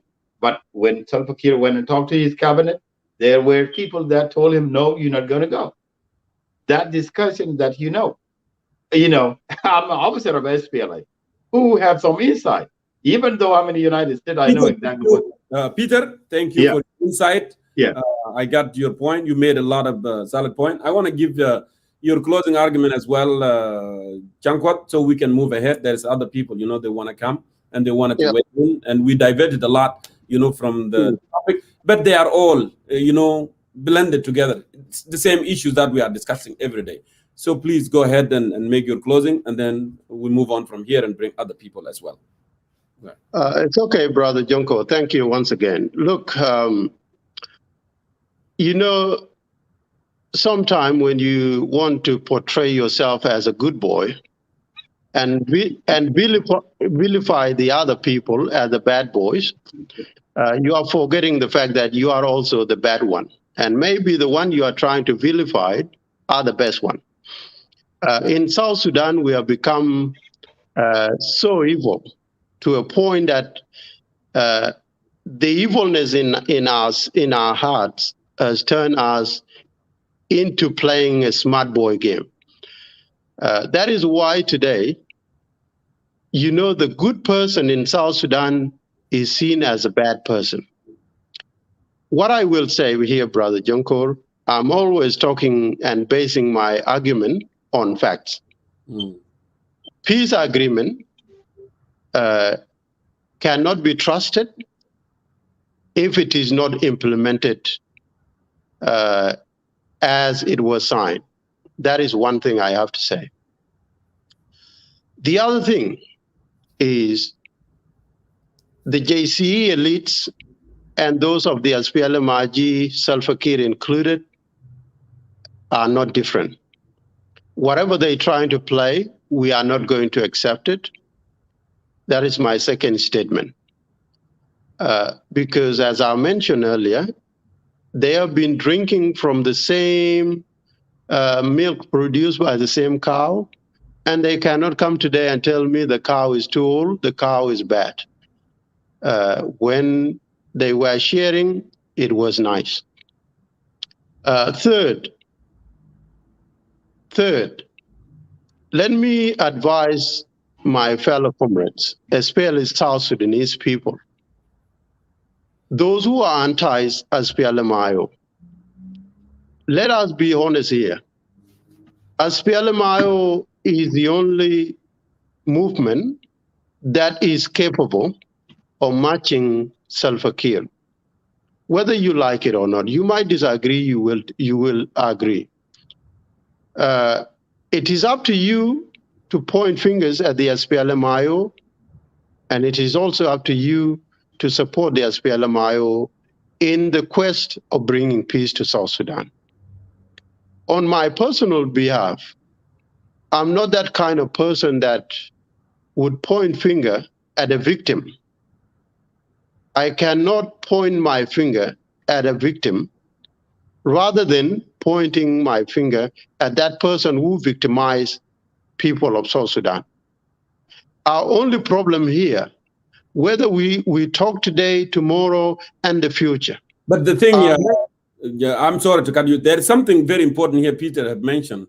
He said, well, when you say that Dr. Riek Machar is victim, Kiir killed Nuer in Juba, killed South Sudanese in Juba. Riek Machar got out in Juba, and he went and did the same thing that Kiir has done. He killed Dinka in Bor, he killed them in Unity, he killed them in other places. So what? What make Riek an angel and Kiir is victim? Okay, Jonko, that is very irresponsible statement from my brother. No, hold on. You cannot refuse me answering. Go ahead and answer. That is very irresponsible statement from my brother Peter Bilio. Because, for example, I'm sitting in my house now. If you come at night and break into my house and you kill my children, and tomorrow when the day comes, I wake up and I go and attack you, and maybe last night you killed 10 people in my house when you intrude into my house. Then tomorrow I wake up and I go and attack you, and I kill 30 people in your family. Are you going to blame me or for killing more in your family, or blame yourself for killing me in the first place? I will leave it there. But that is very irresponsible statement from my beloved brother Peter Bilio. For him saying that there were people killed in certain areas, what does he expect? If people were massacred in Juba, does he want people to be massacred in Akoba and Wat and Lankin and all these areas with hand tied in the back? No. If you want me No, I don't want it to be a point of debate. Okay. Let me move ahead. Let me move ahead, brother. I don't want it to be a point of debate, but that's what take us to think, okay, if you are saying someone is victim and someone is not, is an evil here, and this... Well, Jonko, I've just given you an example. Let me answer it because you brought it up. We don't want to go. I didn't brought it up. You brought it up. You brought it up. Okay. You brought it up. Let me answer it. Let me do my conclusion, Jonko, and I'll leave your show. No, let me answer it. No. Brother Peter, actually, it's all right. With respect to the age, I would not even refer to you as a brother. You are more of an uncle, because I know you. You are more of an uncle rather than a brother. But what I have to tell you here, Brother Peter, please, when we want to tell facts, let us be genuine in what we are saying.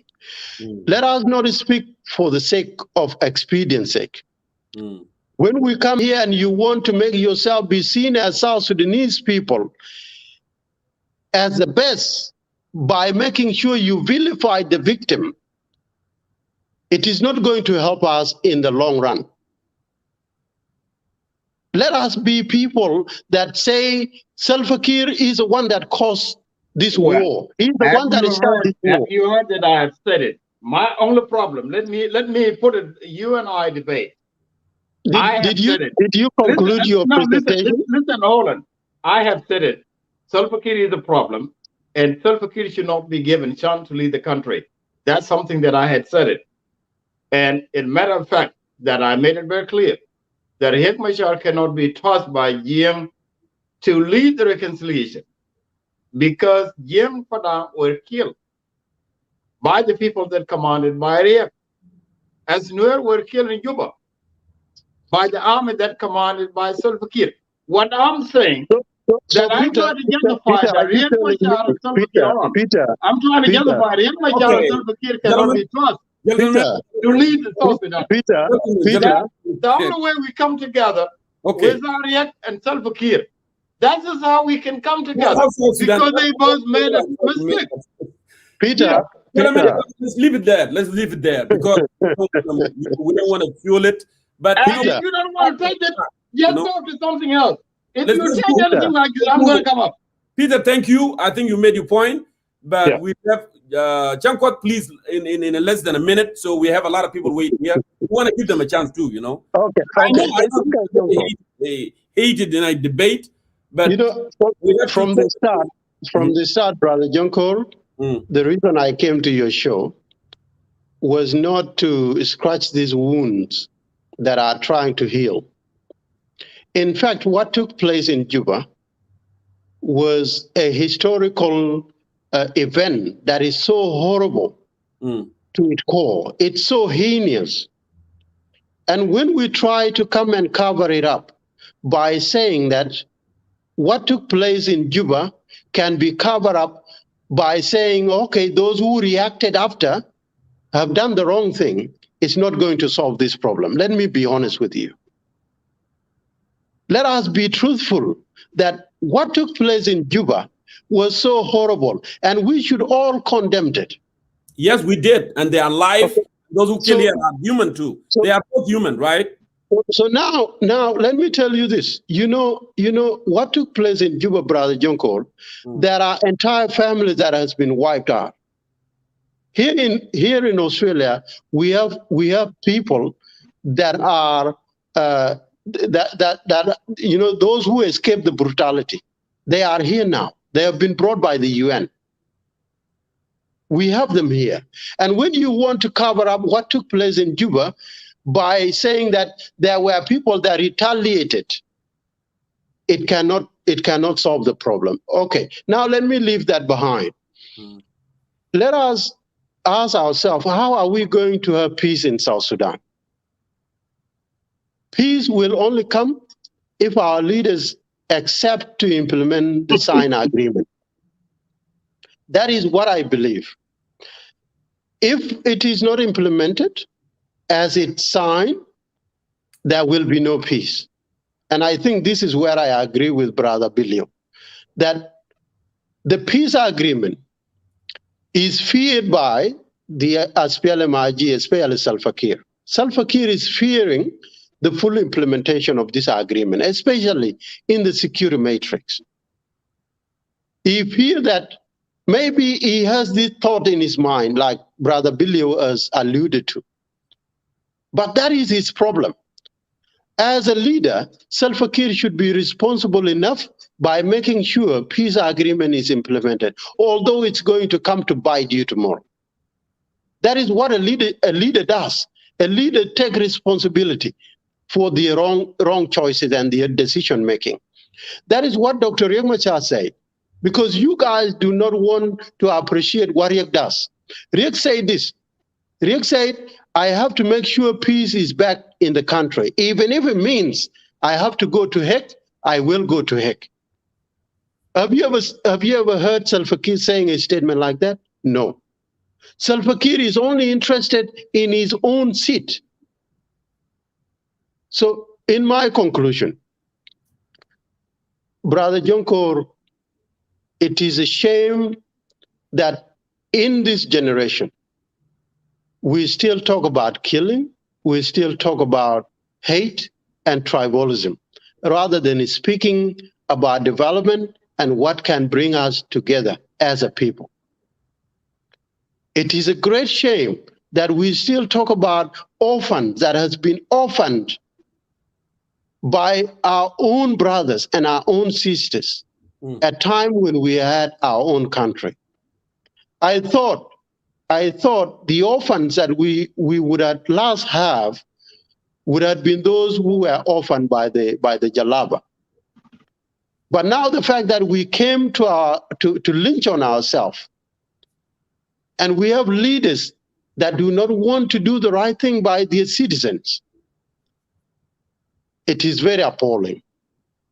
Let us hope, on my behalf, I hope this peace is going to be implemented, because if it is not going to be implemented, as we can see, then it means that the suffering of our people will be prolonged, and it is going to be very brutal. So I hope this is going to be a truthful peace that will be implemented. But the way it looked very hard to be implemented. That is all I can say. Brother Peter Bilio, on my personal behalf, if I say anything wrong, that offended you, I apologize for that. That is the nature of these events. When we speak like this, things can come out, and so yeah. Well, thank you, gentlemen. I think Peter, we don't want to go back. We have to conclude from here. But yes, if anyone that feel like offended by what we have said, apology at the end of the day.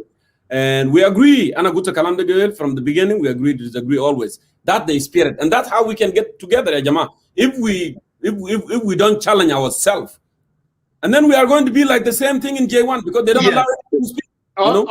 Let me make my last remark, and then it's going to be less than a minute. 50 seconds. First of all, Shankos, I think thank you for what you have said at the last. Well, you're way younger than I am. It doesn't matter whatever you say. I'm not going to take it against you, and I'm very thankful, for what you have been doing. You don't even know how much I appreciate it, even though you are on, I would say, that is the learning. Let me just put it there. You will have my support wherever you're going to be.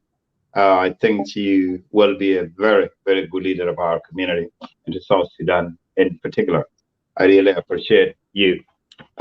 Brother Junko, one of the reasons that I've said it very clear, that Riek Machar and Salva Kiir will not bring peace to South Sudan. And that's one of the reasons I brought the wrong thing that were done on both sides, on the side of the government and the side of IO. This is common sense. How do you going to listen from a person who have killed your own people? I will not sit in a meeting chaired by Salva Kiir at all, because I believe that Salva Kiir had committed crimes and should not lead the country. It's a time for him to step aside. If we as people of South Sudan decide to forgive him, we can do after he steps aside. And both that apply to both of them, to Riek Machar as well. Here is the issue, because both leaders don't get along and they don't want to implement peace. Peace was imposed to them by Troika and African Union. That's why it's not implemented. It's not going to be implemented right now. The last one is the one that is left, which is security arrangement. And that is very important. That would show us two leaders are really serious of implementing.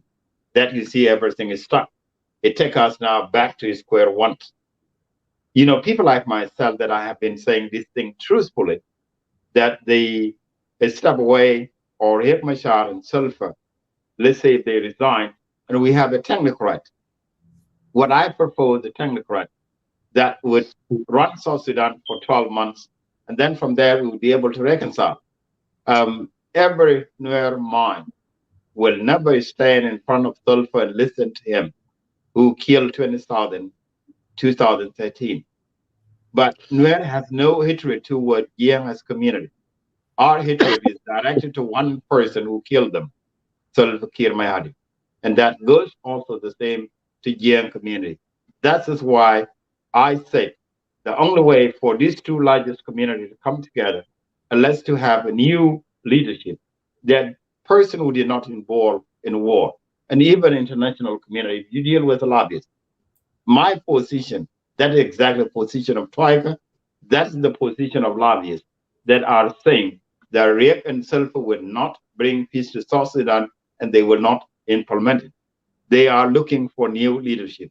What we need to do as a diaspora, my comrades, wherever you are, you live in Canada, United States, and Australia, what we need is unity. Our unity can serve South Sudan from disintegrating. We can serve the unity of the people of South Sudan. And thank you, Brother Junko. This peace is not going to be implemented because two leaders, they don't get along.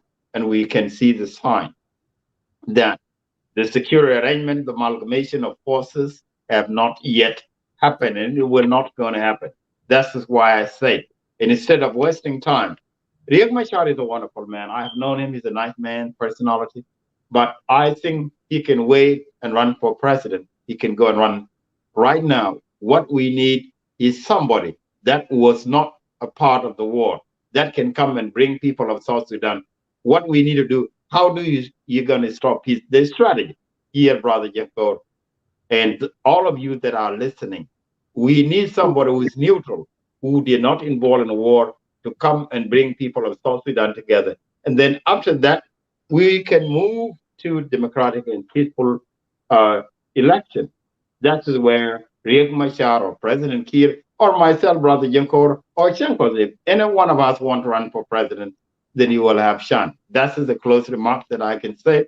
Thanks for having me. I think what we need to do, we need to come together. If you live in the United States, Canada, and Australia, tell your senator that South Sudan, these two leaders cannot implement peace, and we want them out. Thank you for inviting me. Thank you, gentlemen. I really appreciate the spirit of discussion. Brother Joko, let me touch on one statement. We have no, it's just going to be less than a minute. Yeah. Well, I'm going to make the statement if you're going to say it again. No, not against you. I'm just trying to, because you mentioned something to do with technocrats.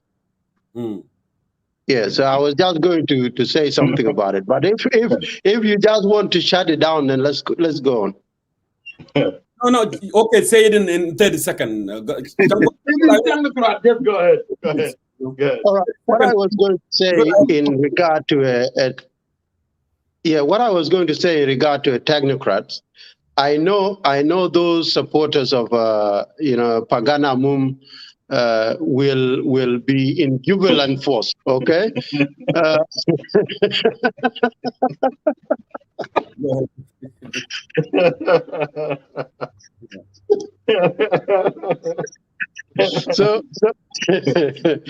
So, brother, this is why I say we are playing a cat and mouse game here. No, Peter Billio, there is a problem with the government of technocrats. Okay, Japan, let's leave it there. Thank you so much for coming in and participating. It was great to have both of you. Very interesting discussion. And like I said, we agree to disagree, but at the end of the day, we are sons and daughters of that beloved country called South Sudan. We hope, and we wish our dream shall always never die. That's what we want. Thank you, Brother Jonko. Thank you, Peter. Yeah. Let's continue dreaming. Let's keep dreaming. Dreams are more. Let's go.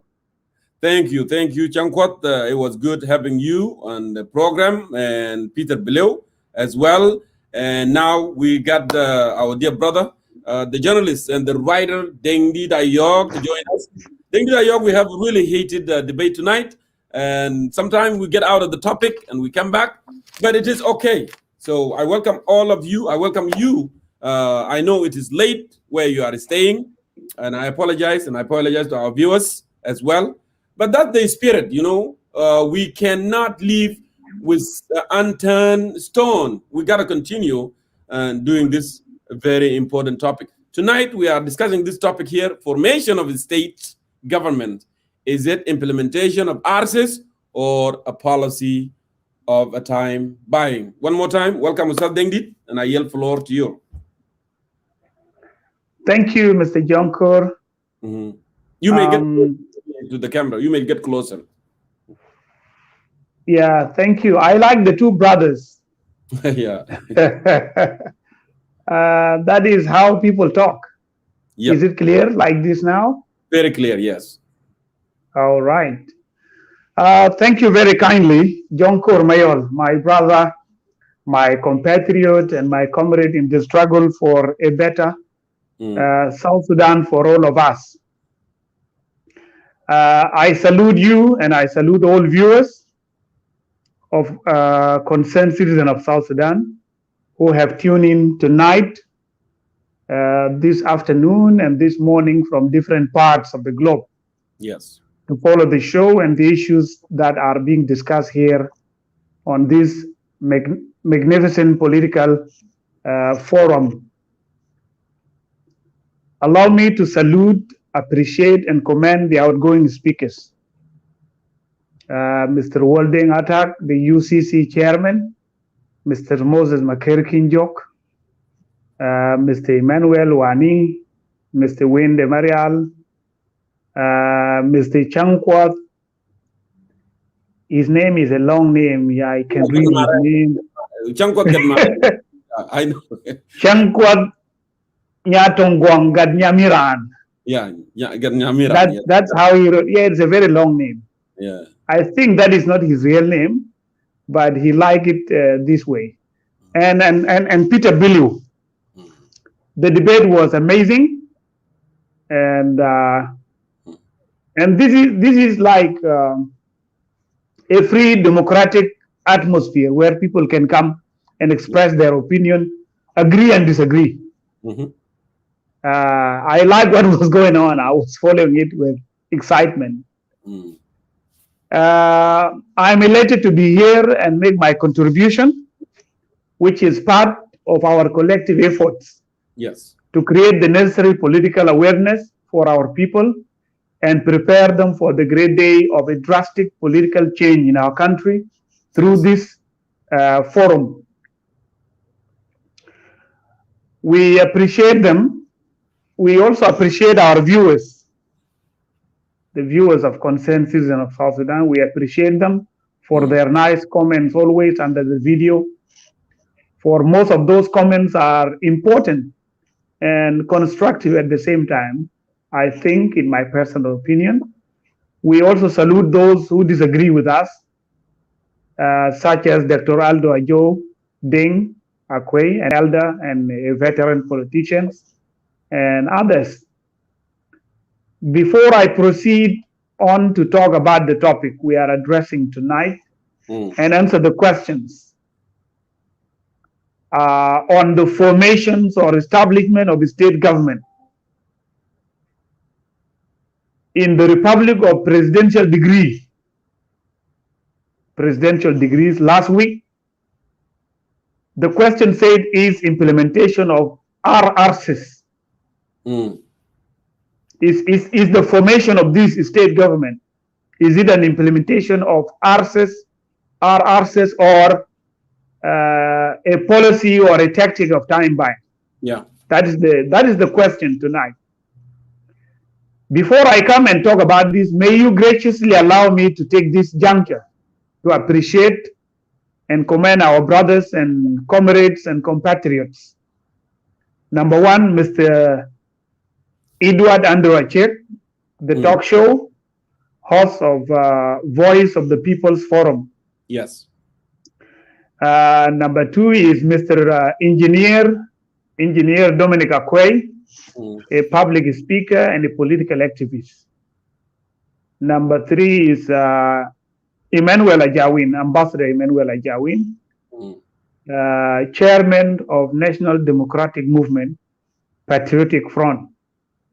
I appreciate them for condemning. Somebody is calling me and I have to... Yeah, go ahead. Don't worry. Yes. I appreciate them for condemning the statement made by one of the prominent members of JCE. Here 3 weeks ago, I guess that was 3 weeks ago, that we were not fair, and for majestically expressing comradeship and solidarity. Yes. I appreciate that one. We appreciate this great spirit because it means a lot for us. It means that we are one and that we share the same aspiration for our country and that we are politically reading on the same page. And above all, it means that we are in the same political train and standing the same moral ground. We share a common moral and political concern for the health of our country. We are observing the South Sudanese political horizon. And we have seen the SPLM government weighed in the balance of good governance, democracy, human rights and human dignity, fights against corruption, maintaining peace, security, tranquility, and delivering of basic services to the people of South Sudan. But it is found wanting. The masses of our people are angry and determined to bring about the much needed change in land of great abundance in order to restore the lost optimism under the reign of the current liberators who have become the antithesis of a progressive society in South Sudan. They have shipwrecked the liberation promises for building a great society in the oceans of mismanagement, corruption, lack of basic services, and insecurity. and their never-ending wars. We are working to end the bewildering frustration among our people and bring back the buoyancy of hope to thousands of South Sudanese who are displaced and forced to seek refuge in the neighboring countries, and to restore the ideals of freedom, human rights, and human dignity, justice, liberty, and prosperity for our people. And for this reason, I would like to say that we must all stand up tall for freedom. We must all stand up tall for justice. We must all stand up tall for equality and equity. We must all stand up tall for our national brotherhood and our togetherness, and work collectively to bring about a drastic political change that will keep and preserve our rich and diverse society against division and fragmentation under the current rulers. As we think and pray together in the beautiful words of our national anthem, uphold us united in peace and harmony. O motherland, we rise raising flag with a guiding star and sing songs of freedom, for justice, liberty, and prosperity shall forevermore reign. Coming back to the topic, there is no doubt that the politicians in Juba are making political groupings, or you may rightly call it political blocs, in the inner circles of the government. This is very clear given the fact that the SPLM as a political party had witnessed suspensions of its political organs by its chairman, who doubles up as president of the republic. This was, of course, followed by political differences and schisms in the party in the aftermath of the political conflict that took place in December 2013. However, the current political blocs within the government, which are being internally built in the government in Juba, are a serious one, and they are likely to have dangerous ramifications and consequences on our people if they are allowed to continue. Based on the information we obtained from Juba from reliable sources, there is no doubt that the government currently exists as political blocs as follows. Some brothers have talked about this, and I want to repeat them and also give my own analysis as an addition to what they have already said. Absolutely. Number one, you have the old SPLM political military high command. This is political grouping number one. I call it here the old SPLM political military high command. This bloc was originally composed of 17 members, the historical 17 members since the inception of the SPLM, SPLA, but most of its members have died, and some who are still alive are no longer parts of its membership now due to political reasons, as we know. It is currently consisted of 4 historic members that are, number one, the SPLM chairman himself and president of the Republic, General Salva Kiir Mayardit, and his deputy in the party and in the government, Dr. James Waniga, a man known for his political slogans such as SPLM Hakuma Bitana. Correct. Hakuma Bitana SPLM. Babaja Lele. Babaja Lele. These are the slogans of Vice President James Waniga. Yeah. And other 2 members who are members of SPLM political bureau, those are General Coleman Yangjuk. They have said, the brothers mentioned them earlier, General Daniel Awena Kodfo, and Usad Nyal Deng Nyal, the Minister of Presidential Affairs. These are the first political grouping in the government. Yeah. There is a political conflict in this bloc. the director of internal security Beirut is part of this bloc. But he's a joker. He's a joker. He's playing game. He's playing a game with all the groups in the government. So there is a political conflict in this bloc. The director of internal security Beirut is in loggerheads over power with another party member who is proposed by the two most senior members of the SPLM party, General Kwal Manyang Duke and Winakot, to succeed President Salva Kiir in case President Salva Kiir exit the political equations. Although we are aware that he will not exit, because in his mind he doesn't want to go away. He wants to remain there and until he dies.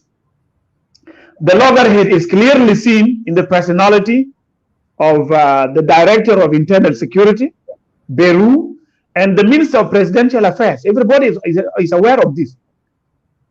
The loggerhead is currently boiling between the two men.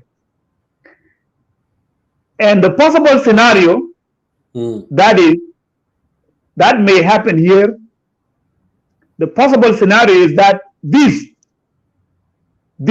conflict, which is boiling between Nyal and Akolkor, may lead to another deadly discord and war in the country. This can happen. Nobody should say that I'm wrong. This can happen. And let me tell you why it can happen. This can happen because we have seen before how the differences between the president and the former chief of general staff of the SPLA, General Paul Malonga Wan Anek, yes, almost led to bloodshed and war in the country in 2017. So the same thing is likely to happen between the two gentlemen. This is a possible scenario due to power struggle within the first group, which I call the old SPLM political military high command. The other group is the group that was known as SPLM former detainees. This group is also a political bloc, and they are also looking for power like others. They consider themselves as people who can implement the vision of the SPLM in South Sudan. And they are there looking for power. So you can see that it is all about power struggle. Taban Dengai, first vice president Taban Dengai, is a group. The agendum, the political agendum of his group is reaching power. And recently, or 2 days ago, let me say, 3 days or 4 days back, there was a document circulated in which Tabandeng is believed to have been complaining that his group is left out from power. So Tabandeng is a political group within the government, and their political agenda, as I said, is reaching power. The competition in all this group is reaching the summit of power. You have Riek Machar as group number 4, Riek Machar 10, political bloc, the IO bloc.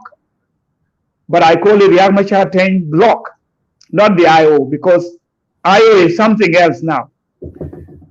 Their political agenda is also to reach, is also what? Reaching out for power. Yes. Group number 6, this is the group of Dr. Riek Machar. They are not in harmony with the group of Salva Kiir and the other groups. And now the struggle here, all their eyes are on the seat of presidency. This is a pure game of political struggle for power. And the danger out of this is that they may fight. They may take the country for another war, another deadly and bloodshed, another deadly war and another bloodshed again. This is what could happen again. So our people should understand. Our concern here is not to tell the people of South Sudan who should become the president. It is none of our business. It is none of our concerns. What we are telling the people here is that there are political groups within the government and that they are all struggling to get power. And as they struggle, this may take the country into war again. So this is the possible scenario, and it must be made clear to all the people of South Sudan. So I have mentioned all the groups until group number 4. Now let me add group number 5. Group number 5 is the Islamist group. I call them Islamists, and they are unionists. They are not just Islamists. They are Islamists and unionists. And I will tell you why do I call them unionists. This is their political agenda. The Islamists and unionists, they want to reunite. This is their political agenda. Salva Kiir allowed them into the government, and they are now running one of the top positions in the country through Tutkel or Tutgalwak. They want to reunite South Sudan with Sudan. That is their political agenda. And the idea of reuniting South Sudan with Sudan, dear viewers, is an Arab world policy. The Arabs want South Sudan back to the Sudan. Why? Because they want to Islamize, Arabize, and Arabize it. And above all, they want to control the resources that we have in South Sudan. So the Islamist group within the government of President Salva Kiir, or the, let me say, the revitalized government of national unity, these people, they strongly believe that if South Sudanese are Islamized and Arabized, they will be able to Arabize and Islamize the rest of the African continent. This is, it must be very clear. The Islamist group in the current government are loyal to the Arab world. And the idea of uniting South Sudan with Sudan again is an idea that is emanating from the Arab world. Because the Arab are still after us. It must be made clear to the people of South Sudan. They are still after us. So they strongly believe that if South Sudanese are Islamized and Arabized, they will be able to Arabize and Islamize the rest of the African continent. They are, in fact, looking for land and resources through their political project of Islamizations and Arabization, which we suffered its consequences in the former unified Sudan. And I recall the statement by Dr. Hassan Turabi, Genova Sudan, هي البوابة الإسلامية لقارة إفريقيا. That South Sudan is the gateway for Islam to enter into Africa. Africa, yes. Yes, that is a statement by Hassan Turabi. So in final analysis, they are expansionists. They are expansionists, and they are using their political Islam to achieve the Arab world expansion policy or agenda towards South Sudan and the entire continent of Africa. And because of this, we hear proposals such as South Sudan joining the League of Arab States, or the so-called Jamaat al-Duwal al-Arabiya. You will recall that one day in Juba, people were talking about us, South Sudanese, joining the League of Arab States, or Jamaat al-Duwal al-Arabiya. Yes. This does not come out of the blue. It comes out because there are Islamists within the government, and they are implementing by proxy the Arab world agenda, which is to reunite South Sudan with Sudan again, so that they can Arabize and Islamize us, and then the expansion, the Arab world territory, by conquering the South Sudanese. Hence, they will be able to conquer the rest of the African nations. Yeah. So the Islamic group within the government is working to ensure that this agenda is implemented, no matter how long it may take. Our people should understand this very well, Mr. Jonkor. So this is the possible scenario of the Islamic group. And it is not just a scenario that I'm expecting based on political analysis. It is an agenda that is designed by the Arab world. So people must understand this tonight. Group number 6 is the JCE. The JCE are a political lobby in the name of a tribe, and we disagree with them here. We told them last time that you, our elders, if you want to make political lobby, stop calling yourself Jiang Council of Elders, because Jiang is a community, it is one of the tribe of South Sudan. If you want to play a political role, you can play it under a political umbrella or a political party. We told them this. And Aldo Ajo, the good thing is that our uncle, our grandfather, let me say, Aldo Ajo is here watching, and I saw him making a lot of comments today. Yes, yeah, he was engaged with a lot of commentators under the video, making a lot of comment, which is a positive development, by the way, for an elder to come and interact with young people. This is a very good thing, and we appreciate him for that one. So the JC are a political lobby in the name of a tribe, and this is wrong. We condemn it, and we still tell them that you have to dissolve this body and form a political party. You have to announce yourself as a political party. Stop using the name of tribe and the name of a tribe. So they are responsible for the political mistakes that were committed over the last few years. Why? Because they were influences. They were influencing the decisions of the state by advising the president. So they were undoubtedly what I may call a shadow or a parallel government.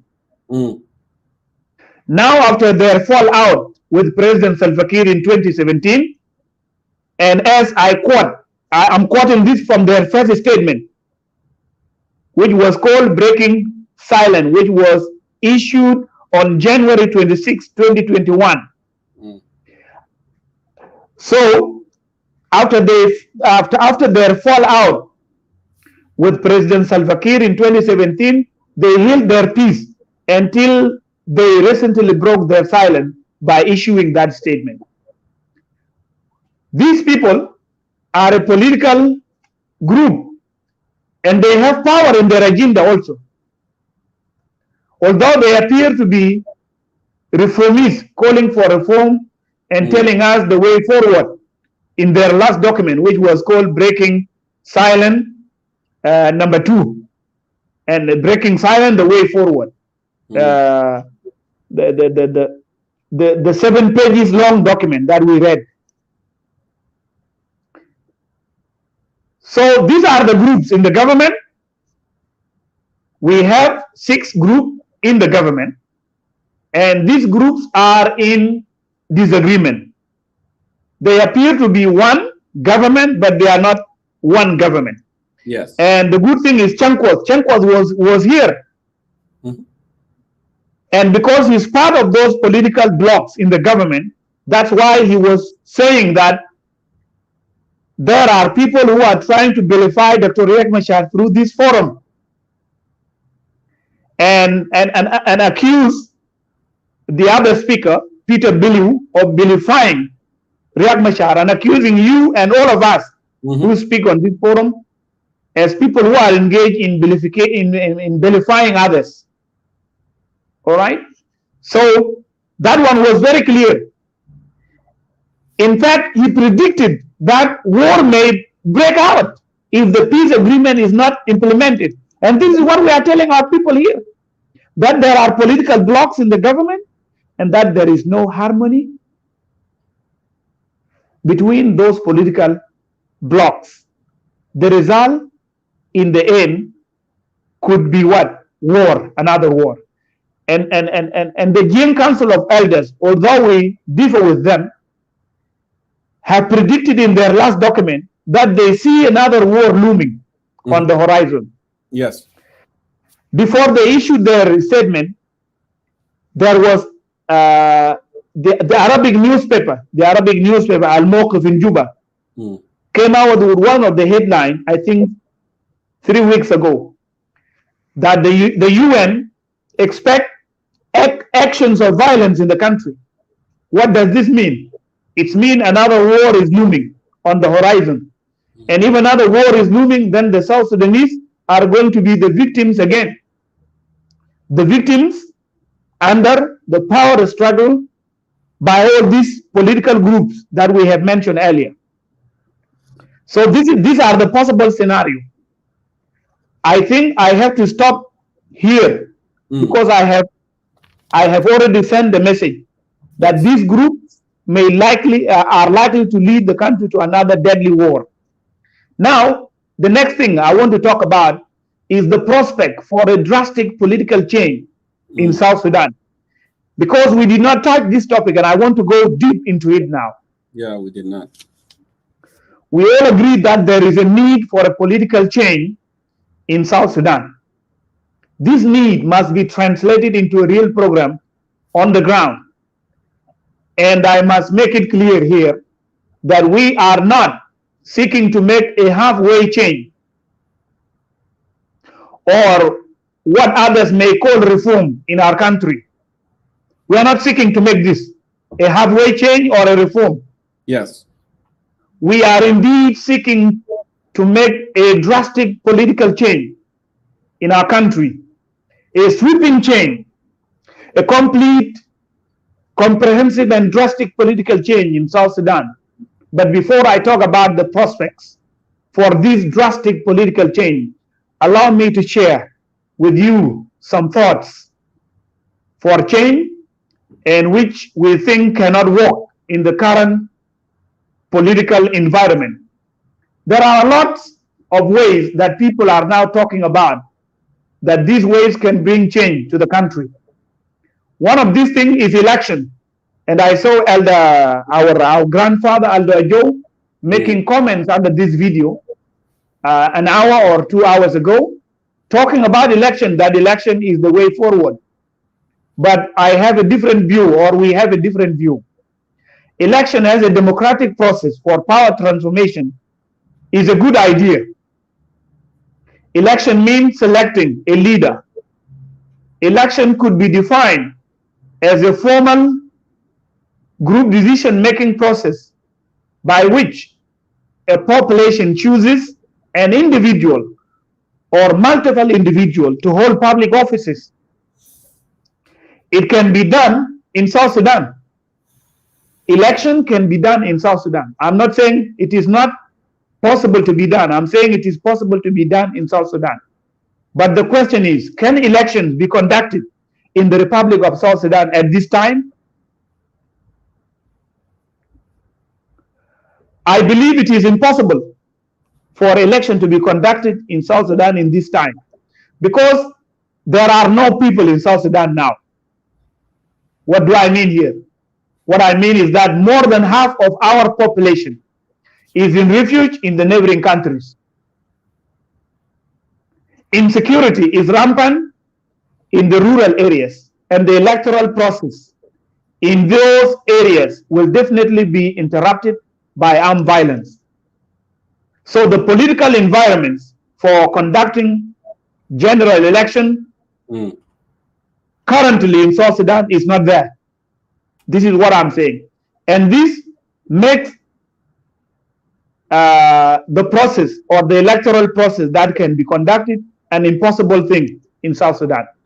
Moreover, the electoral process will be rigged by the politicians, and the entire electoral process will become fraudulent, and this will surely cause what is termed as post-election violence. Yep. So based on these reasons, elections are not possible to be conducted in South Sudan in the current political environment or in the current political situation in the Republic of South Sudan. So this is number one. People talk of election, and I'm saying here that elections are not possible for the reasons I have mentioned. Number two that people are talking about that should be a step for change. One is election. Number two is voluntary stepping down of the President Salva Kiir Mayardit. and the first Vice President, Dr. Riek Machar Teng. I believe that this shall not happen because it was one of the options proposed by the leadership of National Dialogue. But we have all heard the presidential spokesperson or the press secretary of the president, Mr. Atenwer, coming out denouncing the final report that was drafted or that was written by the National Dialogue Steering Committee. So any attempt or any voluntary stepping down of the president and the first vice president is not possible because they have already rejected it, and Riek Machar is not part of the National Dialogue. Yeah. So if there are people proposing that the president and the first vice president should voluntarily step down, then this is an impossible thing to happen, as it is already rejected. So these are some things that people are saying. All right. The elders are talking about what? Electoral process that shall be monitored by the AU and the UN and the European Union. Right? So although you may bring UN or the European Union or the African Union, IGAD. If the current security is not stopped in the country, then any attempt for conducting general elections in the country would miserably fail. They have to understand this, and they have to mark my words. So if people are saying that election is the way forward, we are saying it is not a solution. If people are saying that the president and the first vice president should voluntarily step down, then this is not possible because they have already rejected calls when the National Dialogue said that Mr. President and Mr. First Vice President, you have to hear the voices of the people of South Sudan. They rejected this. And because of this, the National Dialogue is now collected and it is thrown into the dustbin of history. It will never work. So what is the way forward for making a drastic political change in our country? What is the way forward? The way forward is divided into two phases. And I will now talk about phase one, then I will come and talk about phase two. Phase one is a period of time before the revolution. And phase two is the period of time after the revolution. So let me talk about phase one now. We believe that any other options or all the aforementioned options cannot bring political change in South Sudan. So our option is the third option, which is revolution or popular uprising. We strongly believe that revolution or popular uprising must be coordinated well before it goes out into the street.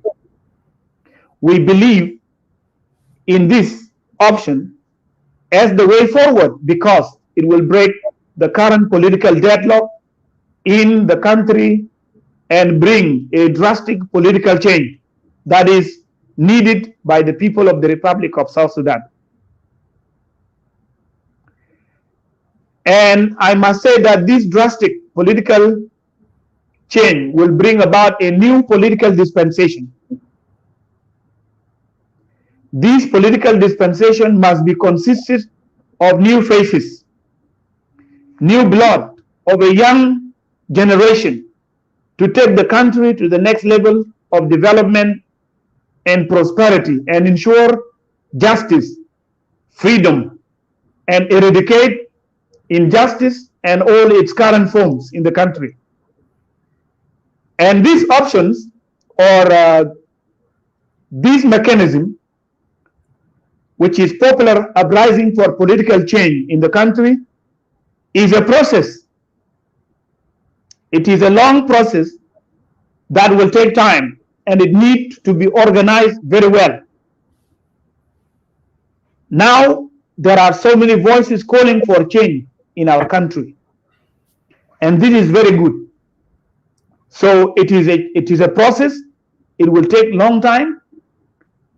And we believe that it is the political means or mechanism that will bring a drastic political change in our country. And this change must keep away, because I said drastic. The word drastic here it must be underlined. It means complete. It must uproot the current political regime from its roots, completely from the roots. So this change must keep away the revolutionary guards. When I say the revolutionary guards here, I mean the liberators. This drastic political change must keep away the revolutionary guards from the political equation in the country, and it must send them into their houses with a legacy of failure after having fought to liberate the country and mismanaged it, and finally took it back to a destructive and senseless war that we have all witnessed. This process shall not be made by us alone as the united citizen for change, but by all national political forces. To do this, we can make a political alliance. All these political forces that are calling for change in the country can make political alliance. We can give a name to this alliance. We can call it, or we may call it, National Alliance for Democratic Change, or any other name that we can choose. Because this drastic political change does not need one political party. It needs all political parties that are now campaigning and advocating for change to come together, unite themselves under one umbrella, and then work together, and then mobilize the masses so that they can go out to make the political change that we need in our country. Yes. So this is what I'm saying here. And this is phase one. We are currently working on this one. And one of the ways we are working for this one is this show. We are now talking to our people. We are mobilizing the public. We are sensitizing and educating our people that there is a need for political change. And we always tell them the reason for political change, or why political change in our country is a vital matter. We are all convinced that President Salva Kiir Mayardit or Dr. Riek Machar Teng or any other person that is in the government now, we are all convinced that these leaders have failed. The national dialogue has said it. They have failed, and they have caused something that the national dialogue called crisis of national identity. No one of us expect such a crisis to happen in South Sudan when we are all one people. We are different tribes, I understand that. We are different communities, but we are one race. Now there is what we call crisis of national identity in the country. So these leaders have failed, and because they have failed and they don't want to exit voluntarily, they don't want to exit power, or they don't want to exit from political arena peacefully and voluntarily as a peaceful and a civilized call upon them by the people of the Republic of South Sudan, then the options of the people of South Sudan is now to stage a popular uprising and force them to go away. Yes, I will come to the topic. The topic of today, I'm coming to it. I cannot forget that topic because it is very important.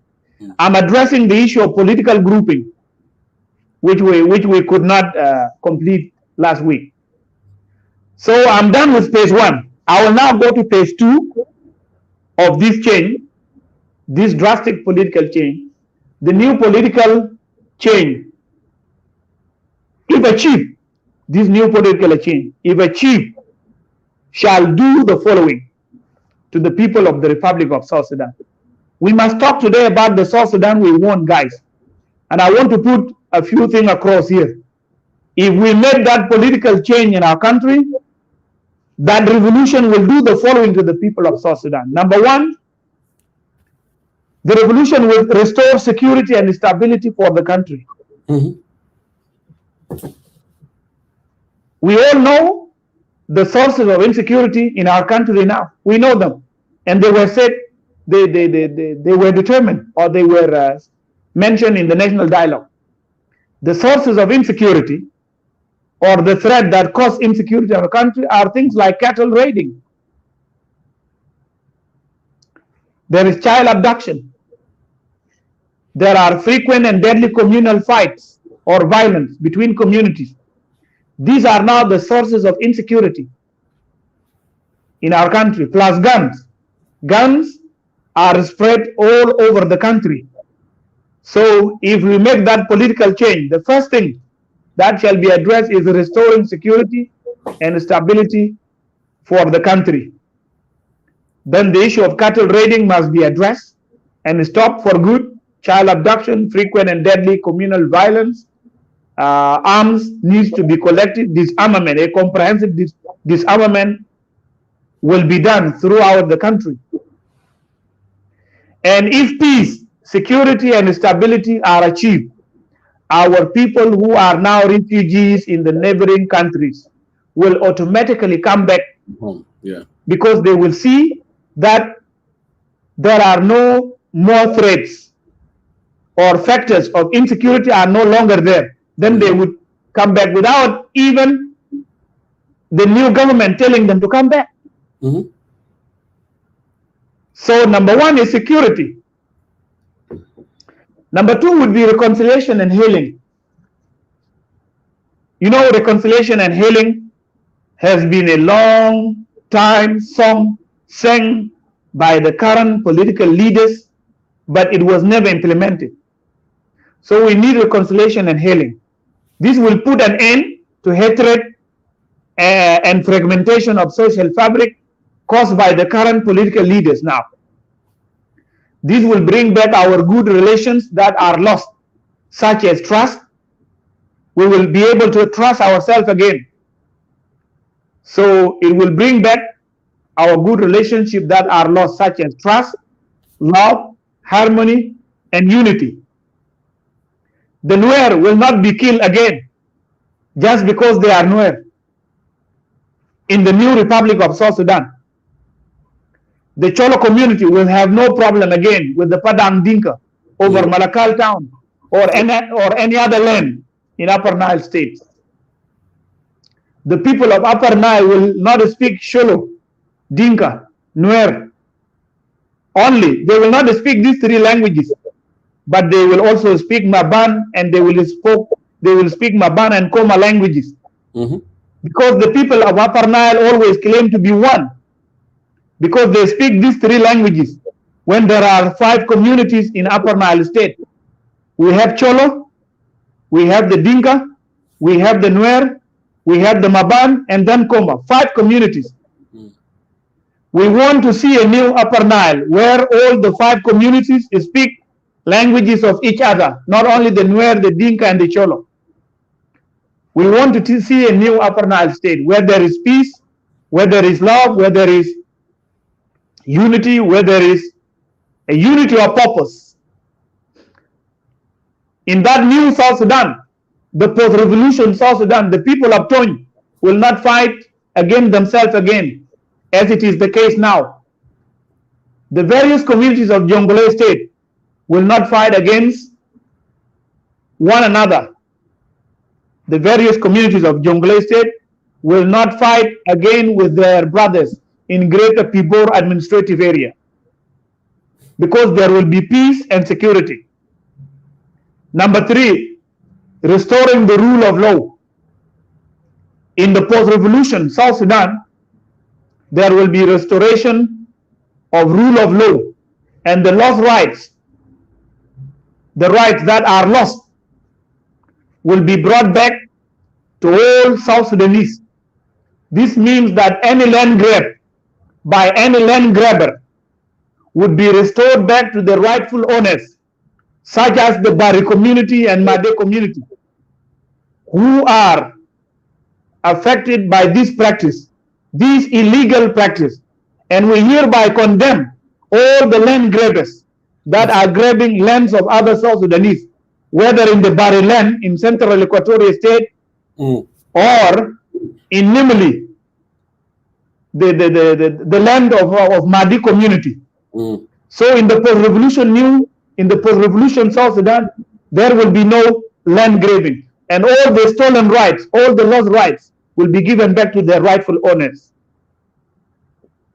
Number 4, issues of governance and political system, because we are now divided over this. South Sudanese are now divided over this. Some people want to maintain the current political system in the country, which is called the decentralized political system. Some are calling for federalism or federations. So agenda number 4, that the new political dispensation in the post-revolution South Sudan will make, is governance and political system. On issues of governance, there must be what we call National Constitution Conference, so that we come together as people of South Sudan with all our political forces to decide what kind of political system we want, so that we can run our country with it. This is very important because it will establish a base and a foundation for democratic transfer of power from one leader to another continually, as it happens in other countries of the world. And you all remember that since the independence of South Sudan, no elections. South Sudan in its history, when it was still one with Sudan, witnessed elections in April 2010. And that exercise of April 27 can be used as a base that the current political leaders cannot run a free, fair, and credible political elections, because we have seen them in 2010. Comrades runs against their own comrades. You all remember that Jema Nulukumba was the flag bearer of the SPLM for Western Equatorial State. And then Bangazi Joseph Bakasoro runs against her as an independent candidate. And because he has great influence in the state, he was elected against the chosen SPLM candidate Jema Nulukumba. But it was accepted. In Central Equatorial State,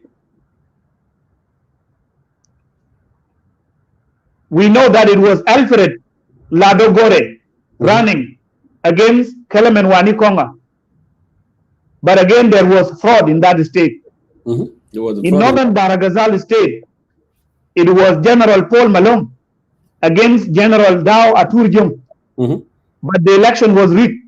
Yes. In Unity State, it was General Taban Dengai against General Angelina. Should I call her General or Madam Angelina? I don't know. So it was General Taban Dengai against Angelina Janteng. Angelina was the winner. Angelina won the elections.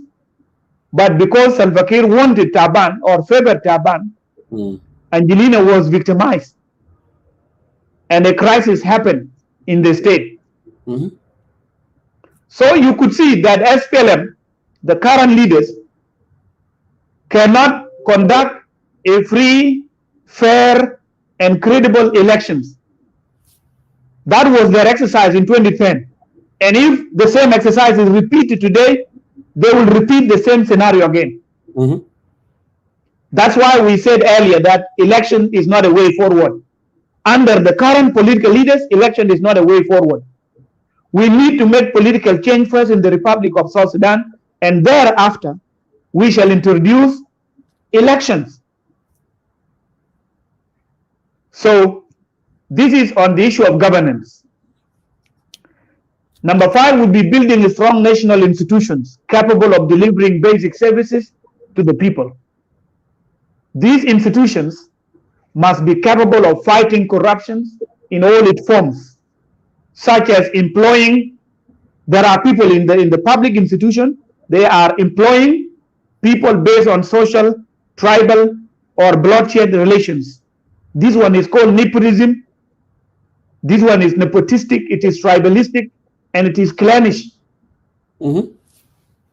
The new institution that shall be built in a new South Sudan must be strong institution that must fight corruption, unlike the current institution. In the new Republic of South Sudan, the post-revolution South Sudan, those who lack academic qualification should not be employed in public institutions, as it is the case now. These institutions, the new institution in the new Republic of South Sudan, or in the second Republic of New South Sudan, the new Republic, yep. These institutions must reflect the diversity of all South Sudanese people. Currently, you find a ministry dominated by one tribe. In the new South Sudan or the post-revolution South Sudan, this should not be the case. All the institutions must reflect the diversity of South Sudanese people. This is number 5, building strong national institutions that are capable of delivering basic services to the people of South Sudan and capable of fighting corruption in all its forms. Number 6 would be development. After establishing the political system that we all agreed on as the people of South Sudan, and writing of a permanent constitution, the next program shall be development. And you all understand development here. There are lots of developmental programs that must be introduced to South Sudanese. The 10 states must be connected with roads and bridges. A network of roads and bridges must be introduced to all the 10 states in South Sudan. This is number 1. Number 2, there must be development of agriculture as a backbone of national economy.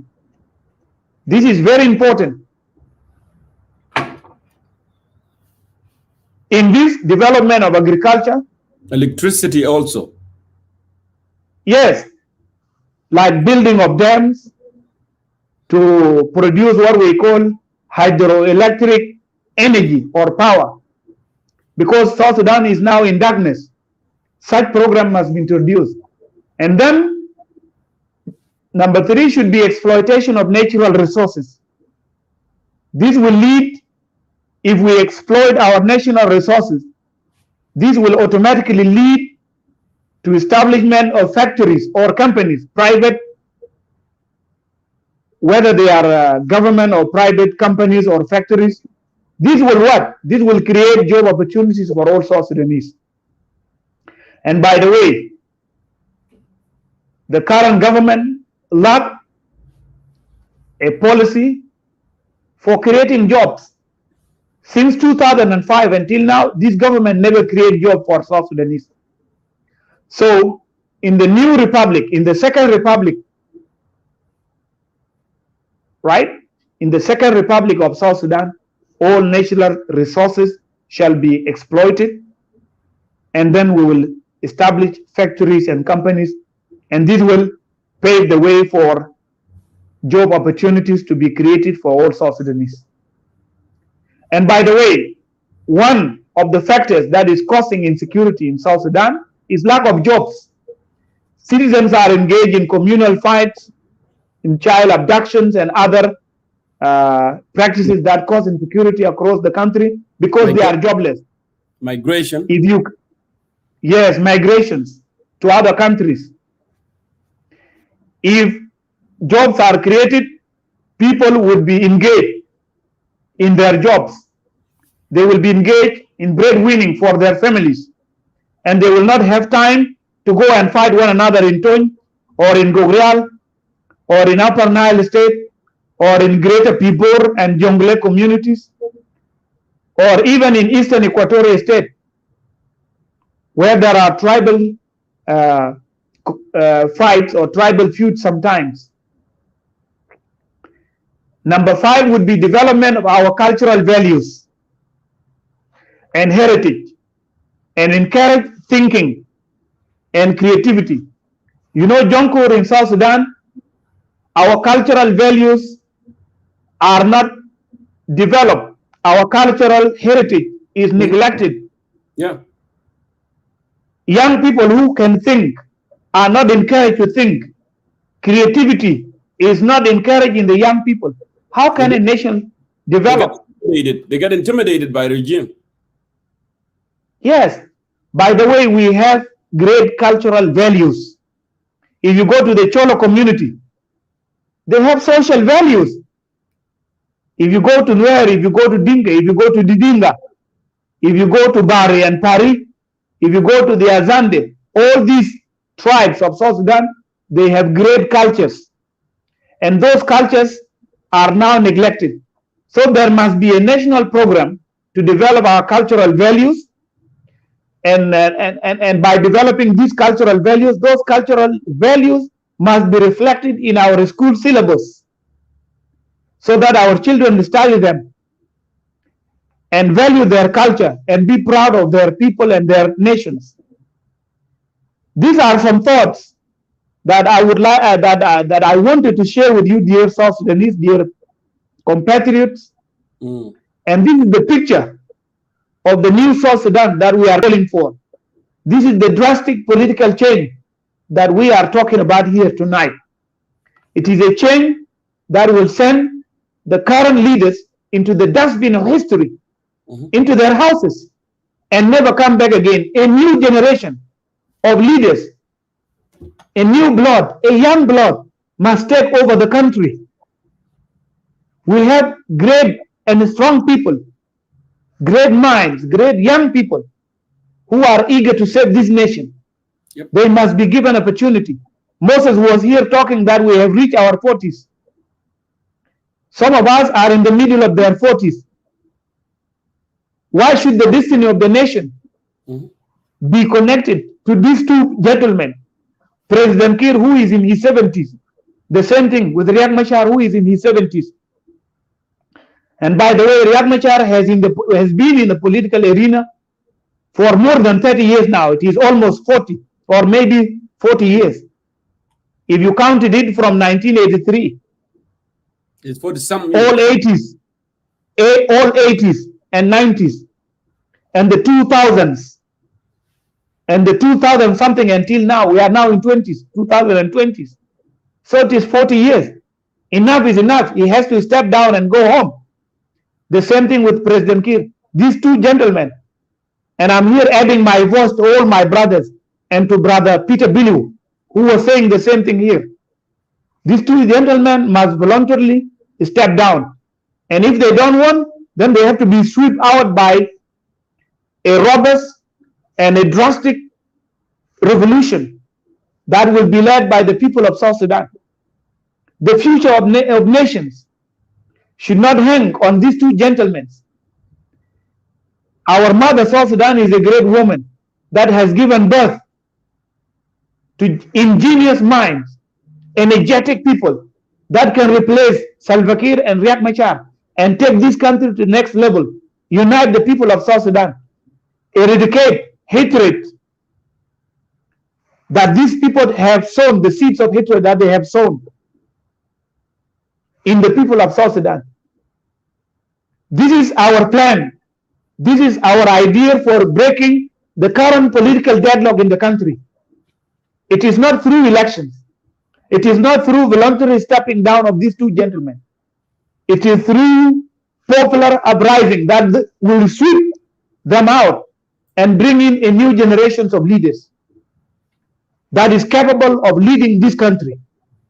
There are many young people that we are proud of that can lead this country. And I'm here saluting all of them. So, my dear young people, it is now our chance. to rise up and make this political change. We have to take the bull by its horns and challenge it and bring the change that we shall be proud of, a change that our children and the posterity will be proud of. A new South Sudan must see light through you and me, for you, by you, and for all of us. This must happen. It is very important. So I'm here talking about prospect for political change. And these are some thoughts. I did not say everything, but these are some thoughts on change. And now you can see why it is vital for us to work for change. So let us stand up together for freedom. Let us stand up tall for justice. Let us stand up tall for equality and equity. We are the new generations that must take the bull by horns and change the situation in the Republic of South Sudan and bring about a new political dispensation that will respect our diversity, our brotherhood, our national brotherhood, our human dignity. In New South Sudan, where there will be no land grabbing. In New South Sudan, where there will be no cattle raiding, raping of women, burning down of villages in Equatoria, killing of innocent citizens in Tony by the national security of a Kolkor, or killings of the innocent citizens in Unity State, in Upper Nile, creating political problems between communities. This must come to an end, and it will never come to an end until you and I rise up and stand tall for political change, a drastic political change that will sweep away the old generations and usher in a new generation that will bear the torch for the future. This is you, this is me. It is you and me. Rise up for political change. Rise up for political freedom. Rise up for freedom of expression. Rise up for the freedom of press. Rise up for dignity of our women, dignity of our children, dignity of our communities and our cattle keepers all over the country. None other than us will make this. It is you and I. So it is a high time for us to stand up collectively as the people of South Sudan. Forget about tribalism that they have caused. Forget about bitterness and hatred that they have created. Because these are the chains which are tightening us and cannot allow us to move forward in order to bring this political change. Break down all the shackles of tribalisms and hatreds and come together. Let us unite against Salva Kiir Mayardit and Dr. Riek Machar Teng. Now let me go to the topic. Today's topic. I'm done with the last week topic. Now I'm coming to today's topic. Formation and of... Thank you, Mr. Jonkor. Yes, yes. So the question... The topic for today... Yes. Go ahead, yeah. The topic for today is formations of state governments. We have all witnessed Mr. President Salva Kiir Mayardit issuing presidential degrees. And in those presidential degrees, state government, some state government, not all of them, have been formed in those degrees. So we are asking a question here. Is it implementation of revitalized agreement for resolution of conflict in South Sudan, or a political policy or tactic for buying time? This is the question. In a nutshell and in brief analysis, I would like to confidently to say with confidence that what people see like an implementation of peace agreement is not implementation of peace agreement. This is a political tactics, and the aim out of this political tactics is buying time. The two leaders are behaving in the eyes of the South Sudanese citizens as if they are serious in implementing the peace agreement, but they are not. This is a tactics for buying time and prolonging their time in power. That's why they are now busy appointing governors, by presidential decrees, appointing deputy governors by presidential decrees, appointing commissioners by presidential decrees, which is an unprecedented thing. It is unprecedented that a commissioner and a deputy governor are appointed by a presidential decree. This is a clear indication that we have reached a stage of what I may call political decay, if not moral decay. This is completely a political decay, political deterioration in the country. Now, everybody in the state government would feel that the deputy governor would feel that he is like the governor. The governor would feel that he is like the deputy governor. The commissioner would feel that he is like the deputy governor, because they are all appointed by presidential decrees. So this is a government of the revitalized peace agreement in the revitalized Republic of Juba. The revitalized Republic of presidential decrees under Kir and Riek Machar and all those platoons of vice presidents that are now running our country. So my dear compatriots, the people of South Sudan, these guys are joking and they are not serious. As I told you earlier, that they are preparing for another war. This is what I would like to say. Two things are expected. They are busy with the formation of this government to send a signal to the public that, not only to the public in South Sudan, but to the region and to the world, that they are serious to implement peace agreement. This is number one. The other thing, they are busy with their political groupings. And as I said earlier, all those political groupings are about power struggle. So these political differences may explode anytime. So South Sudan is like now a time bomb. And by saying that South Sudan is a time bomb, I don't mean to undermine peace agreement. But you are all witness that this peace agreement is not being implemented. Mr. Chankwas of the IO was here, and he said it himself that this agreement is not being implemented. And we said it here several times that there is no political will for the implementation of this agreement. Salva Kiir lacks political will. What he is doing, he's doing this buying time. Buying time, because the national dialogue has blocked the way in front of him. So his interest is blocked by the national dialogue. That's why he's now resorting to the arses to prolong his age in power or his time in power. But in fact, he is not serious in the implementations of peace agreement. And our people must understand this tonight. It must be clear. They are both buying time. With these political groupings in the government, there are vultures. There are vultures waiting. Mm-hmm. Jesus Christ in the gospel said that where there is a carcass, you see the vultures gathering. قال حيث الجثة هناك تجتمع النسور. So what is the carcass now? The carcass is now power.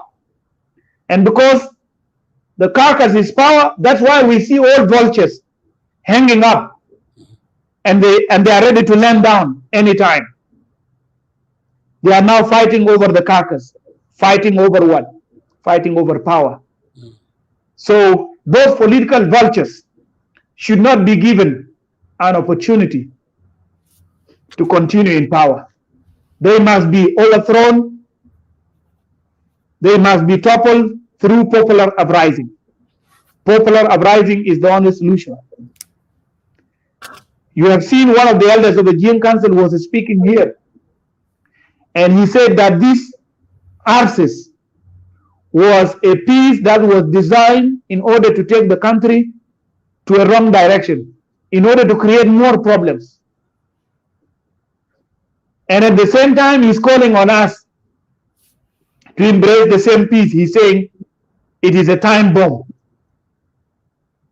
So, my dear compatriots, my dear brothers and sisters, what is happening in Juba is not the implementations of peace agreement. It is a tactics for buying time. The leaders are willing to prolong their stay in power, and they are not willing to implement peace agreement. The leaders are willing to continue in power while the nation is starved to death, while little children are starving, while our people have no houses. Some weeks back, I saw one of the journalists in a live video showing us the people who have no houses in Juba living in the graveyard. Now, in which country does this one happen? That the dead and the living are living together. It does not happen in any country except in the Republic of Juba. Mm-hmm. Not in the Republic of South Sudan. This is Republic of Juba. Yeah.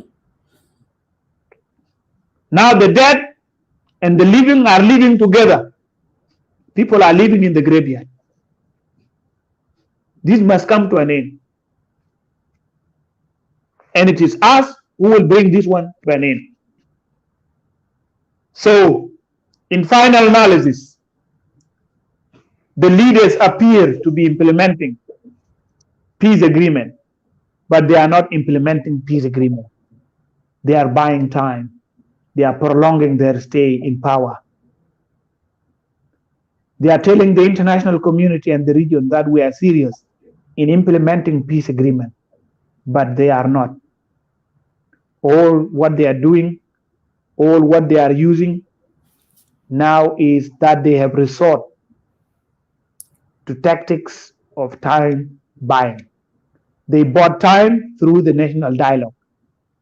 They are now buying time through forming the government. Forming the state government. Mm.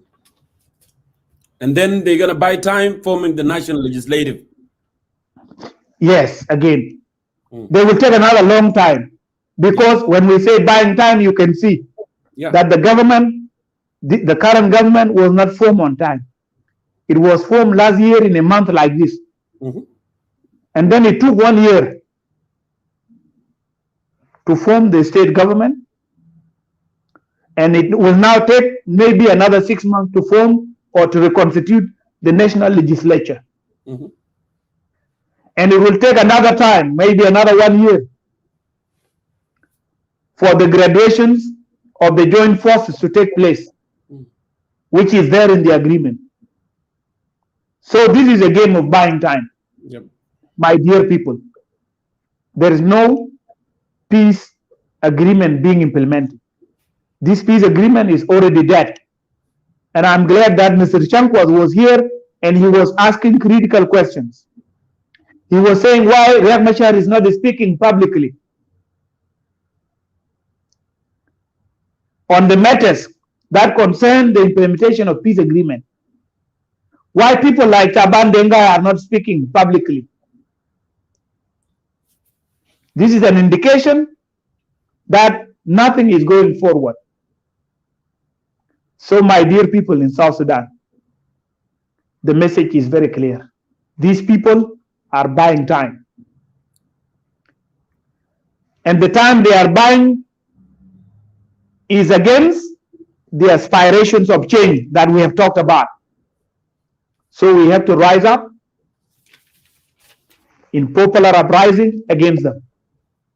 John Garang said it very clearly, that if the SPLM just shout revolution, revolution, without the basic necessities of life, then the government of the SPLA would be better than the government of the INF, National Islamic Front, would be better than the government of the SPLM, the government of National Islamic Front that provide basic necessities like salt or needle or any other basic necessity in the market would be better than the government of the SPLM, SPLA, which does not construct roads, which does not bring peace and maintain security, which does not unite the people of South Sudan. And that they will find a sea to drive us to.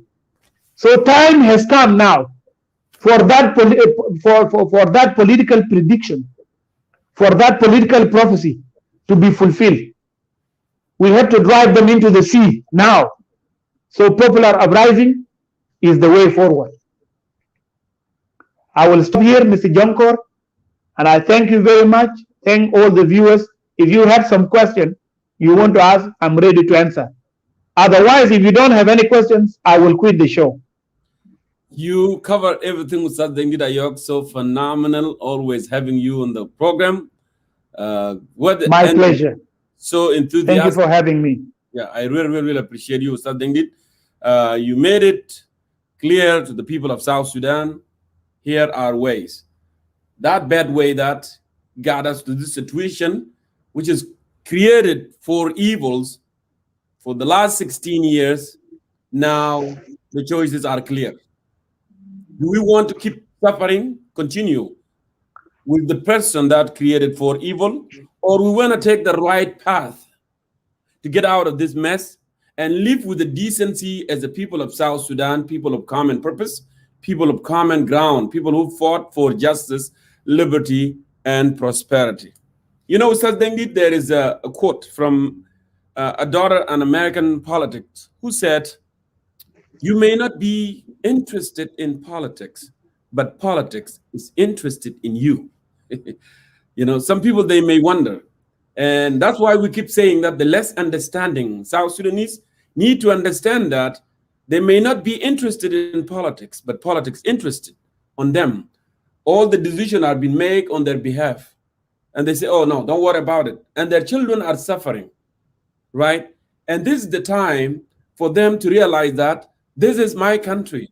This is my right. I have a right to have a clean water. I have the right for my child to go to school. There is a right for our women not to be dying when they are delivering the babies, you know. This is a moment. So I really appreciate it for you coming in and giving this very thrill lecture for people to understand. Yes, South Sudan, the government, the authoritarian regime that we have in Juba, it is a casket. You put it right in the right word. It is a casket. And that casket, the vultures are waiting for that casket. To devour it. Yeah, to devour it. And that's not, it should happen. Okay? So people of South Sudan have opportunity, you know, for them to push this away and start a new beginning. We have a right to start a new beginning. A beginning that will be just and equal for all of us. So thank you. Until here, I really would like to conclude our, show tonight. Thank you for being part of Concerned Citizen of South Sudan. Next week, with next episode, inshallah. Thank you so much. And the choice is yours. Don't look back. We need to look forward and focus our energy for bringing change. Focus your energy for bringing change. Thank you so much. I want to go ahead and leave you with Dengabuk. And I know we stay a long time. We still have energy. We can keep going forever. This is our beloved country, South Sudan. South Sudan that we dream of. And we continue to dream of. Our hope still live, like Ted Kennedy said. And our dream shall never die. I love all of you. Good night. And see you next week. Let me go ahead and put this up and move on from here.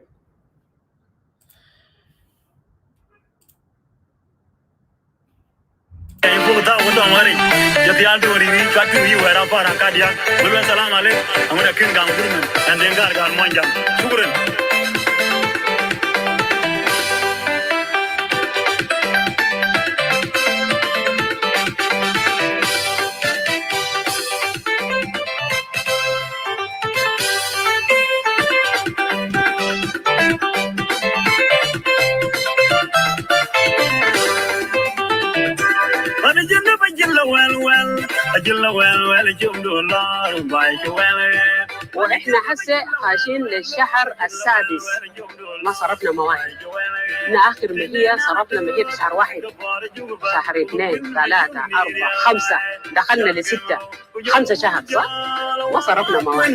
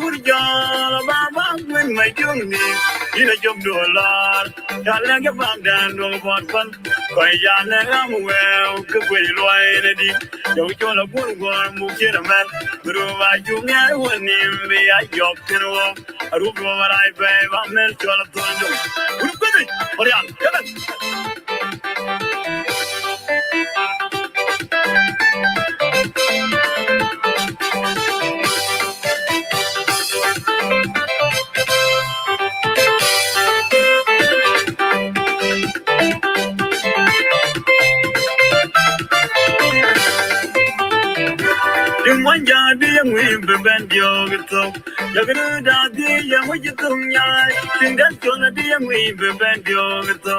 Jagru da di yang we jitung nyai. Jagru da di yang we jitung nyai. We need a joro and when we need chongwan.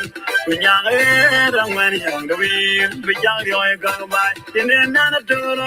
Go for a juval. Go win my young need by. Yal gamero. Go yon wood yal. Wow, when my young need. In a job do a lot. Yalla get back down, don't want fun. The Bayana, I'm well, could be right. Don't go to good one, who get a man. Do I do me at one name be a job to a room I pay my men got done. Till one young dear we be bent young. You're gonna die, dear, what you doing? You're not gonna be young we be bent young.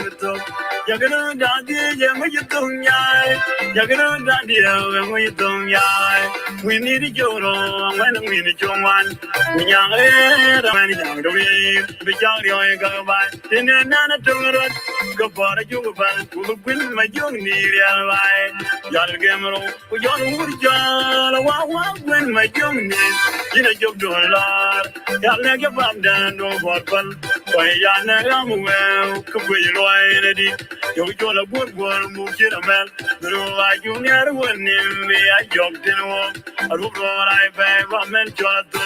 You're one young in being with young. I'm very young to weep with one young now. I think when one young and the young when up you took the very when I see with the by night. How many one did? I'll give you my roll. I could do that. I could watch you and put there. Go on, game or all. And it's all then got one young. They're gonna think they're gonna give me like about be a bad by. I'm going to do things. I went out with you one to know. If I need young, when young, the week.